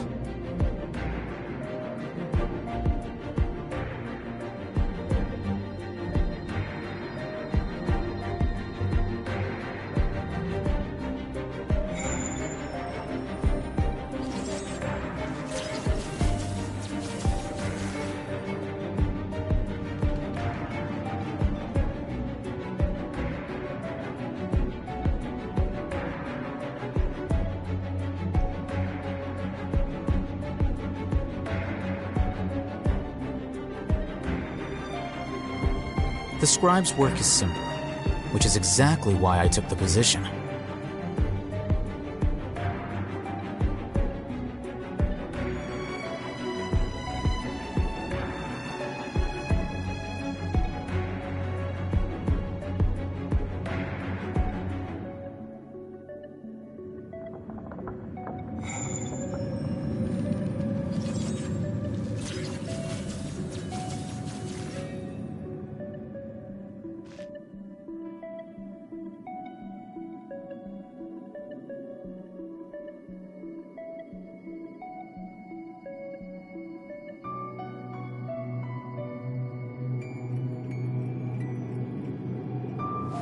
Wait.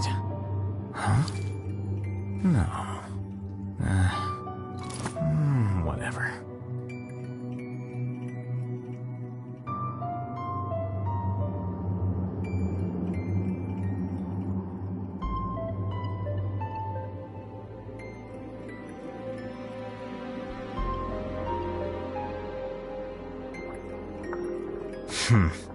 There have been many poorly written applications lately. I guess I'll just have to reject them all.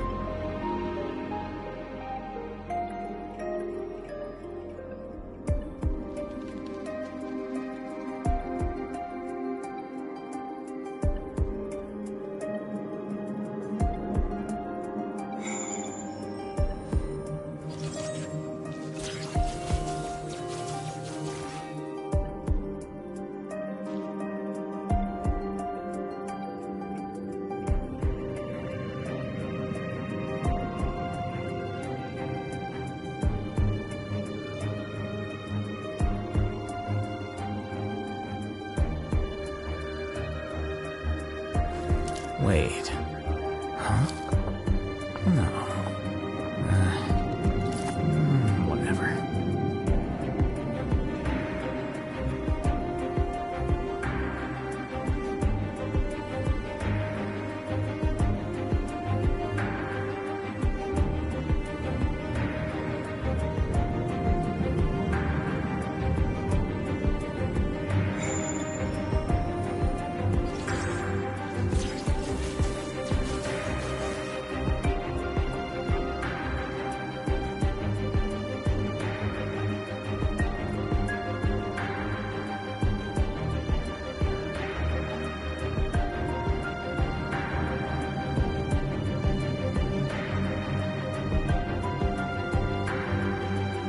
The scribe's work is simple, which is exactly why I took the position.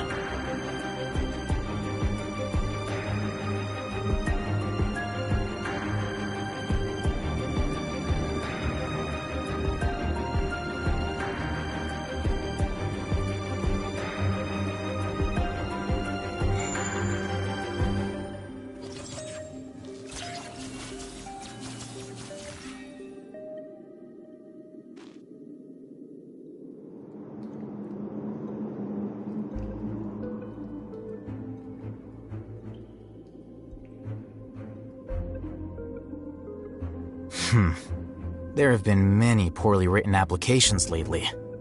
I guess I'll just have to reject them all.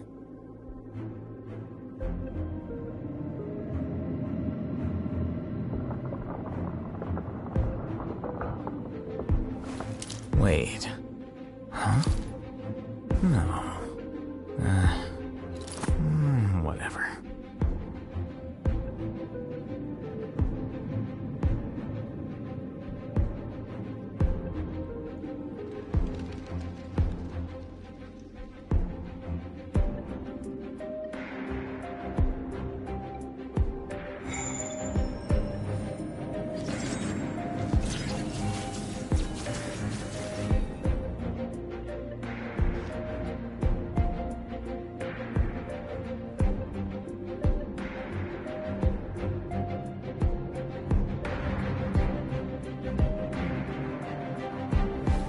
Wait.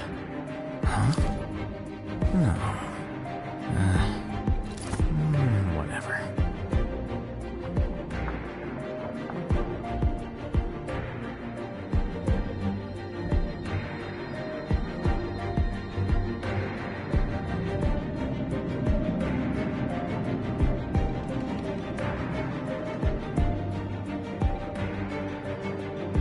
The scribe's work is simple, which is exactly why I took the position.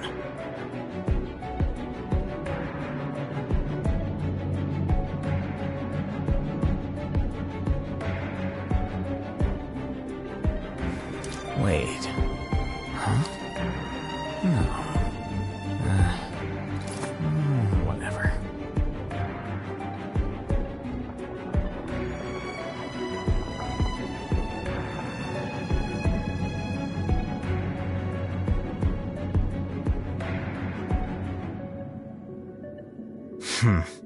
There have been many poorly written applications lately.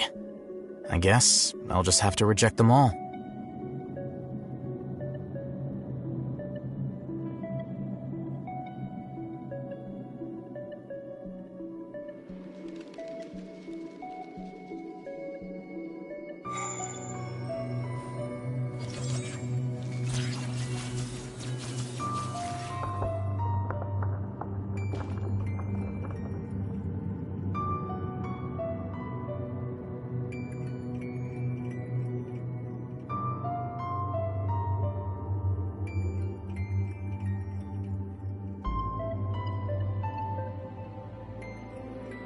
Book learning alone is not enough to cultivate intelligence.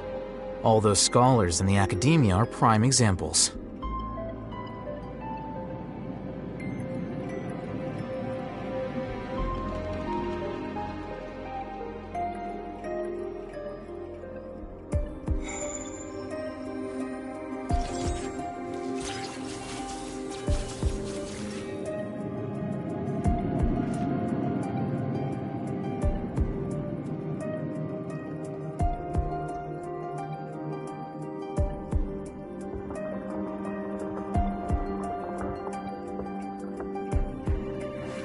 Wait.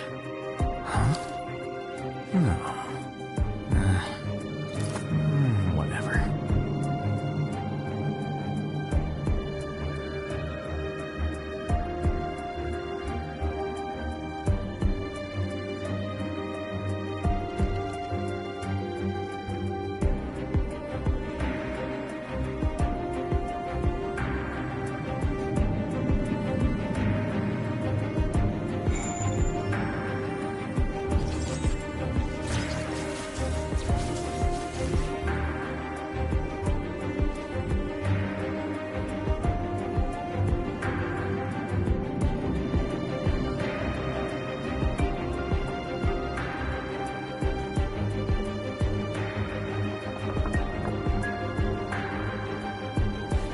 Wait.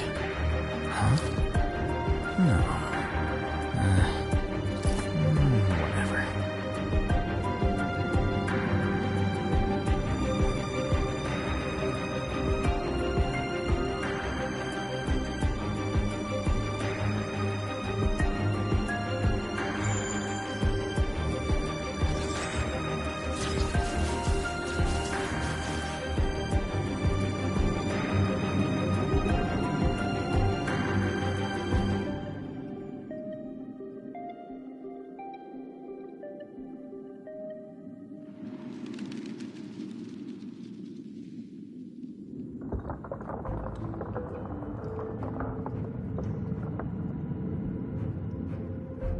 The scribe's work is simple, which is exactly why I took the position.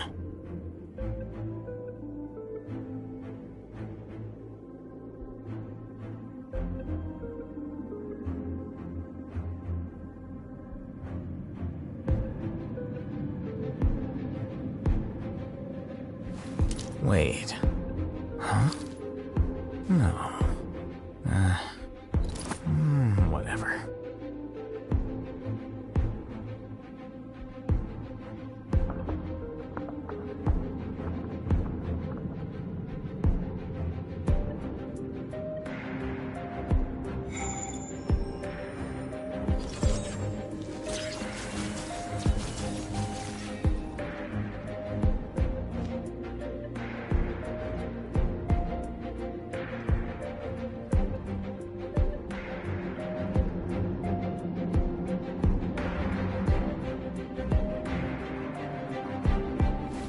Wait.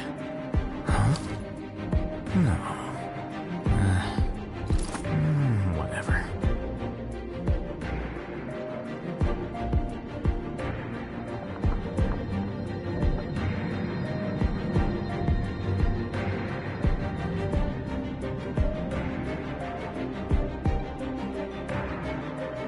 Book learning alone is not enough to cultivate intelligence.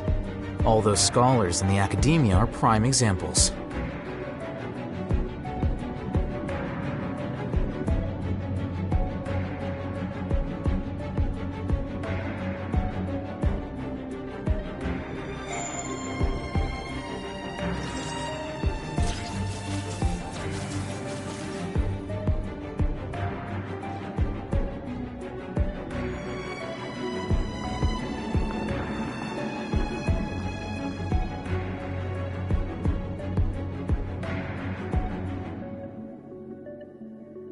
The scribe's work is simple, which is exactly why I took the position.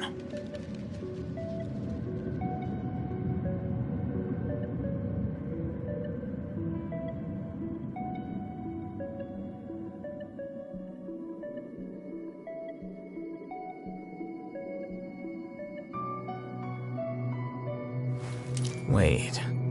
Huh? No.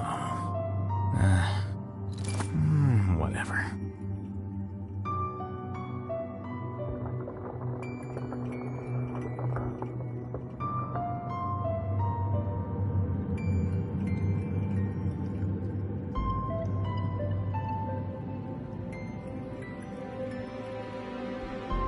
Book learning alone is not enough to cultivate intelligence.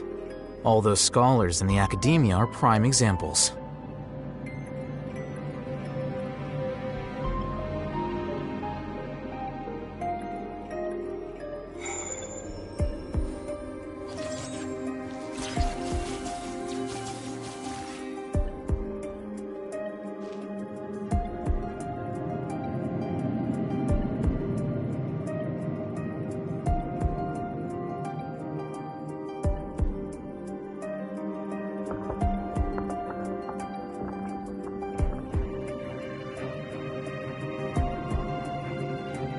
The scribe's work is simple, which is exactly why I took the position.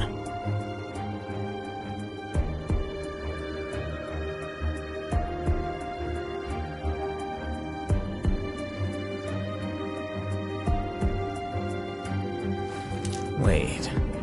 Huh? No. Whatever.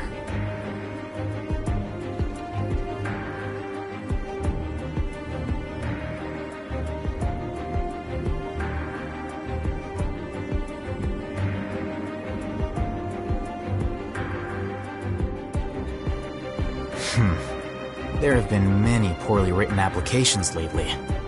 I guess I'll just have to reject them all.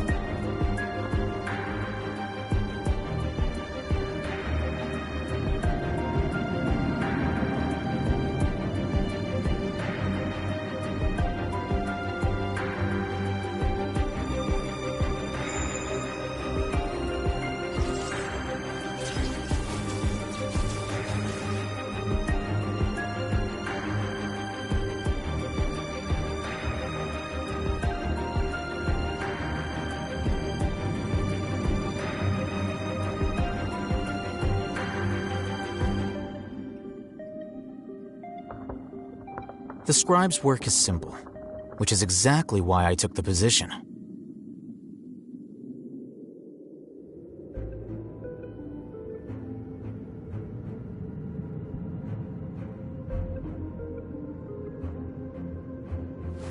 Wait. Huh? No. Whatever.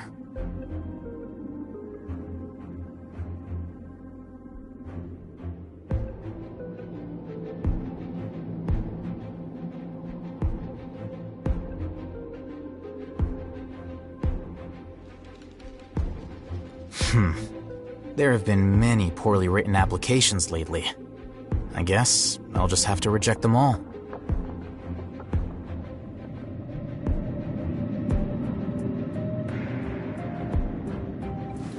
Wait. Huh? No. Whatever.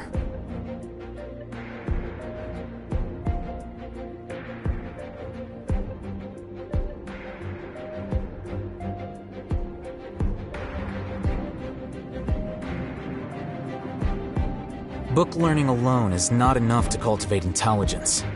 All those scholars in the academia are prime examples.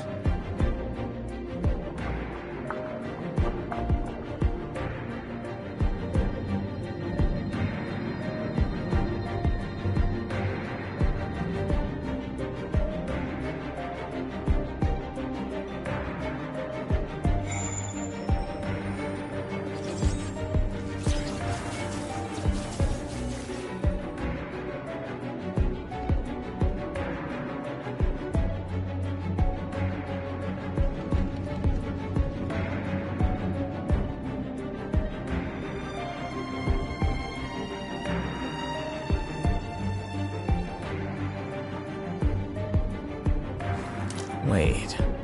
Huh? No. Whatever.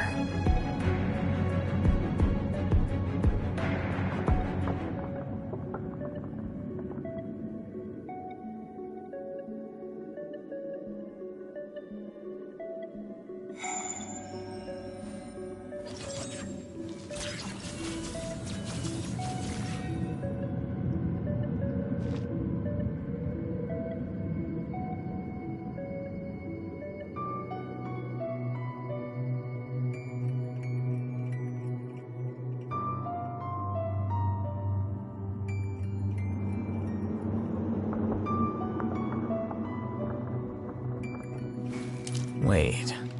Huh? No. Whatever.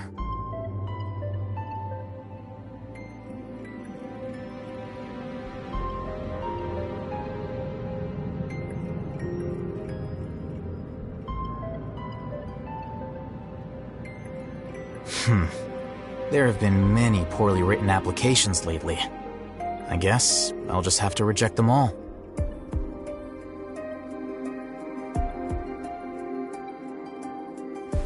Wait. Huh? No. Whatever.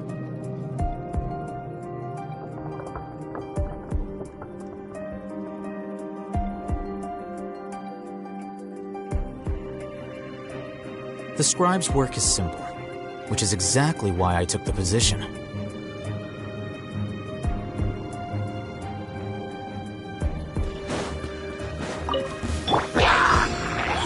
Right here, emerge. A sight to behold. Right now, emerge. Right now. The Temple of Wisdom! I will have order. Quake! Emerge. Right now. Here you are. Scatter!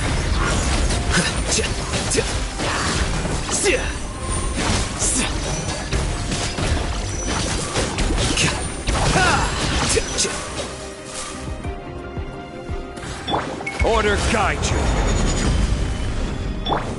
Grow, emerge. Right now.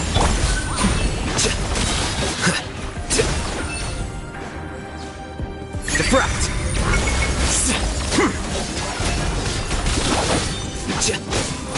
Emerge. Right now. Right here. Crumble!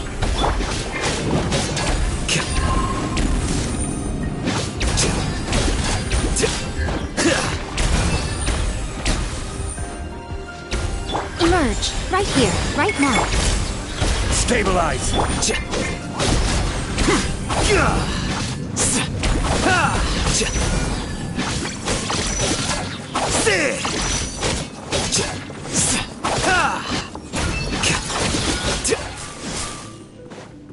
Right here. Emerge. Right here. Solidify! This may turn a little.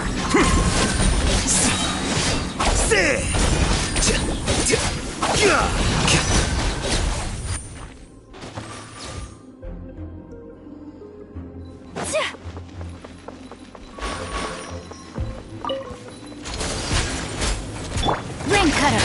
Rain outlines your fate. Shiver! My apologies.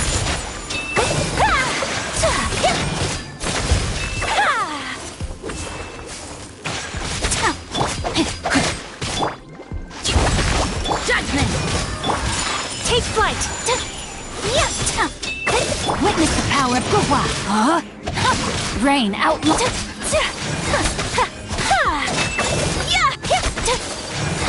My apologies. Punishment. Torrent, bring refuge!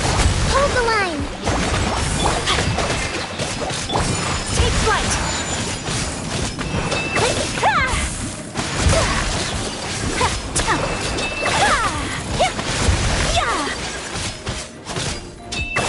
Unthinkable. My apologies.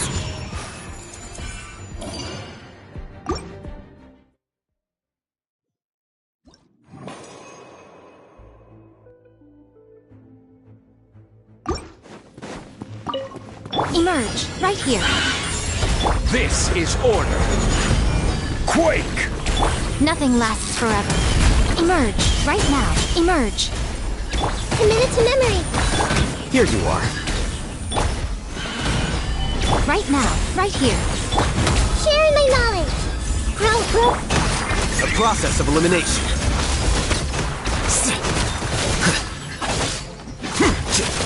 I will have order. Emerge, right here. Emerge. This may turn a little.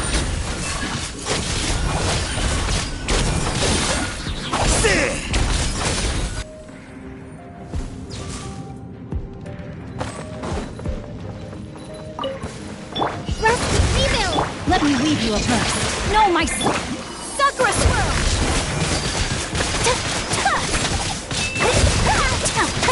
Whirling snow. Billowing surge. Shiver.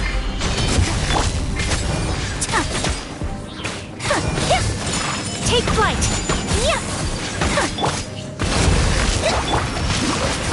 Rain outlines your.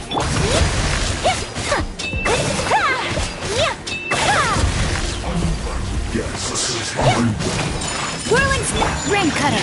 Hurry up! Yeah. This was well done! Punishment.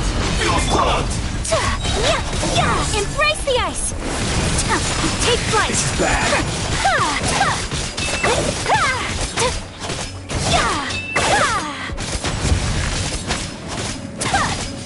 My apologies. Onward, friends! Onward! No, my sword. Take flight. Hold the line. Judgment.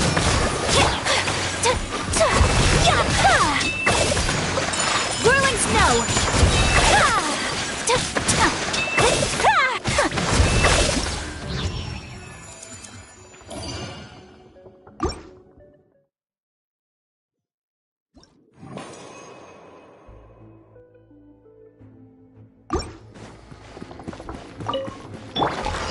Stabilize! Right now, right here, a sight to behold. Right now. Commit it to memory. This is order. Scatter! Flicker.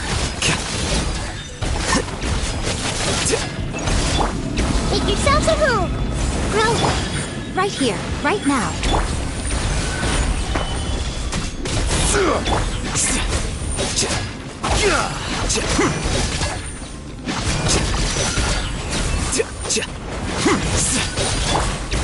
Order guide you.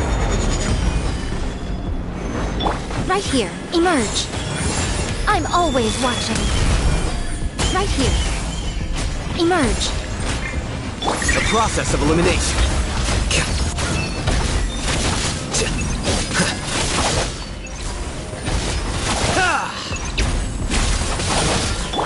The Temple of Wisdom! This may turn a... Right here, emerge. Right here. Solidified. Here you are.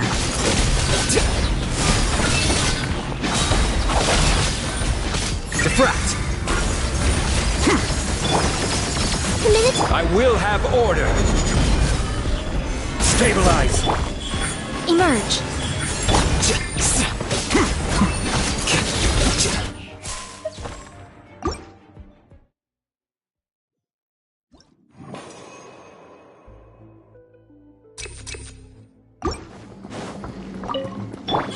Right now, right here. Solidify. This may turn a little. A sight to behold. Right now, emerge. Make yourselves a room! Scatter. Here you are. This is order. Gather. Right here, right now, emerge. Grow, grow, grow!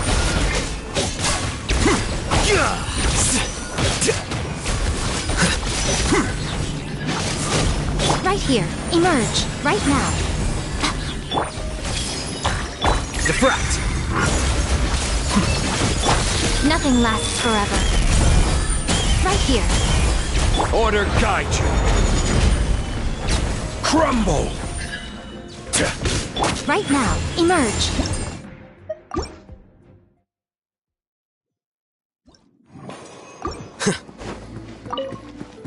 Rise. Flicker. Right now. Emerge. I'm always watching. Right now, right here, right now. Stabilize. Yeah, this may turn a little. Sharing my knowledge. The process of elimination.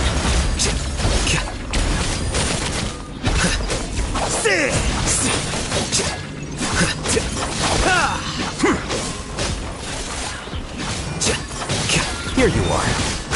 This is order. Right here. Right now. Grow, grow, grow!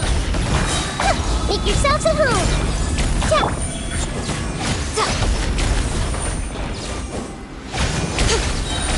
A sight to behold. Emerge. Right here. Right now. Diffract.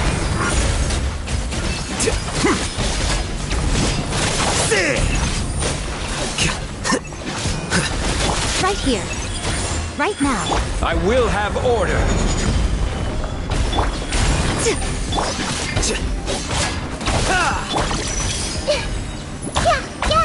Emerge.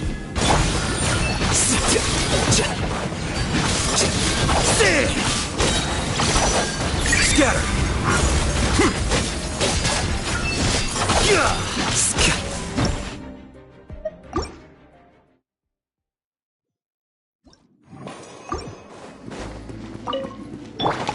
Gather. Right now. Right here. Flicker.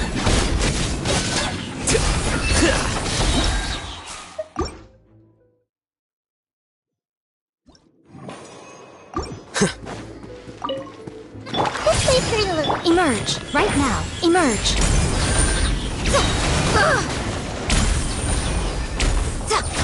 I'm always watching. Right now. Emerge. Right now.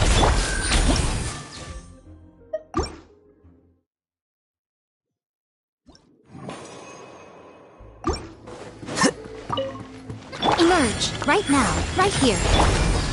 Solidify. Nothing lasts forever. Emerge. Right now.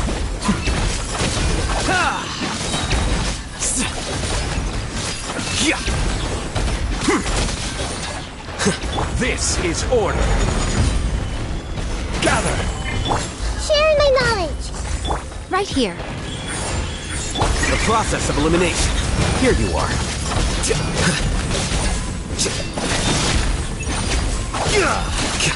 Right now. I will have order. Crumble. Committed to memory. Flicker.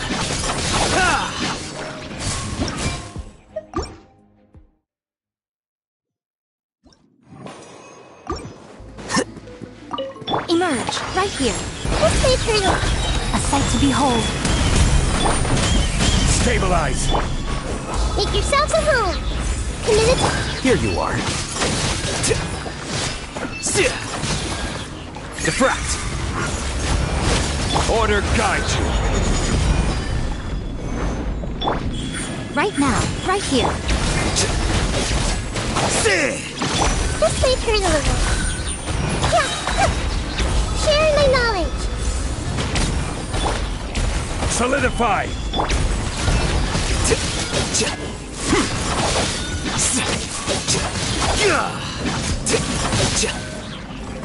Emerge. Right here. I will have order.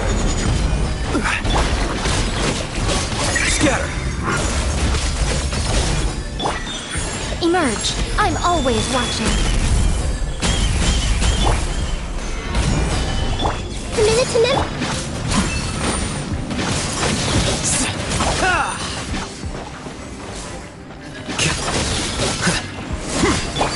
The Temple of Wisdom. This may turn out. Right now. Right here. Emerge. Stabilize. Order guide you. Right now.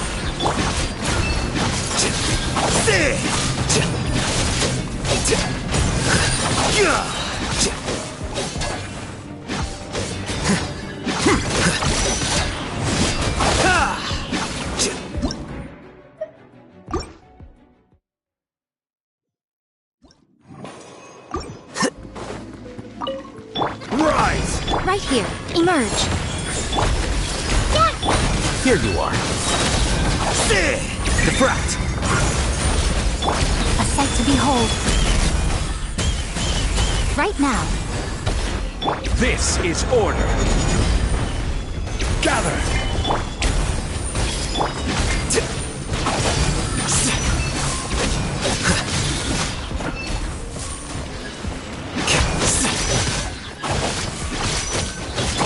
Make yourselves at home. Committed to memory. Emerge. Right here. Right now. Stabilize. The process of elimination. Emerge. Right now. Right here. Nothing lasts forever. Order guide you. Crumble. This may turn a little.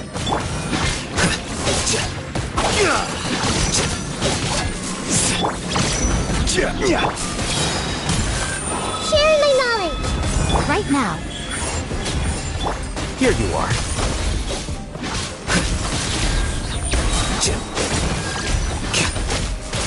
Diffract. I will have order. Solidify. Right here. Emerge. Right here.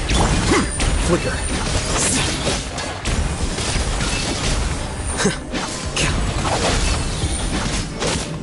Emerge. Right here. Right now. I'm always watching. Rise. This may turn a little.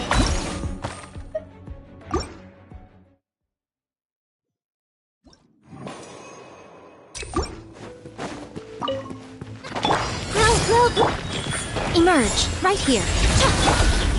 Gather. A sight to behold.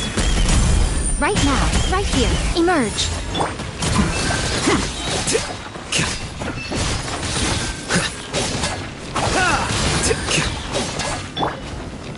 Solidify. Order guide you. The Temple of Wisdom. Committed. Right now. Right here. Scatter. Flicker.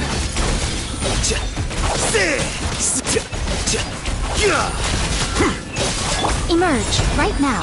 Emerge. Grow, grow, grow! I'm always watching. Right here. Emerge. This is order. Defract! Sharing my knowledge! Committed to memory! Right here, right now. Emerge. Gather! Right now.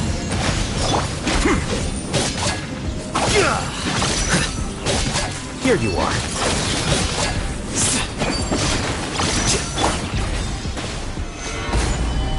Right here, right now. Right here.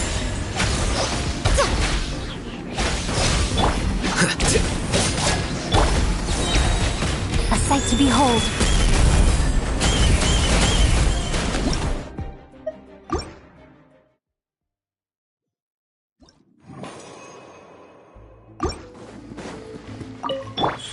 Emerge, right here. Stabilize! Grow, grow, grow! I'm always watching. Right now, right here. Emerge. Scatter!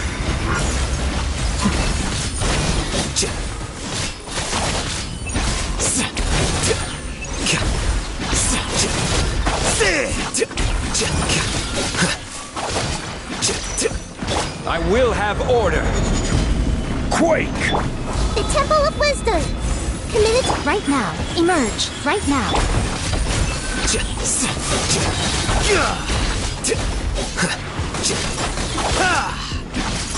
The process of elimination.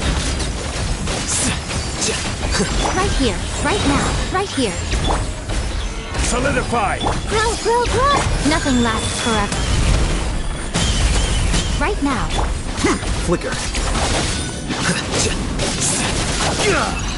This is order. Make yourselves at home! Committed to... Emerge. Right now. Ride!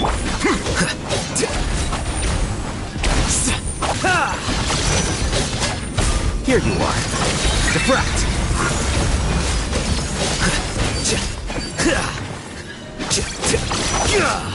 A sight to behold. Emerge. Right now. I will have order. Right here. This may hurt a little.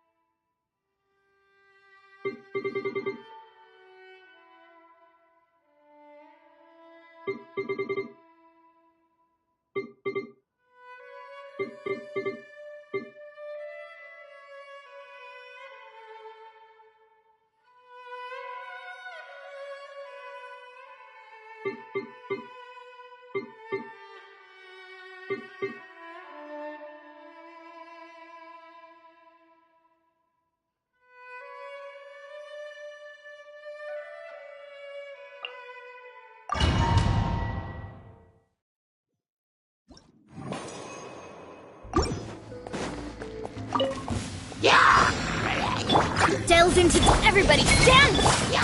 Into the wind. Clouds high. The birds call. Transfixed. Decided by destiny.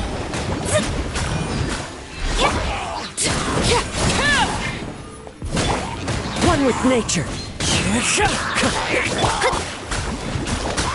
Shadows of fate, leave my space! Teamwork is dreamwork! Into the wind.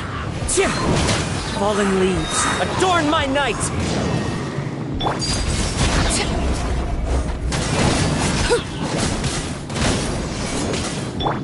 The wind knows me. Fate is upon you! I'm going in! Let me scry!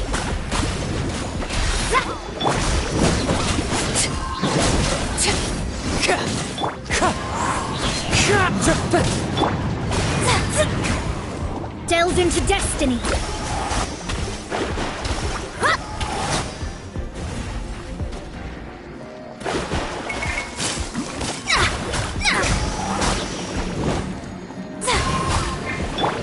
One with nature.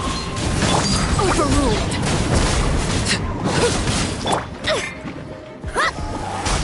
Let me scry!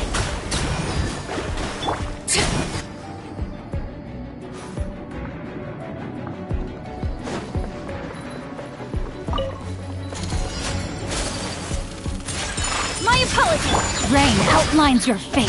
Huh? Allow me! Yeah! Kamisato out!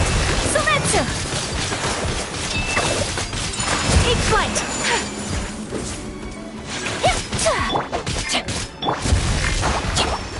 You can't run! Witness the power of Guwa! Know my sword! Whirling snow! Yeah! Yeah! Ha! Yeah! Ha! My apologies! Ha! Lights out! Rest, rebuild! Covenant of the Deep! Take flight!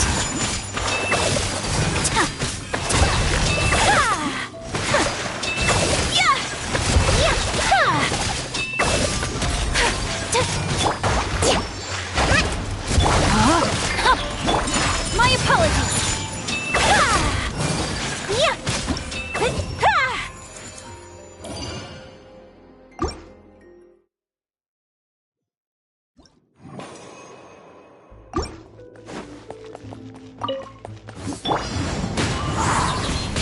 Everybody stand! Clouds high.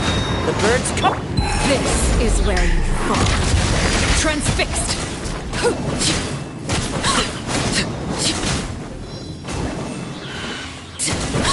Written in the stars!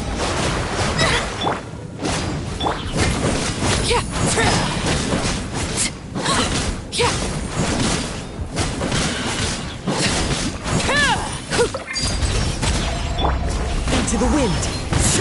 Shadows of fate! Teamwork is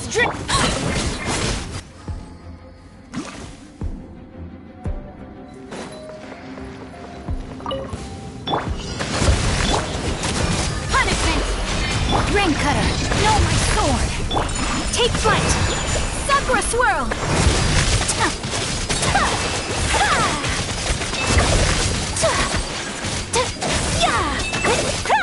Whirling snow!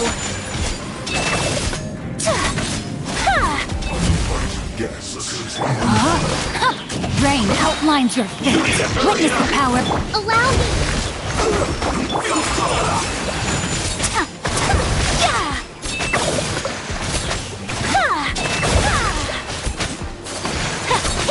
Send this quickly!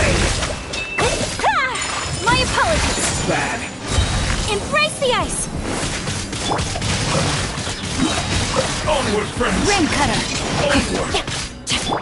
Hold the line! Whirling snow!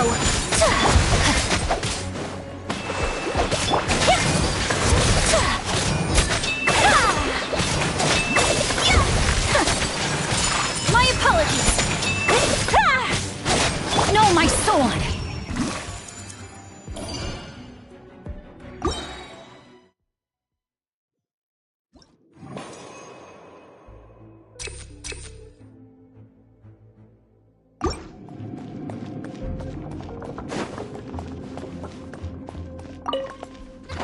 Overruled. Let me scribe. One with nature. Fallen leaves, adorn. Witness my rise. Transfixed. Let's light it up! Ow! Everybody stand back! Decided by destiny. The wind knows me.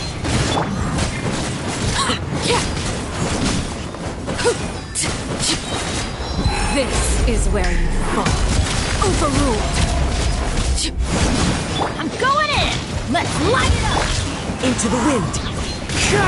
Clouds high. The birds come.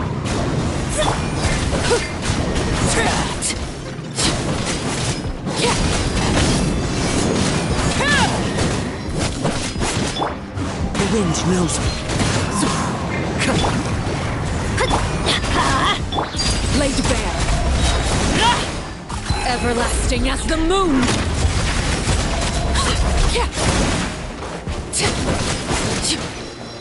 Teamwork is strength! Written in the stars. Shadows of... One with nature. As one with wind and cloud. Let's light it up! Witness my rise. Transfixed.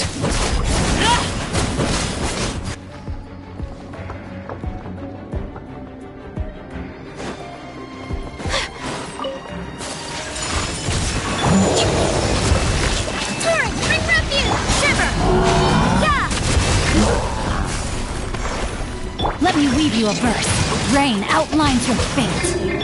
Kamisato art. Sumetsu! Yeah!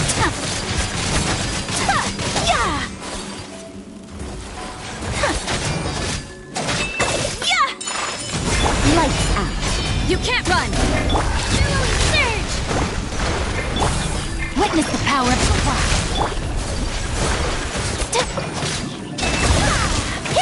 Whirling snow! Embrace the ice! No, my sword! Rain outlines your... Torrent, bring refuge! Allow shiver! Yeah! Let me weave you a verse. My apologies!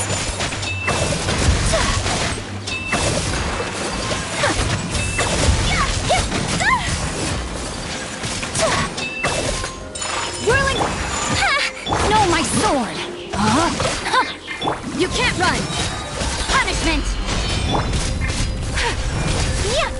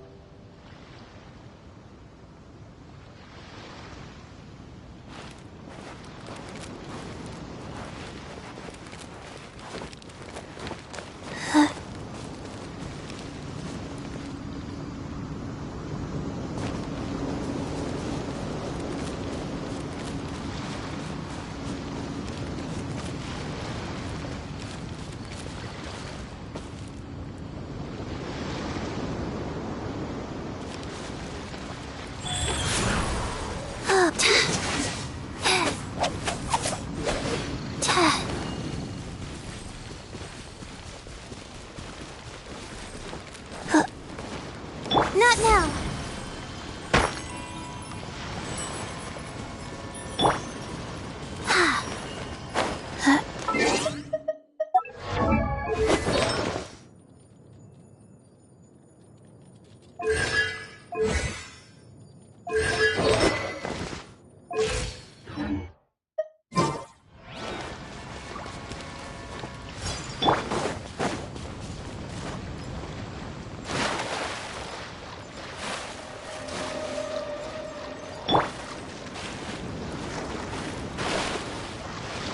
Life goes on.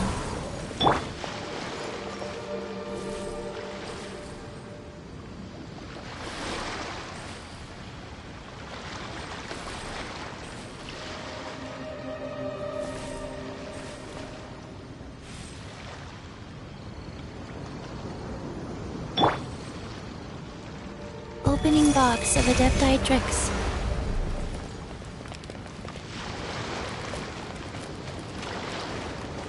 Go.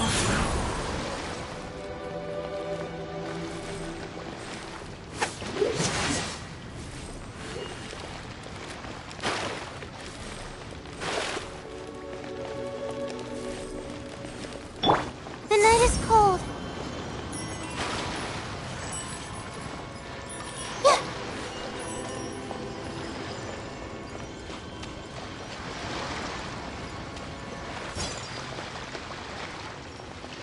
My guiding stars!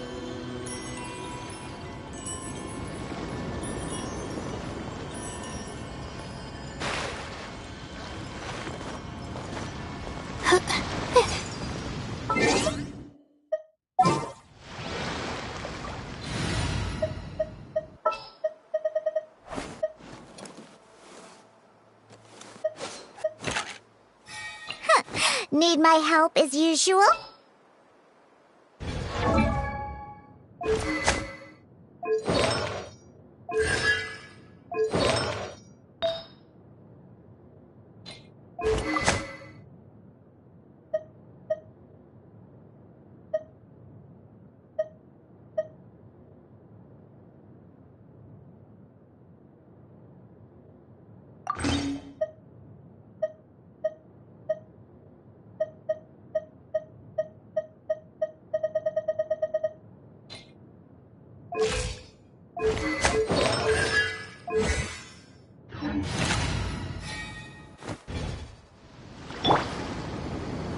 Shake it and stir! Not now.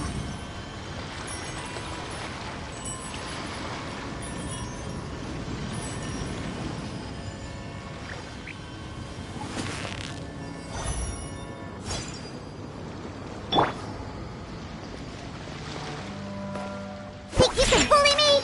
The night is cold.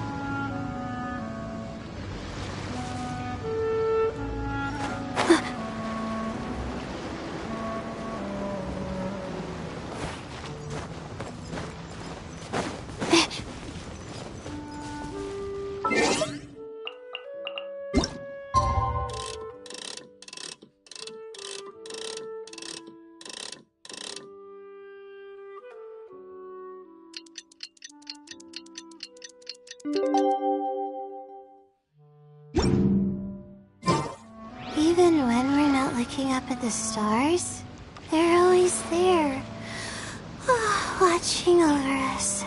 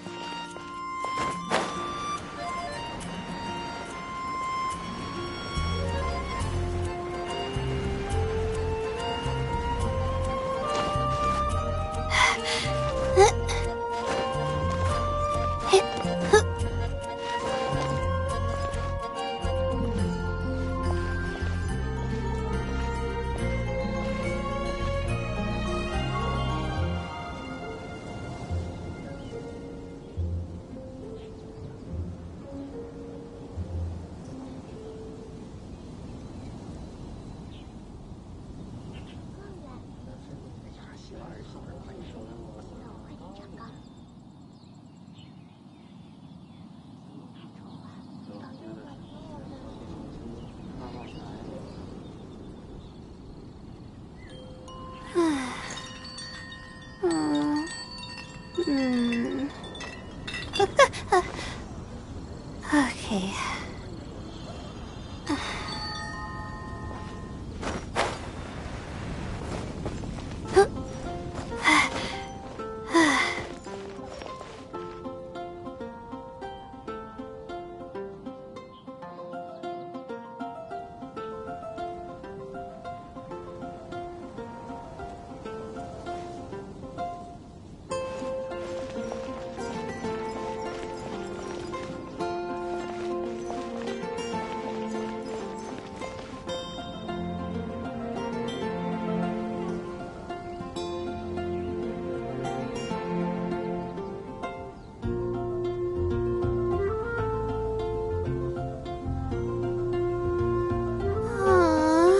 Why do I have to write so many papers? Why?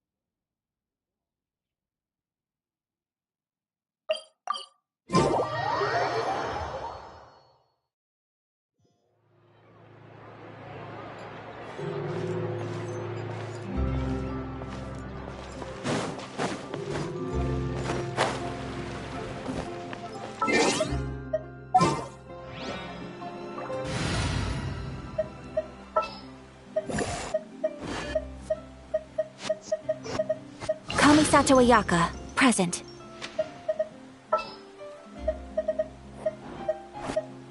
Chivalry will never die.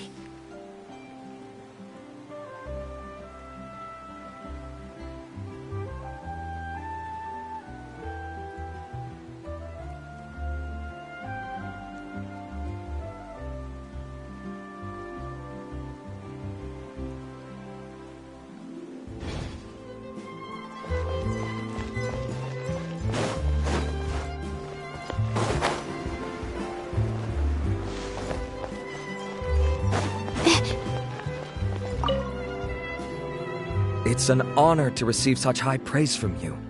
To be honest, I was also hoping you might be able to point out some flaws in the product so I can keep improving it. With most skincare products, the pros and cons only become apparent with long-term use. Yet, this one has instant benefits, improving skin quality without any obvious side effects. It's one of a kind. Don't worry though, I plan to keep using it, and I'll publish regular reviews in Beauté Sans Fleur. You can read my thoughts there. All you need to do is subscribe. Oh, I was hoping for a more casual conversation, but you are a beauty association leader after all. I understand if you want to keep this professional. Cedrine? Oh, excuse us, Miss Beauty Expert, but do you think this product is a good choice for me and him?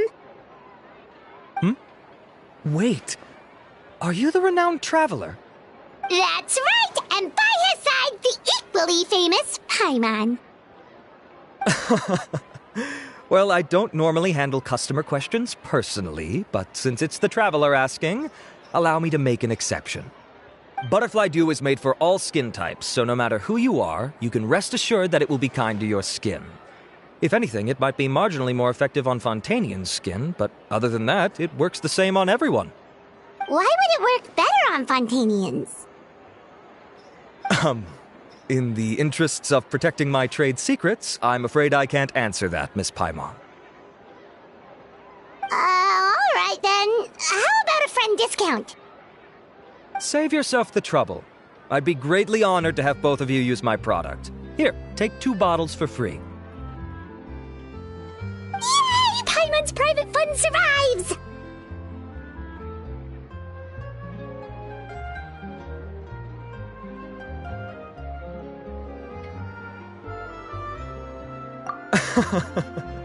I can see why you might think that, but please don't misunderstand.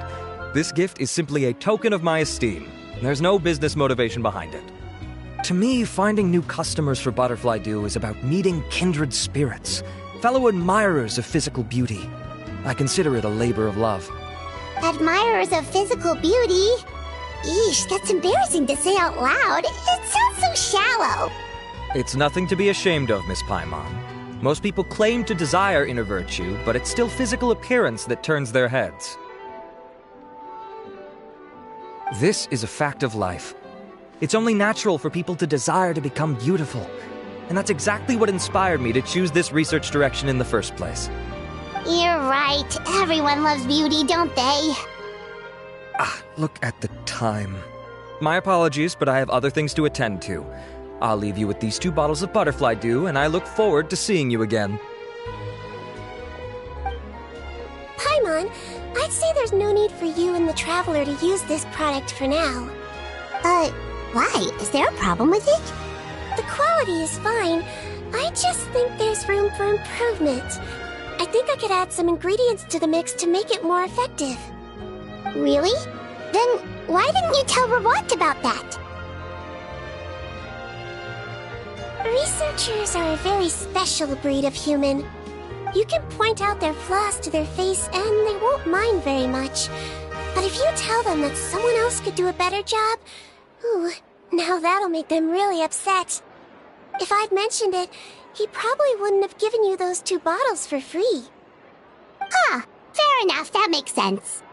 If you're interested in the more effective version, I can write up a list of ingredients for you. Just come get me once you've gathered them.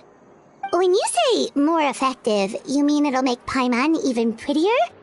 Ooh, how can we say no?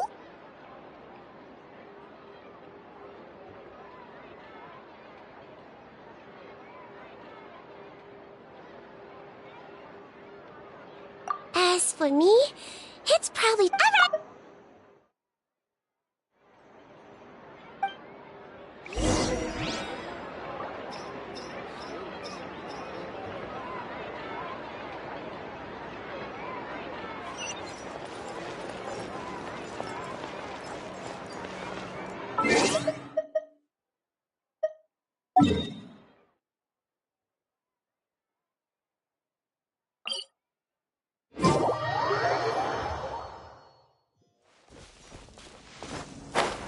Just up ahead, Traveler.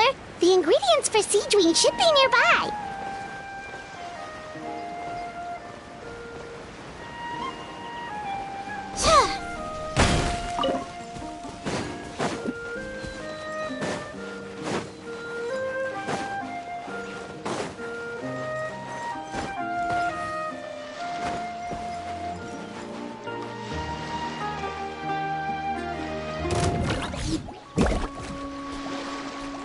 Not now. My apologies.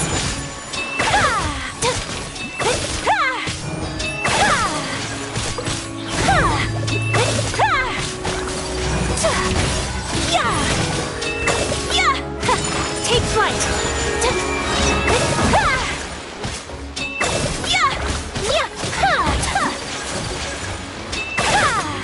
The night is cold.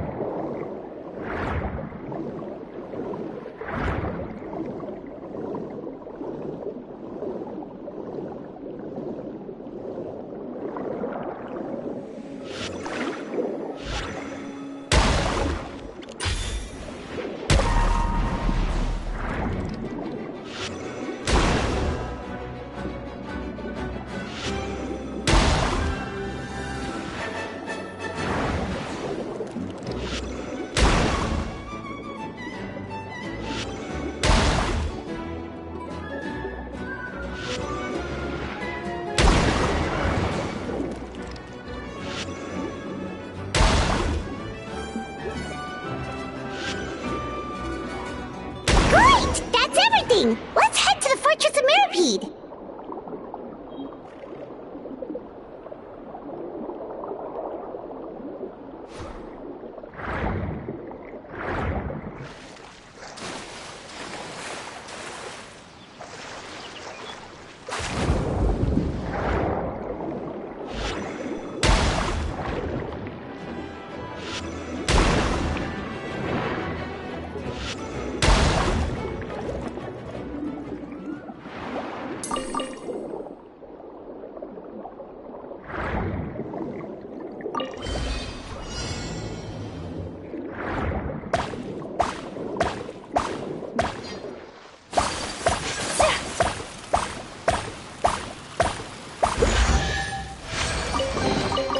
I shall treasure this good fortune.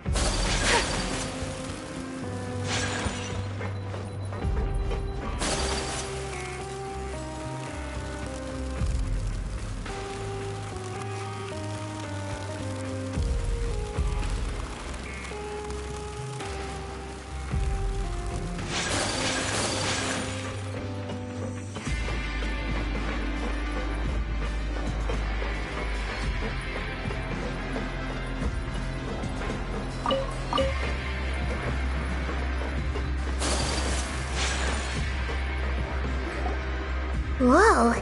The infirmary is packed! Please, you have to believe me. I saw it with my own eyes last night. Another me! He looked exactly like me. Got it, okay. I've written down everything you told me. Now, I have a few tests to run. Take a deep breath, and don't worry, it's nothing to be nervous about. First, which finger am I holding up? Your index finger, but I'm telling you, my mental state is fine. I'm not crazy. Very good. Now, on to the next. Hey there, Your Grace. It's been a while, huh? Ah, it's you two. Indeed it has. I would offer you some tea, but I'm afraid the timing is unfortunate. Duty calls. No worries. Actually, we were looking for Seedween. Do you, know what all of this is about? This inmate came running to the guards in a panic. A doppelganger? Doesn't it? And that's what I thought when the report first reached my desk. Considering how certain he is of what he saw, I can only surmise that he's... Alright, very good. Take a sip of water and rest for a bit. Evaluation complete. I couldn't find any symptoms pointing to a physical condition. I see. So do you still believe there's more likely to be an issue with his mind than his body? I have to assume so for now. Psychological issues are more difficult to detect. At this stage, we can at least confirm that he is in command of his cognitive faculties. The rumor mill will go crazy if word of this gets out. Guards, take him to the ward for a period of observation. The Marechaussee Phantom has requested my cooperation on a case, otherwise I'd deal with this myself. Sorry for the trouble, head nurse, but I'll have to leave this to you. No problem, Your Grace. I'll add him to my observation list. By the way, we have a couple of guests here who've made the trip just to see you. I imagine it must be important. You probably won't need to add them to your observation list, though. Oh, Traveler! Paimon, it's you! Hey there, Seedween! It's actually not that important, but... I'll be in my office if you desperately need me. Goodbye for now. Okay, bye-bye! So, Seedween... Would you mind waiting for just a moment? I have another patient to see. Just find an empty bed and take a seat. I won't be long. Oh, sure! Sejuin, we've brought him. And he seems to have taken a turn for the worse again. Okay, don't panic. Let's start by sitting him down here. Paimon had no idea how busy it can get for Seedween. Maybe now's not the time to ask for her help with skincare.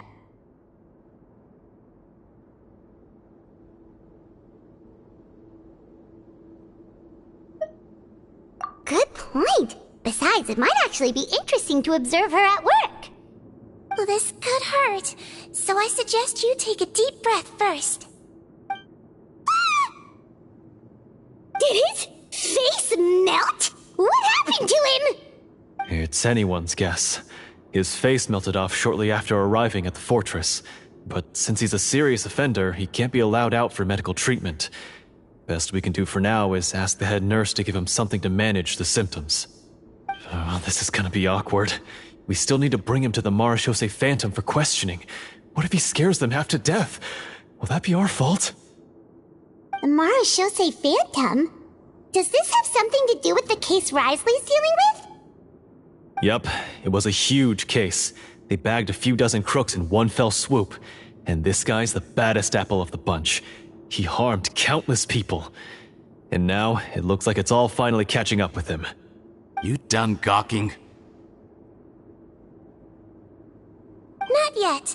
I need to check the severity of your ulcers to decide the right dosage. Don't worry. We Melazines have a very different sense of aesthetics from humans. To me, he just looked like a little kitty with slightly scruffy fur, but still just as cute. Don't patronize me. Do I look like a kid to you? Just give me the meds and let me out of here. I already missed my cell. Hey, lose the attitude. You dare talk back to our head nurse like that again, your days are numbered. Oh, it's fine. Okay, I'm going to apply the medication now. Tell me if it hurts, alright? Look how nice Seedween's being. And he still talks to her like that? What a nasty piece of work. Can I leave now? Wow, not a peep. What a brave little guy. Thank you, Seedween. And I apologize for the trouble. So, Traveler, Paimon, did you bring the ingredients? We did, but we don't want to interfere or anything. You're busy saving lives here. Oh, don't be silly. I agreed to it, didn't I? Just hand me the ingredients, and I'll make some time to whip it into the improved version for you. Take a rest here if you want. Or, if you're not tired, I hear they're holding a new Pancreation tournament in the administration area. Or alternatively, is there anything we could help you with, Seedween?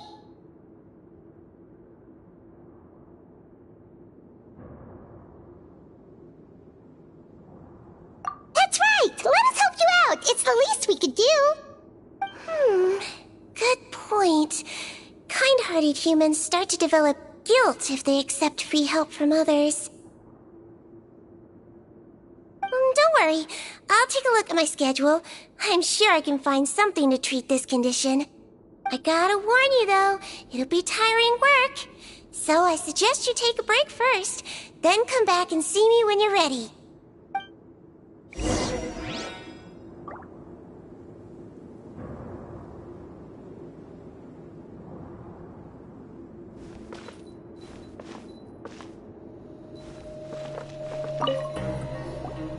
We're ready, Seedween! What's our first mission? I found the perfect job for the Traveler. First, I'd like you to lie down in this bed.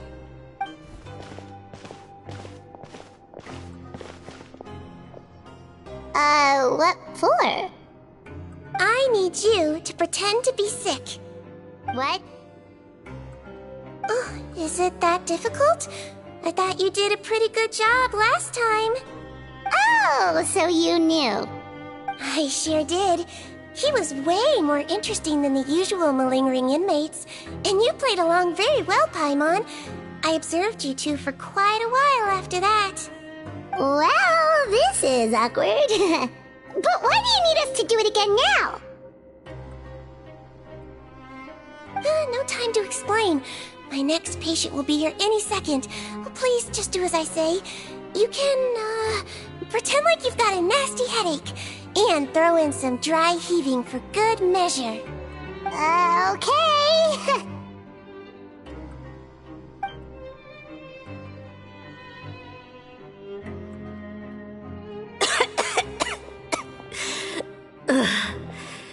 Hey, Doc, it's me. I'm only here because my mom won't stop pestering me about it. So annoying. Well, your mother has enough on her plate with a busy job. The last thing she needs is to worry about you being sick as well. I know. I shouldn't treat the place like a playground. Shouldn't go swimming in the lower levels where we join up with the sea, because it'll give me a cold and distract her from her work. I thought I'd be able to have some fun here at the fortress for a few days, but it's always, don't do this and don't do that. All right, sit yourself down and I'll take your temperature. Your fever still hasn't gone down. Well, here's your medicine. 1 cup for starters, and we'll see if it helps. But Doc, it's so bitter. Do I really have to drink it? I mean, I'll be fine, right? I've got an uncle who caught a cold. His fever went away on its own after a couple days. Can't you just write me a note saying I'm on the mend? I just need something to keep my mom off my case. I sure can. You're a very brave boy after all. Huh? Brave? What makes you say that? Well, if you want to rely on your own immune system to clear up your fever, then you'll have to tough it out like this guy.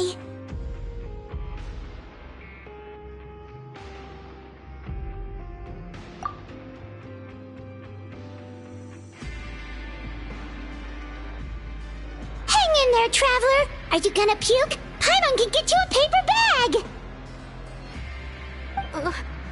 Huh? As long as you're tough enough to get through the nausea and dizziness caused by the high fever, you'll be right as rain after just a few days' rest. And if I'm not tough enough?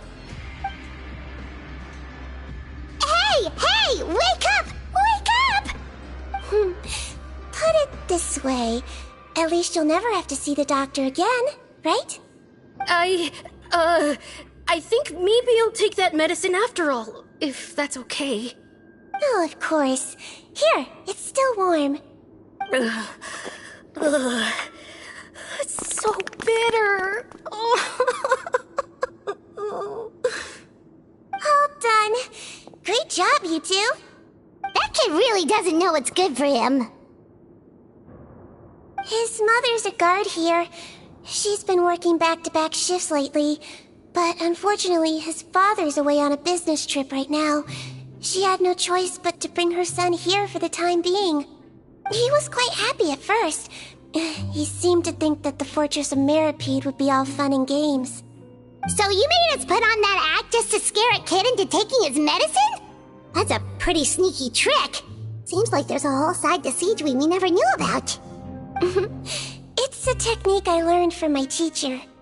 Oh, you had a teacher? Was she a Mellowzine doctor too? She was human. She passed away a long time ago. Oh, sorry. No, it's fine. I really liked my teacher, so it's always nice when I get to talk about her with other people. She was a traveling doctor, and since she didn't have a clinic, she'd go out and visit her patients wherever they were. Dealing with the badly behaved ones was her specialty. She used to say, if you can scare the little brats into taking their medicine, you won't have to hear them wailing and screeching when their condition gets worse.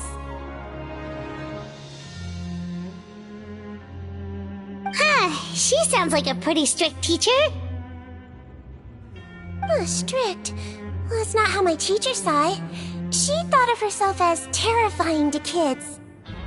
Strange way for a doctor to describe themselves.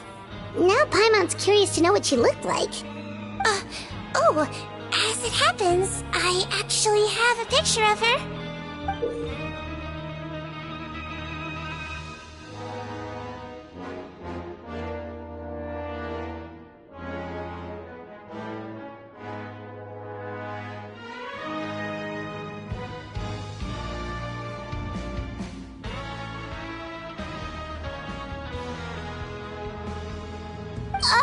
Oh, wow, yeah, okay, that'll terrify the kids. Yep. All the children she treated thought she was a witch.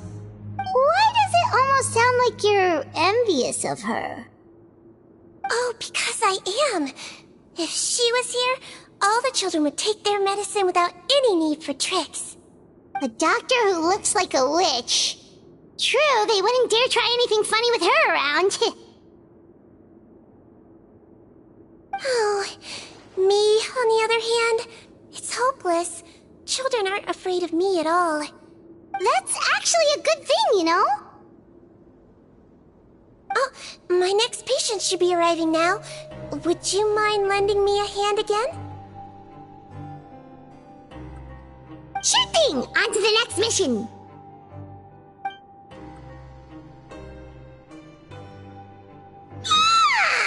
Is it nighttime already? That flew by.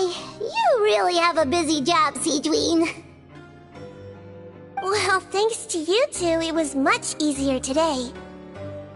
Aww.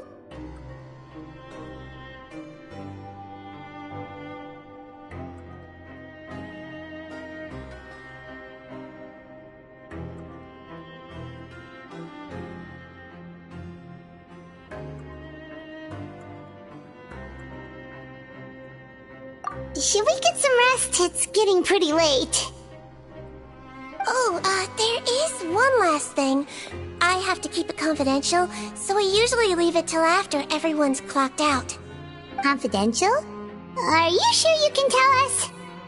It's fine. You're not living here anymore, so it's okay if you... Is I have to prepare some ingredients to make healthy meals with.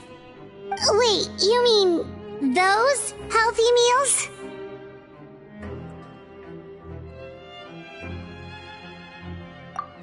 My patients refuse to eat any healthy meals I prepare in front of them, so I have to prep the ingredients in secret, then let the chef at the coupon cafeteria handle the rest. Considering even the chef's version makes people uneasy, it really makes you wonder what's in it. You want to find out? I can teach you how to make it. That way, if you ever suffer from exhaustion on your future travels, you can prepare a healthy meal for yourself. Sure? Guess we can help out one more time. The ingredients are ready. Now, put them on the table and add them in the order I tell you. First, we add this special slime condensate. Stir it thoroughly, then pour it in. Oh, see that? It adds elasticity. It looks just like tasty jelly, doesn't it? Yeah, it really does! Until you remember it's slime condensate. Next up, xenochromatic crystals. You want to crush them up into a fine powder, like powdered sugar. Wait, are those from Fontimer Aberrants? Are you sure they're edible? Finally, we'll need some high-protein meat. Frogs are an excellent choice. You just need to clean their innards, and then you're left with some lovely, tender meat. Oh! Frogs. And we're done. All that's left now is to pack them into lunchboxes and hand them to Walsey. Yesterday in the production zone, I noticed an inmate who's been working for 2 days straight. That means it's a healthy meal for him tomorrow. Seedwing really does have the inmate's best interests at heart.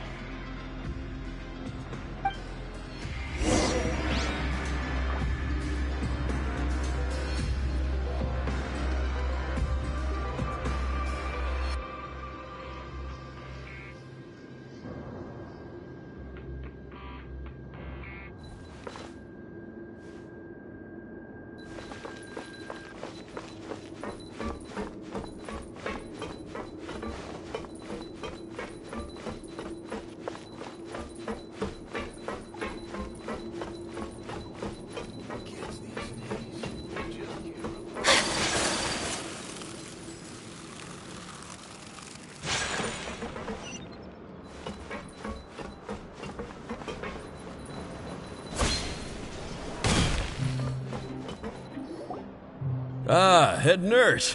Got some extras for me? Just the one today. The serial number's on the lid. Sounds good. I'll make sure it gets delivered. Sounds like they're talking in code. Thanks for your help.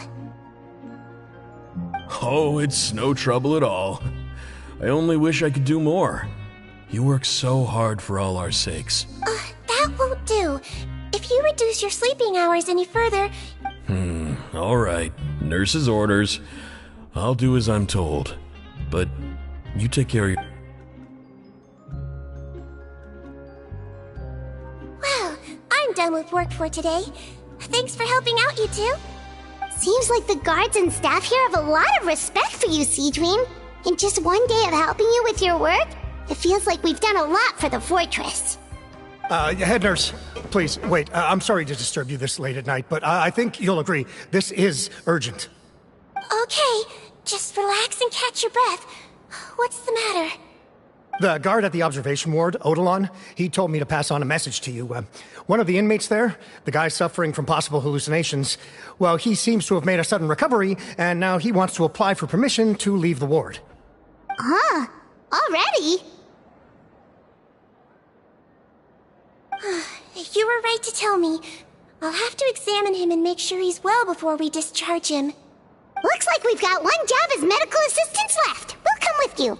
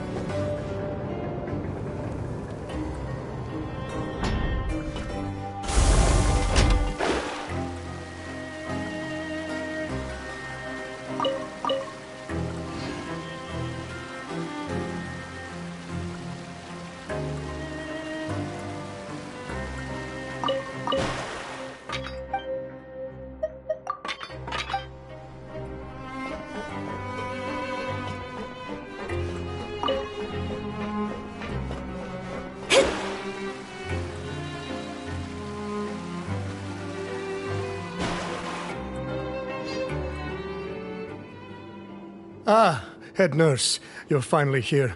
I'm so sorry for all the trouble I've caused you, but I believe I've now made a full recovery. After giving it some thought, I'm sure that I was probably just seeing things. Stress-related, I imagine.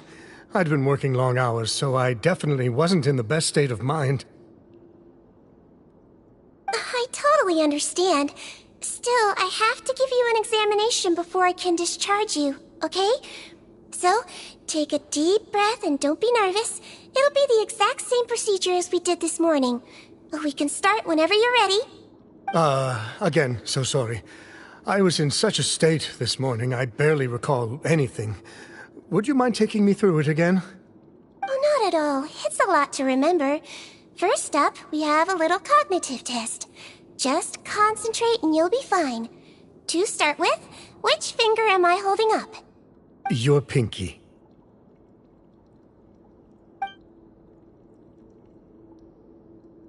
Alright, all indicators seem normal.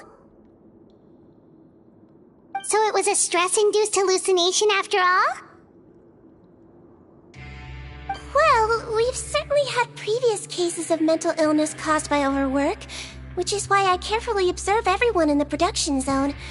I wonder how I managed to miss the signs this time. Please, head nurse, you shouldn't blame yourself. I'm just still adapting, that's all. Pushed myself too hard, and I guess I couldn't take it. Thanks for looking after me. I'll be as good as new after a good night's sleep. And if you can give me the okay, I know I'll sleep better back in my good old dorm. It can be difficult to relax in an unfamiliar environment. Alright then, you can leave the ward. I suggest you take 2 days off to focus on your recovery. I'll take you off the observation list for now, so you're officially discharged. Great. I can't thank you enough, head nurse. Mr. Odilon, could you escort him back? Of course. I'm on guard duty in the administrative area tonight, so nothing will go wrong. You have my word.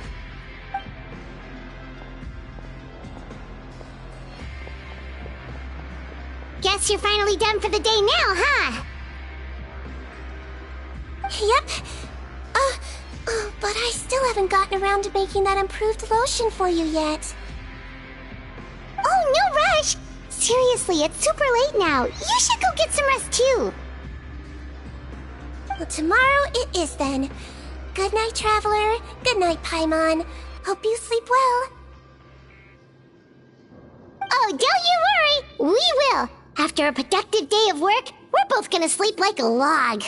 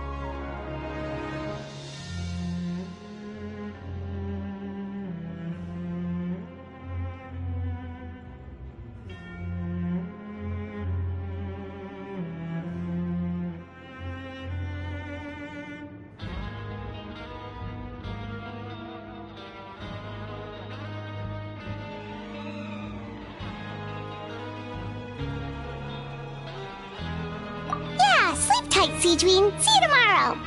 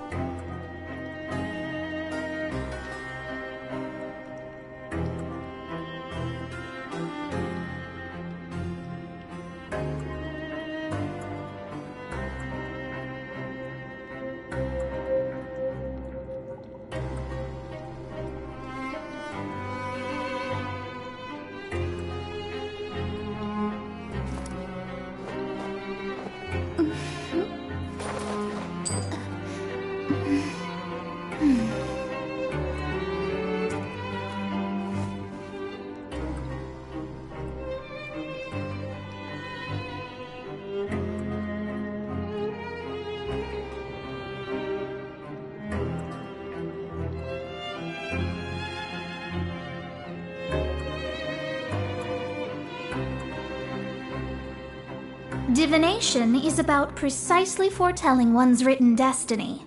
Over-embellishing that fate only leads to misconception.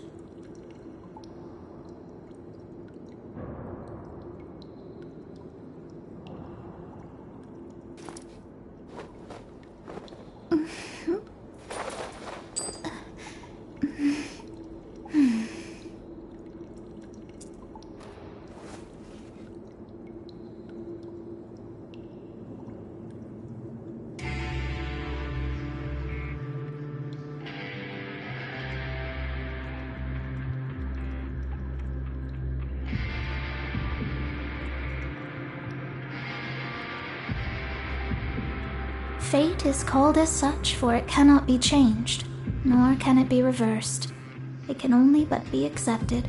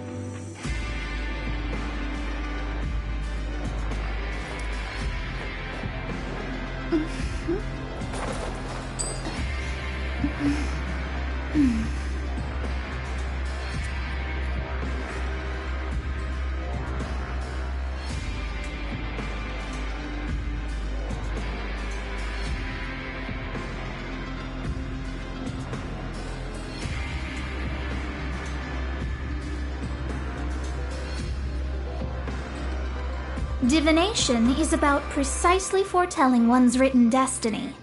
Over-embellishing that fate only leads...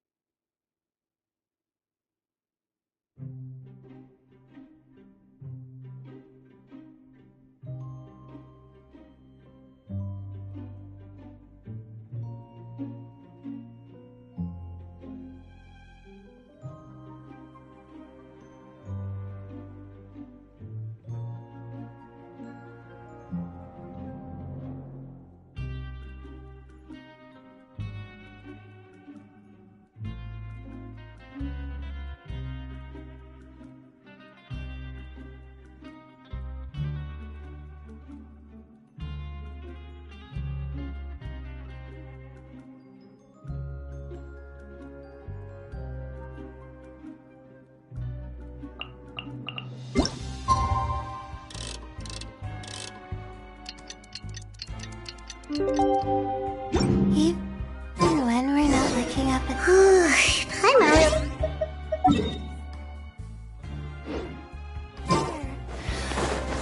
Watching over us.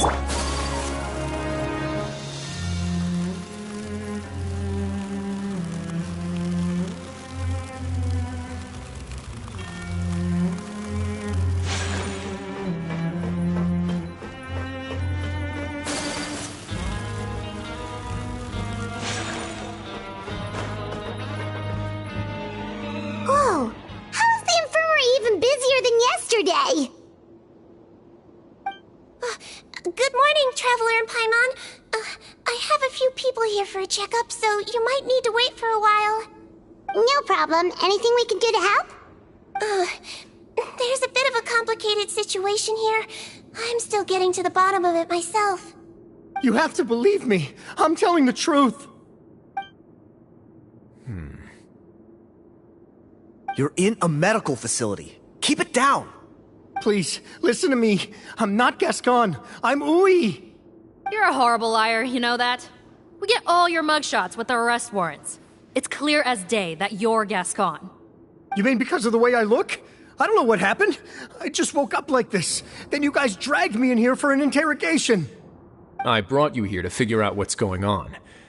If you truly are the victim of an injustice, yelling isn't going to achieve anything. At most, it'll delay your vindication. All right. I get it. This is nuts. Yesterday's interrogations went fine, and now this. Morning, Your Grace. What's going on? Remember the case I mentioned yesterday? The one brought to me by the Marachose Phantom? Well, we've been questioning the inmates involved this morning. Every single one of them is claiming mistaken identity. Huh. That's even weirder than what that guy was saying yesterday. The thing is, none of them have been able to provide any evidence whatsoever to support their claims. Questioning them further got us nowhere, so for now, we've brought them to the infirmary. And we thought yesterday was as busy as it got for Siegeween. We've compiled their statements. Have a look. Perhaps there's something we missed.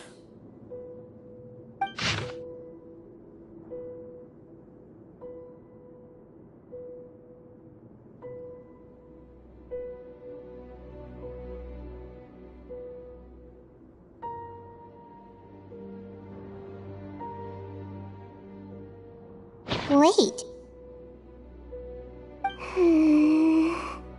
Release?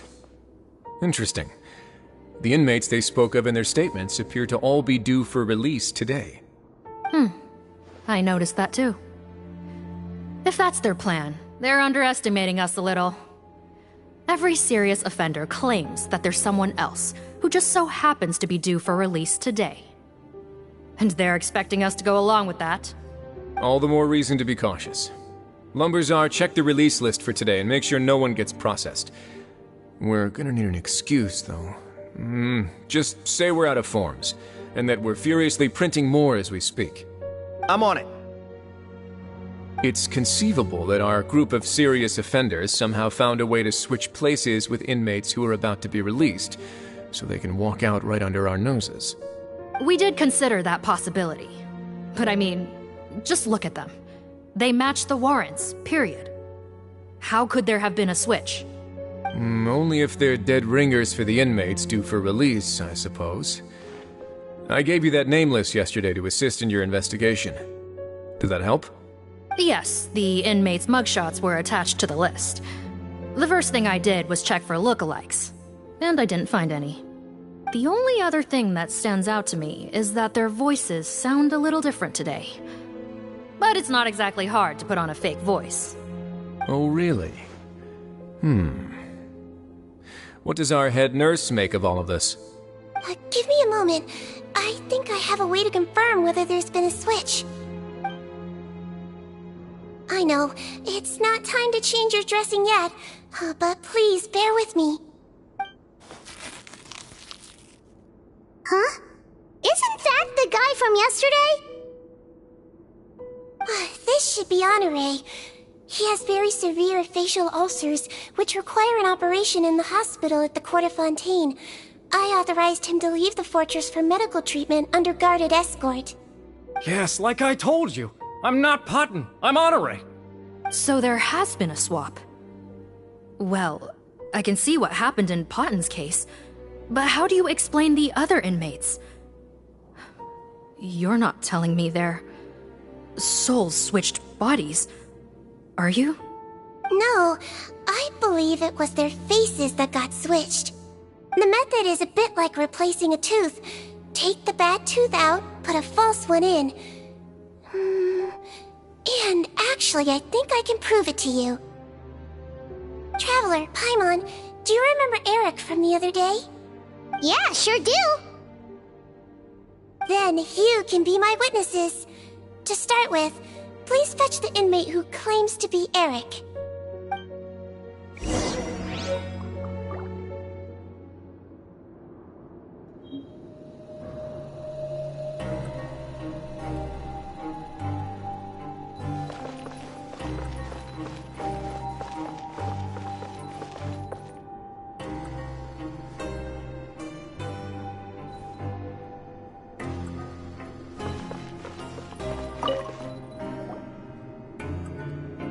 So, you're... Yes, head nurse. It's me.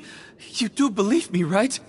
I need to do another examination on you. Same procedure as yesterday. All right. It's the cognition test first, right? So I need to concentrate. Now, try to recall if you can. The last time we did this test, which finger did I hold up?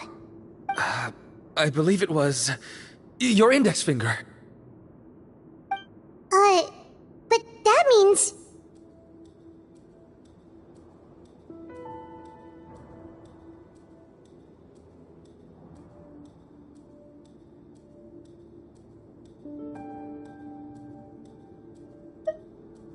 Huh? So, basically, last night, the Eric who said he saw another him suddenly recovered and applied to leave the observation ward. Siegewing did another test before letting him leave, but that time, she held up her pinky finger. Huh? I don't know about any tests last night. There was nothing to do in the observation ward, so I went straight to bed. Then I somehow woke up in a high-security cell. Well, in that case, there is a reasonable explanation for the strange events of the past 2 days. So, what exactly happened? The gang of serious offenders wanted to break out of prison, so they identified a group of scapegoats, namely inmates whose terms were almost up, and planned to switch appearances with them. Last night, when Odilon was on duty, they ambushed him and had one of their group switch appearances with him using their face-swapping method. That allowed them to avoid scrutiny from the other guards. Then, once all the other inmates were asleep, Odilon spent his night shift carrying out the remainder of their switcheroo plan. However, they made one mistake. Henri changed his appearance to match Eric's earlier than he should have done, and ended up being spotted by the real Eric. Real Eric came to the guards for help, but we didn't know then what we know now, so we put it down to hallucination and sent him to the observation ward. However, since one of the gang members was posing as a guard, they simply changed real Eric's appearance and had their Eric take his place, muddying the waters even further. Right, because I put Eric on the observation list by then, and no inmates on that list can be processed for departure until I've discharged them. Hence why the imposters had to pull that little stunt to get fake Eric off the list. Yeah, it all makes sense now! The Duke cracked the case! Well, I can't fault the reasoning. But I'm afraid that we ruled out the possibility of face switching very early on in this process. Criminals altering their facial appearance to commit crimes is nothing new. In fact, one of the explicit duties of the Malazines and the Marachose Phantom is to identify criminals in disguise. We carefully examined all the suspects, and there is no evidence that any means of disguise were used in this case. Huh. Well then, how do we explain all this? So far, it seems more likely that the gang stole documentation belonging to the inmates due for release, and are using that to commit identity fraud. Actually, there is a potion that can completely change someone's appearance. If they use that, even a Melusine wouldn't be able to detect it. A shape-shifting potion? Forgive me, head nurse, but this is the first time I'm hearing about it. If such a potion truly existed, it would jeopardize our entire investigative process at the Marechaussee Phantom. Are you certain of this? Yes, I am. But... Please, trust me in my professional opinion as an experienced clinician. At the same time, without any solid evidence, it's pure speculation. If we can round up all the inmates suspected of switching places, then have a little talk with both sides, we might just get our answer. Yep, let's do that. Okay. Well, it was our negligence that meant we had to come and conduct these post-internment interrogations. And I know it's put you out.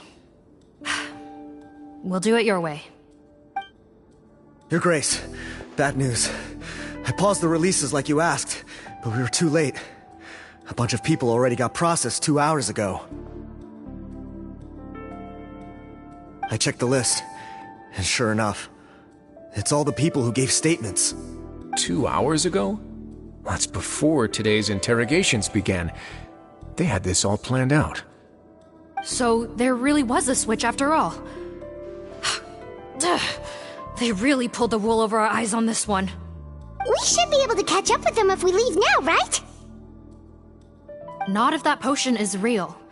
They can just switch faces again after leaving the fortress. And if the Marechaussee's Melusines can't even spot them, we wouldn't know where to start searching. Yikes! So we're at a complete dead end!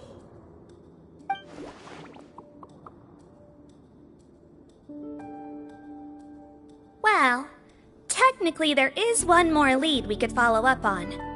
We were only able to arrest this gang thanks to the help of a researcher from the Fontaine Research Institute. I believe his name is Rawat. Oh? Rawat? Isn't that the handsome guy we met at that skincare promotion? Handsome? Maybe from a human point of view. I just remember that he specialized in potions. One of the crimes this gang is charged with is the manufacture and sale of illicit drugs. According to Mr. Rawat, they appear to have stolen technology he developed through his research and used it in their operation. At first, he thought it was a typical case of intellectual property infringement, and he tried to negotiate with them. But once he discovered their criminal operation, he reported them to the authorities. Thanks to his report, we were able to swoop in and arrest them all in one go. What a hero! Bet that took courage on his part. No doubt. This is worth following up on. As the one who snitched on them, it's highly likely that Rawat will be targeted by the escapees. That aside, since he's negotiated with them in person before, there's a chance he'll have some additional information for us. Understood, Your Grace. My team and I will head to the Fontaine Research Institute right away. In the meantime, please keep an eye on the face switch victims for us. Of course. Miss Morgan, I'd like to come along and help you catch these criminals. Huh? Why's that? Well, I'm the one who discharged the fake Eric last night, so I feel partly responsible. Don't say that, head nurse. Your focus was on the inmates' health, and rightly so. We can't ask you to help with arresting criminals. That's our duty.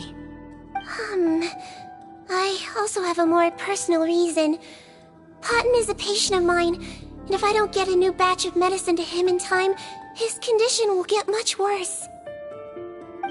Look, head nurse, I completely understand where you're coming from. But arresting criminals is dangerous business, and if anything happened to you, none of us can afford to take on that responsibility.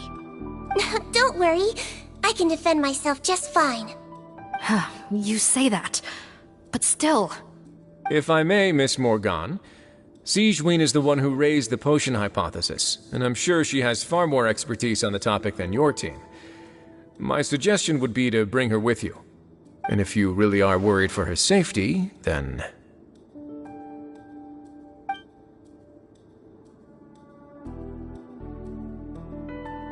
Ah, there you go, right on cue.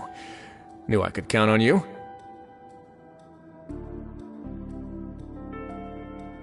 Okay. Well, since this plan has the Duke's blessing, far be it from me to refuse. We should head off immediately. Time is of the essence.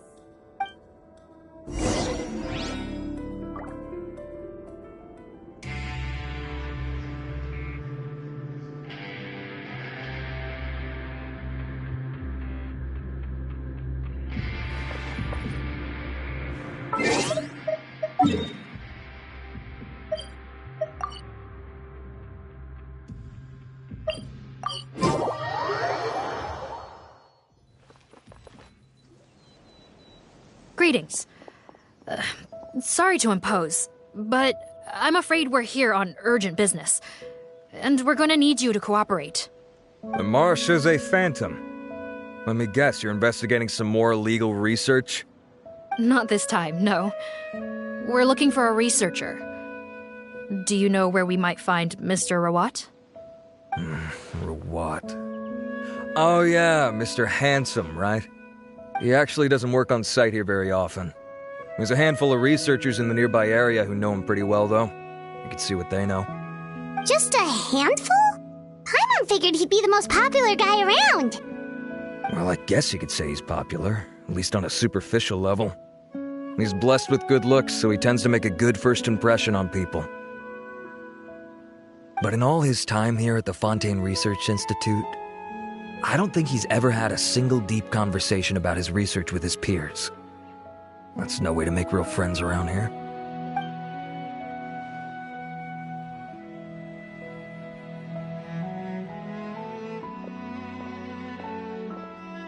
That's so weird. He definitely didn't come across like a recluse at that product promotion. Oh, I don't find that weird at all. He definitely didn't strike me as the kind of guy who's, good at making friends. Really? Paimon couldn't tell. Must be a Melusine perception thing. Okay, we should talk with his acquaintances. But we also need to check the Research Institute for any clues. Let's split up. It'll save us some time. Sure thing. We'll go ask around among the other researchers with Sigewinne. Paimon's suddenly kinda curious to know what everyone really thinks of him.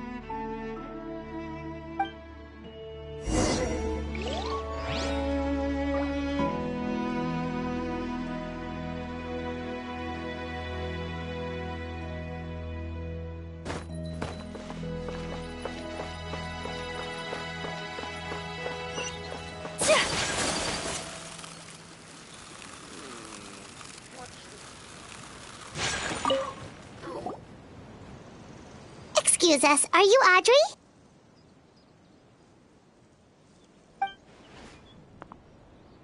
That's me.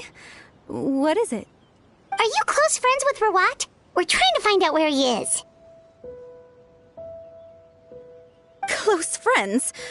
You mean because I told him I had feelings for him once? I doubt I'm the first or last at the Institute to make that mistake. Why would you single me out as a close friend? I should have known, really. Men like him, they just enjoy being surrounded by fawning women. They're not interested in a serious relationship. Okay. We were just kind of wondering if you might know where we can find him. Why would I know where he's at? I barely know him, and he probably doesn't even remember me. Ugh, this is getting annoying. Shall we go ask someone else?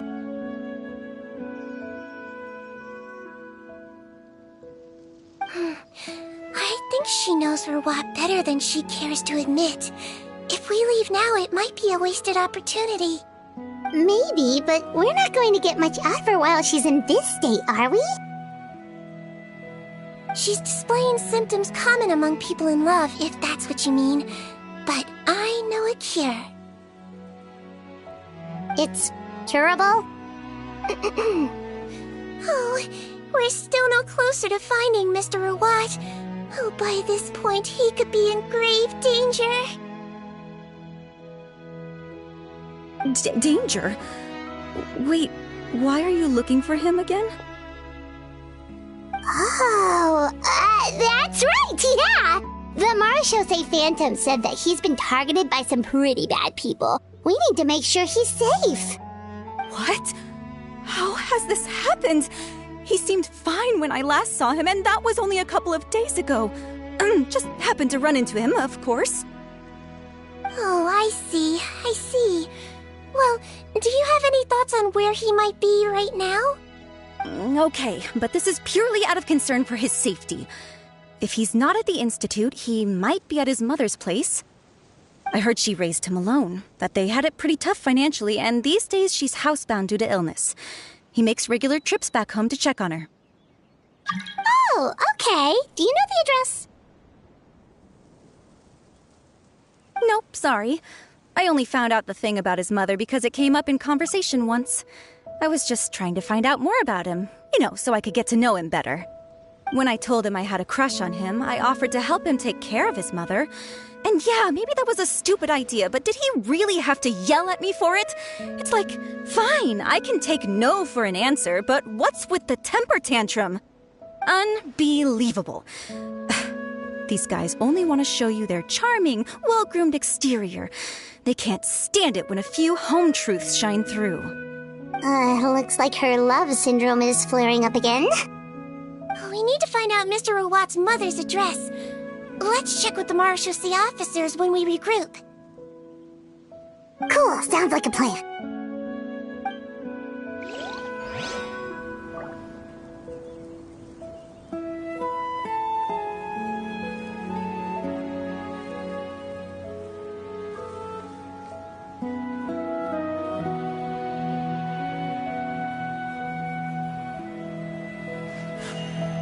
A blade embraces its duty, as a jeweler cherishes their gems.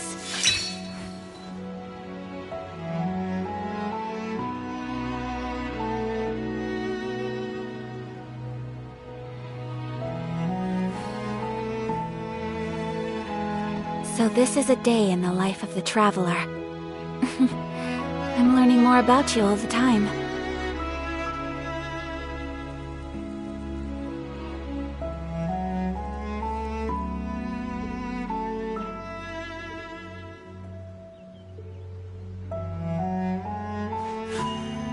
A blade embraces its duty, as a jeweler cherishes their gems.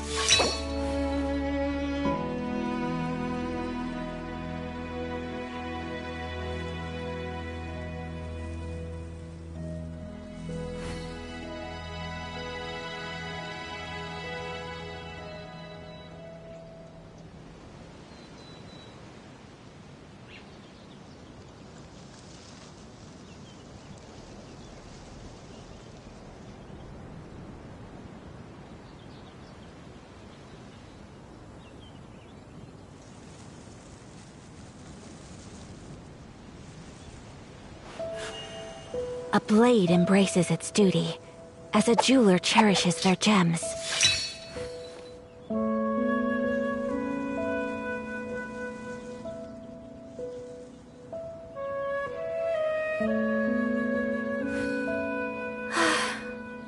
I only wish life could be as leisurely as this a little more often. How greedy of me.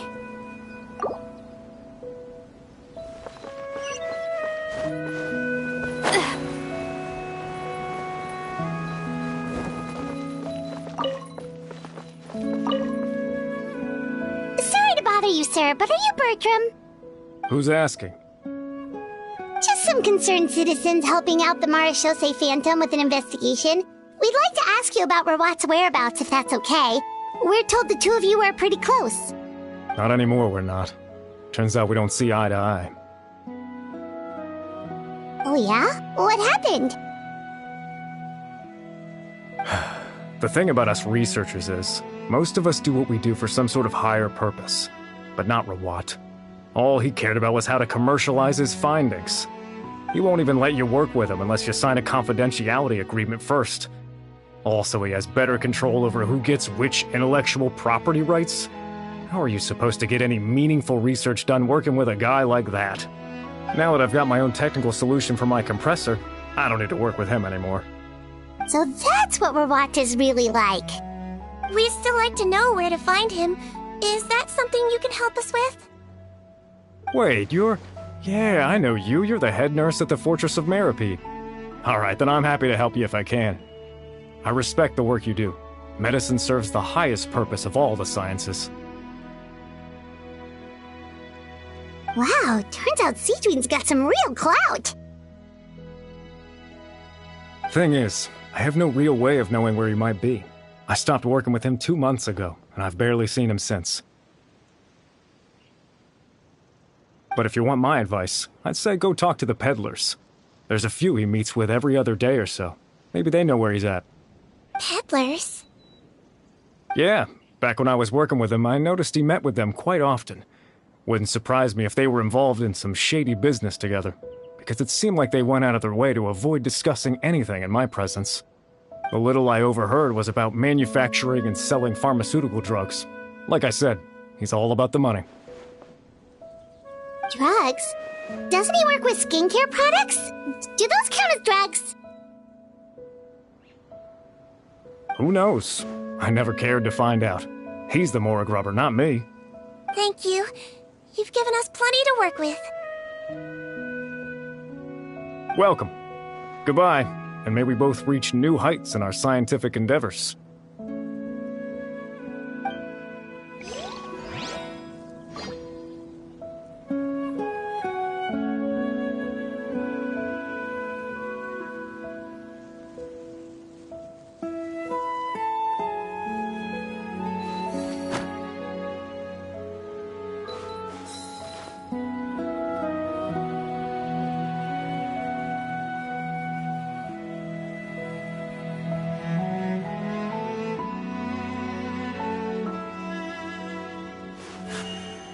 A blade embraces its duty, as a jeweler cherishes their gems.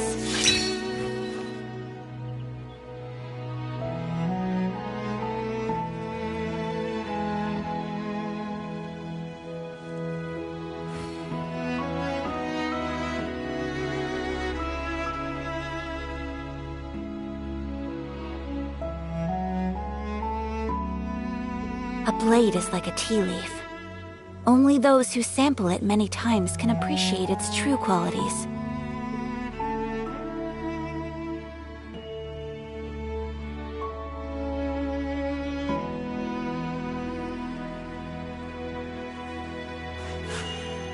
A blade embraces its duty, as a jeweler cherishes their gems.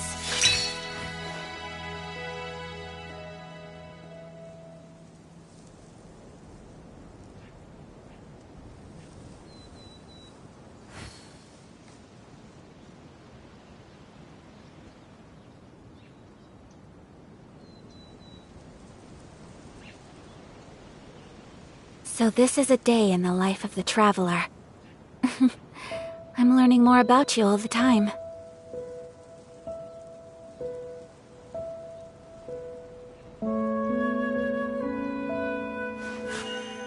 A blade embraces its duty, as a jeweler cherishes their gems.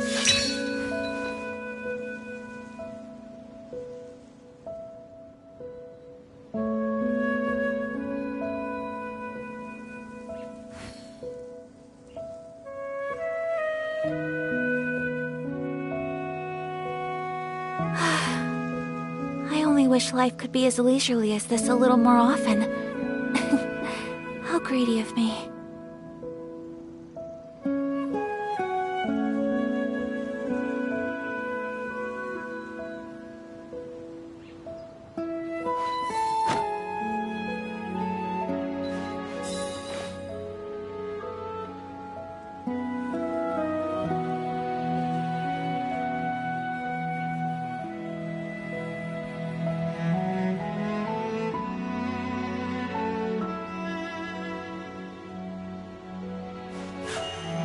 A blade embraces its duty, as a jeweler cherishes their gems.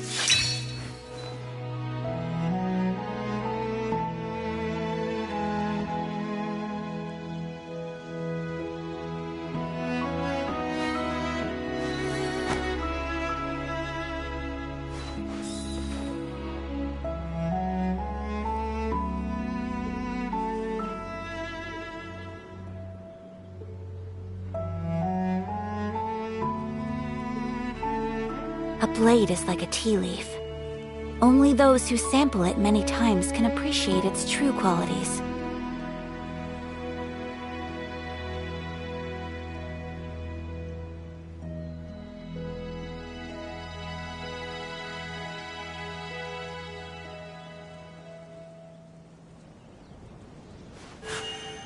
A blade embraces its duty, as a jeweler cherishes their gems.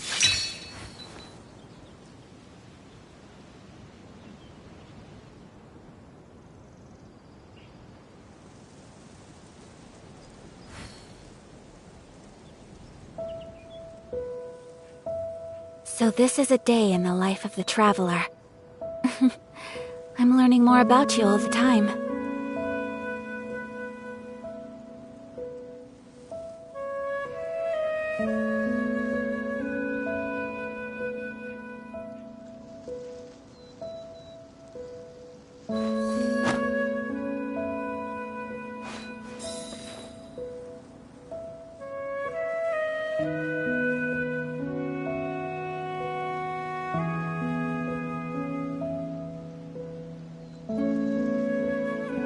A blade is like a tea leaf.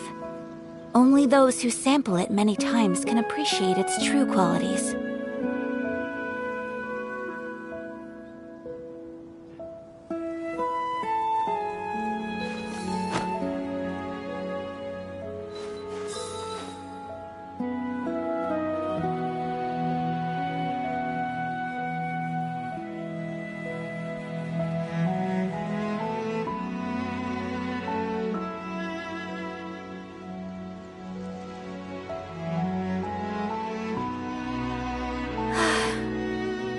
I wish life could be as leisurely as this a little more often.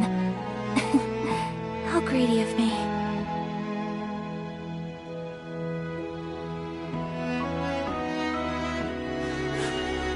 A blade embraces its duty, as a jeweler cherishes their gems.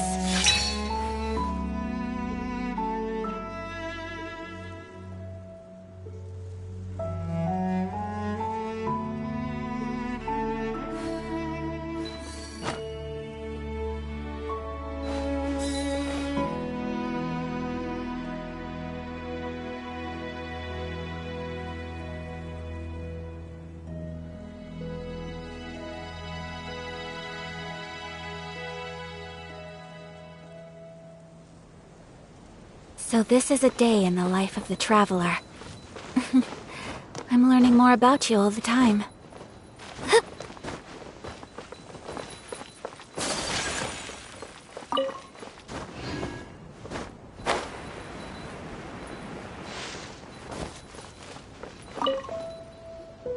Hey there! Are you in Teep? What do you want? We're here to ask about Rawat. Any idea where he might be? We were told you were pretty close with him. Close? Not sure that's the word I'd use. He wouldn't even let me use his patent. Huh? It's been a good few days since I last saw him.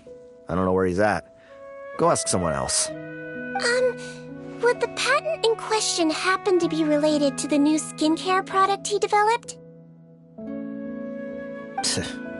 Yeah, kinda. Butterfly dew, or whatever he calls it. I heard he made a tidy sum off of that one. Okay, now we're getting somewhere. Keep going. Most of the other researchers here focus on mechanics, energy, stuff like that. I get why he wouldn't be interested in having anything to do with them. But I'm studying coatings. There's a huge overlap in our areas of research. Why would he refuse to work with me? I bought his product once, and noticed it contains a unique substance that might have applications in coatings, too. If it worked out, I could probably make as much as he's making.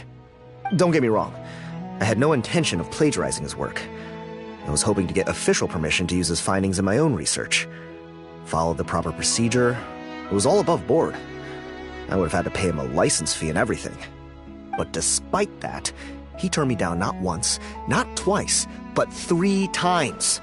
It's like he's vehemently opposed to the idea of anyone else making the kind of money he does. Huh, so is Rawat antisocial, Or is this guy just jealous?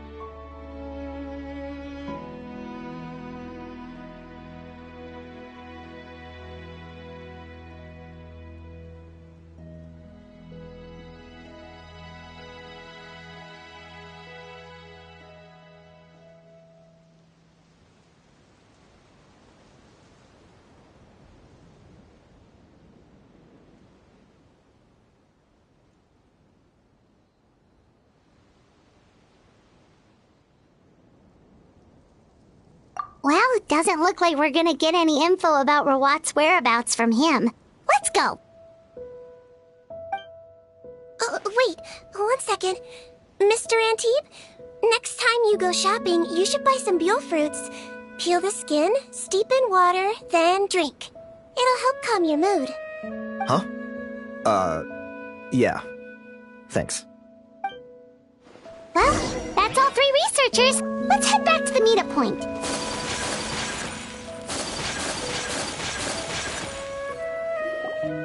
You know, Paimon started out thinking Rawat was a handsome researcher with a So what's your view of...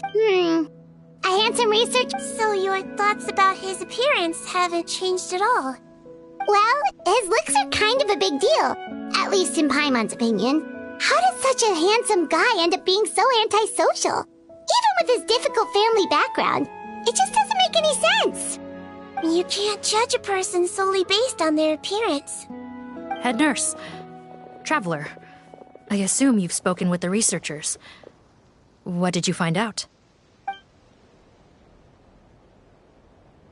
Bertram mentioned Rawat's involvement with some pharmaceutical merchants. Do you know if he's registered any pharmaceutical brands? Since he was a whistleblower on such a huge case, I ran a background check on him. I don't remember there being any brands under his name. How strange. If he was so focused on commercializing his research and averse to sharing his technology with others, why wouldn't he have registered his own brands? Maybe he and his business partners needed to avoid public scrutiny? You think he may have colluded with the gang? Well, the crime was manufacture and sale of drugs, and that would certainly be in his wheelhouse. We can't rule it out. Isn't that pretty unlikely, though? He was the one who blew the whistle on them!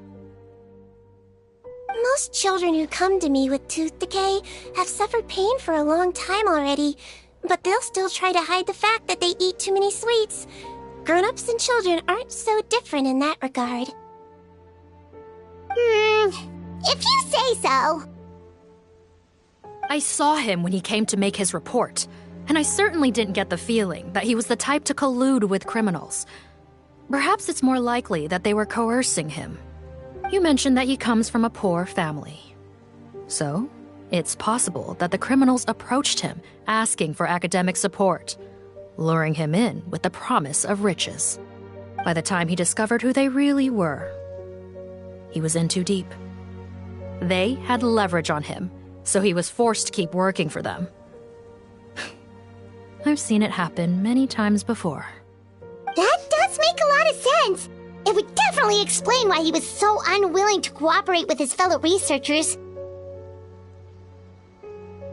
No wonder he's so unsociable. He must be on edge all the time with a gang of crooks breathing down his neck. In that case, the situation could be worse than we thought. If Rawat was working with the escaped inmates, they're sure to know more about his whereabouts than us. Oh, there's a good chance they'll get to him before we do. Based on the information we've gathered so far, he was last seen 2 days ago. If no one's seen him since, maybe we're too late. 2 days ago? So he went missing right after that product promotion. That was the same day he reported the criminals, too. Not a good sign. Don't worry, everyone. I believe we still have a chance. Since he disappeared right after blowing the whistle, it's likely that he's gone into hiding.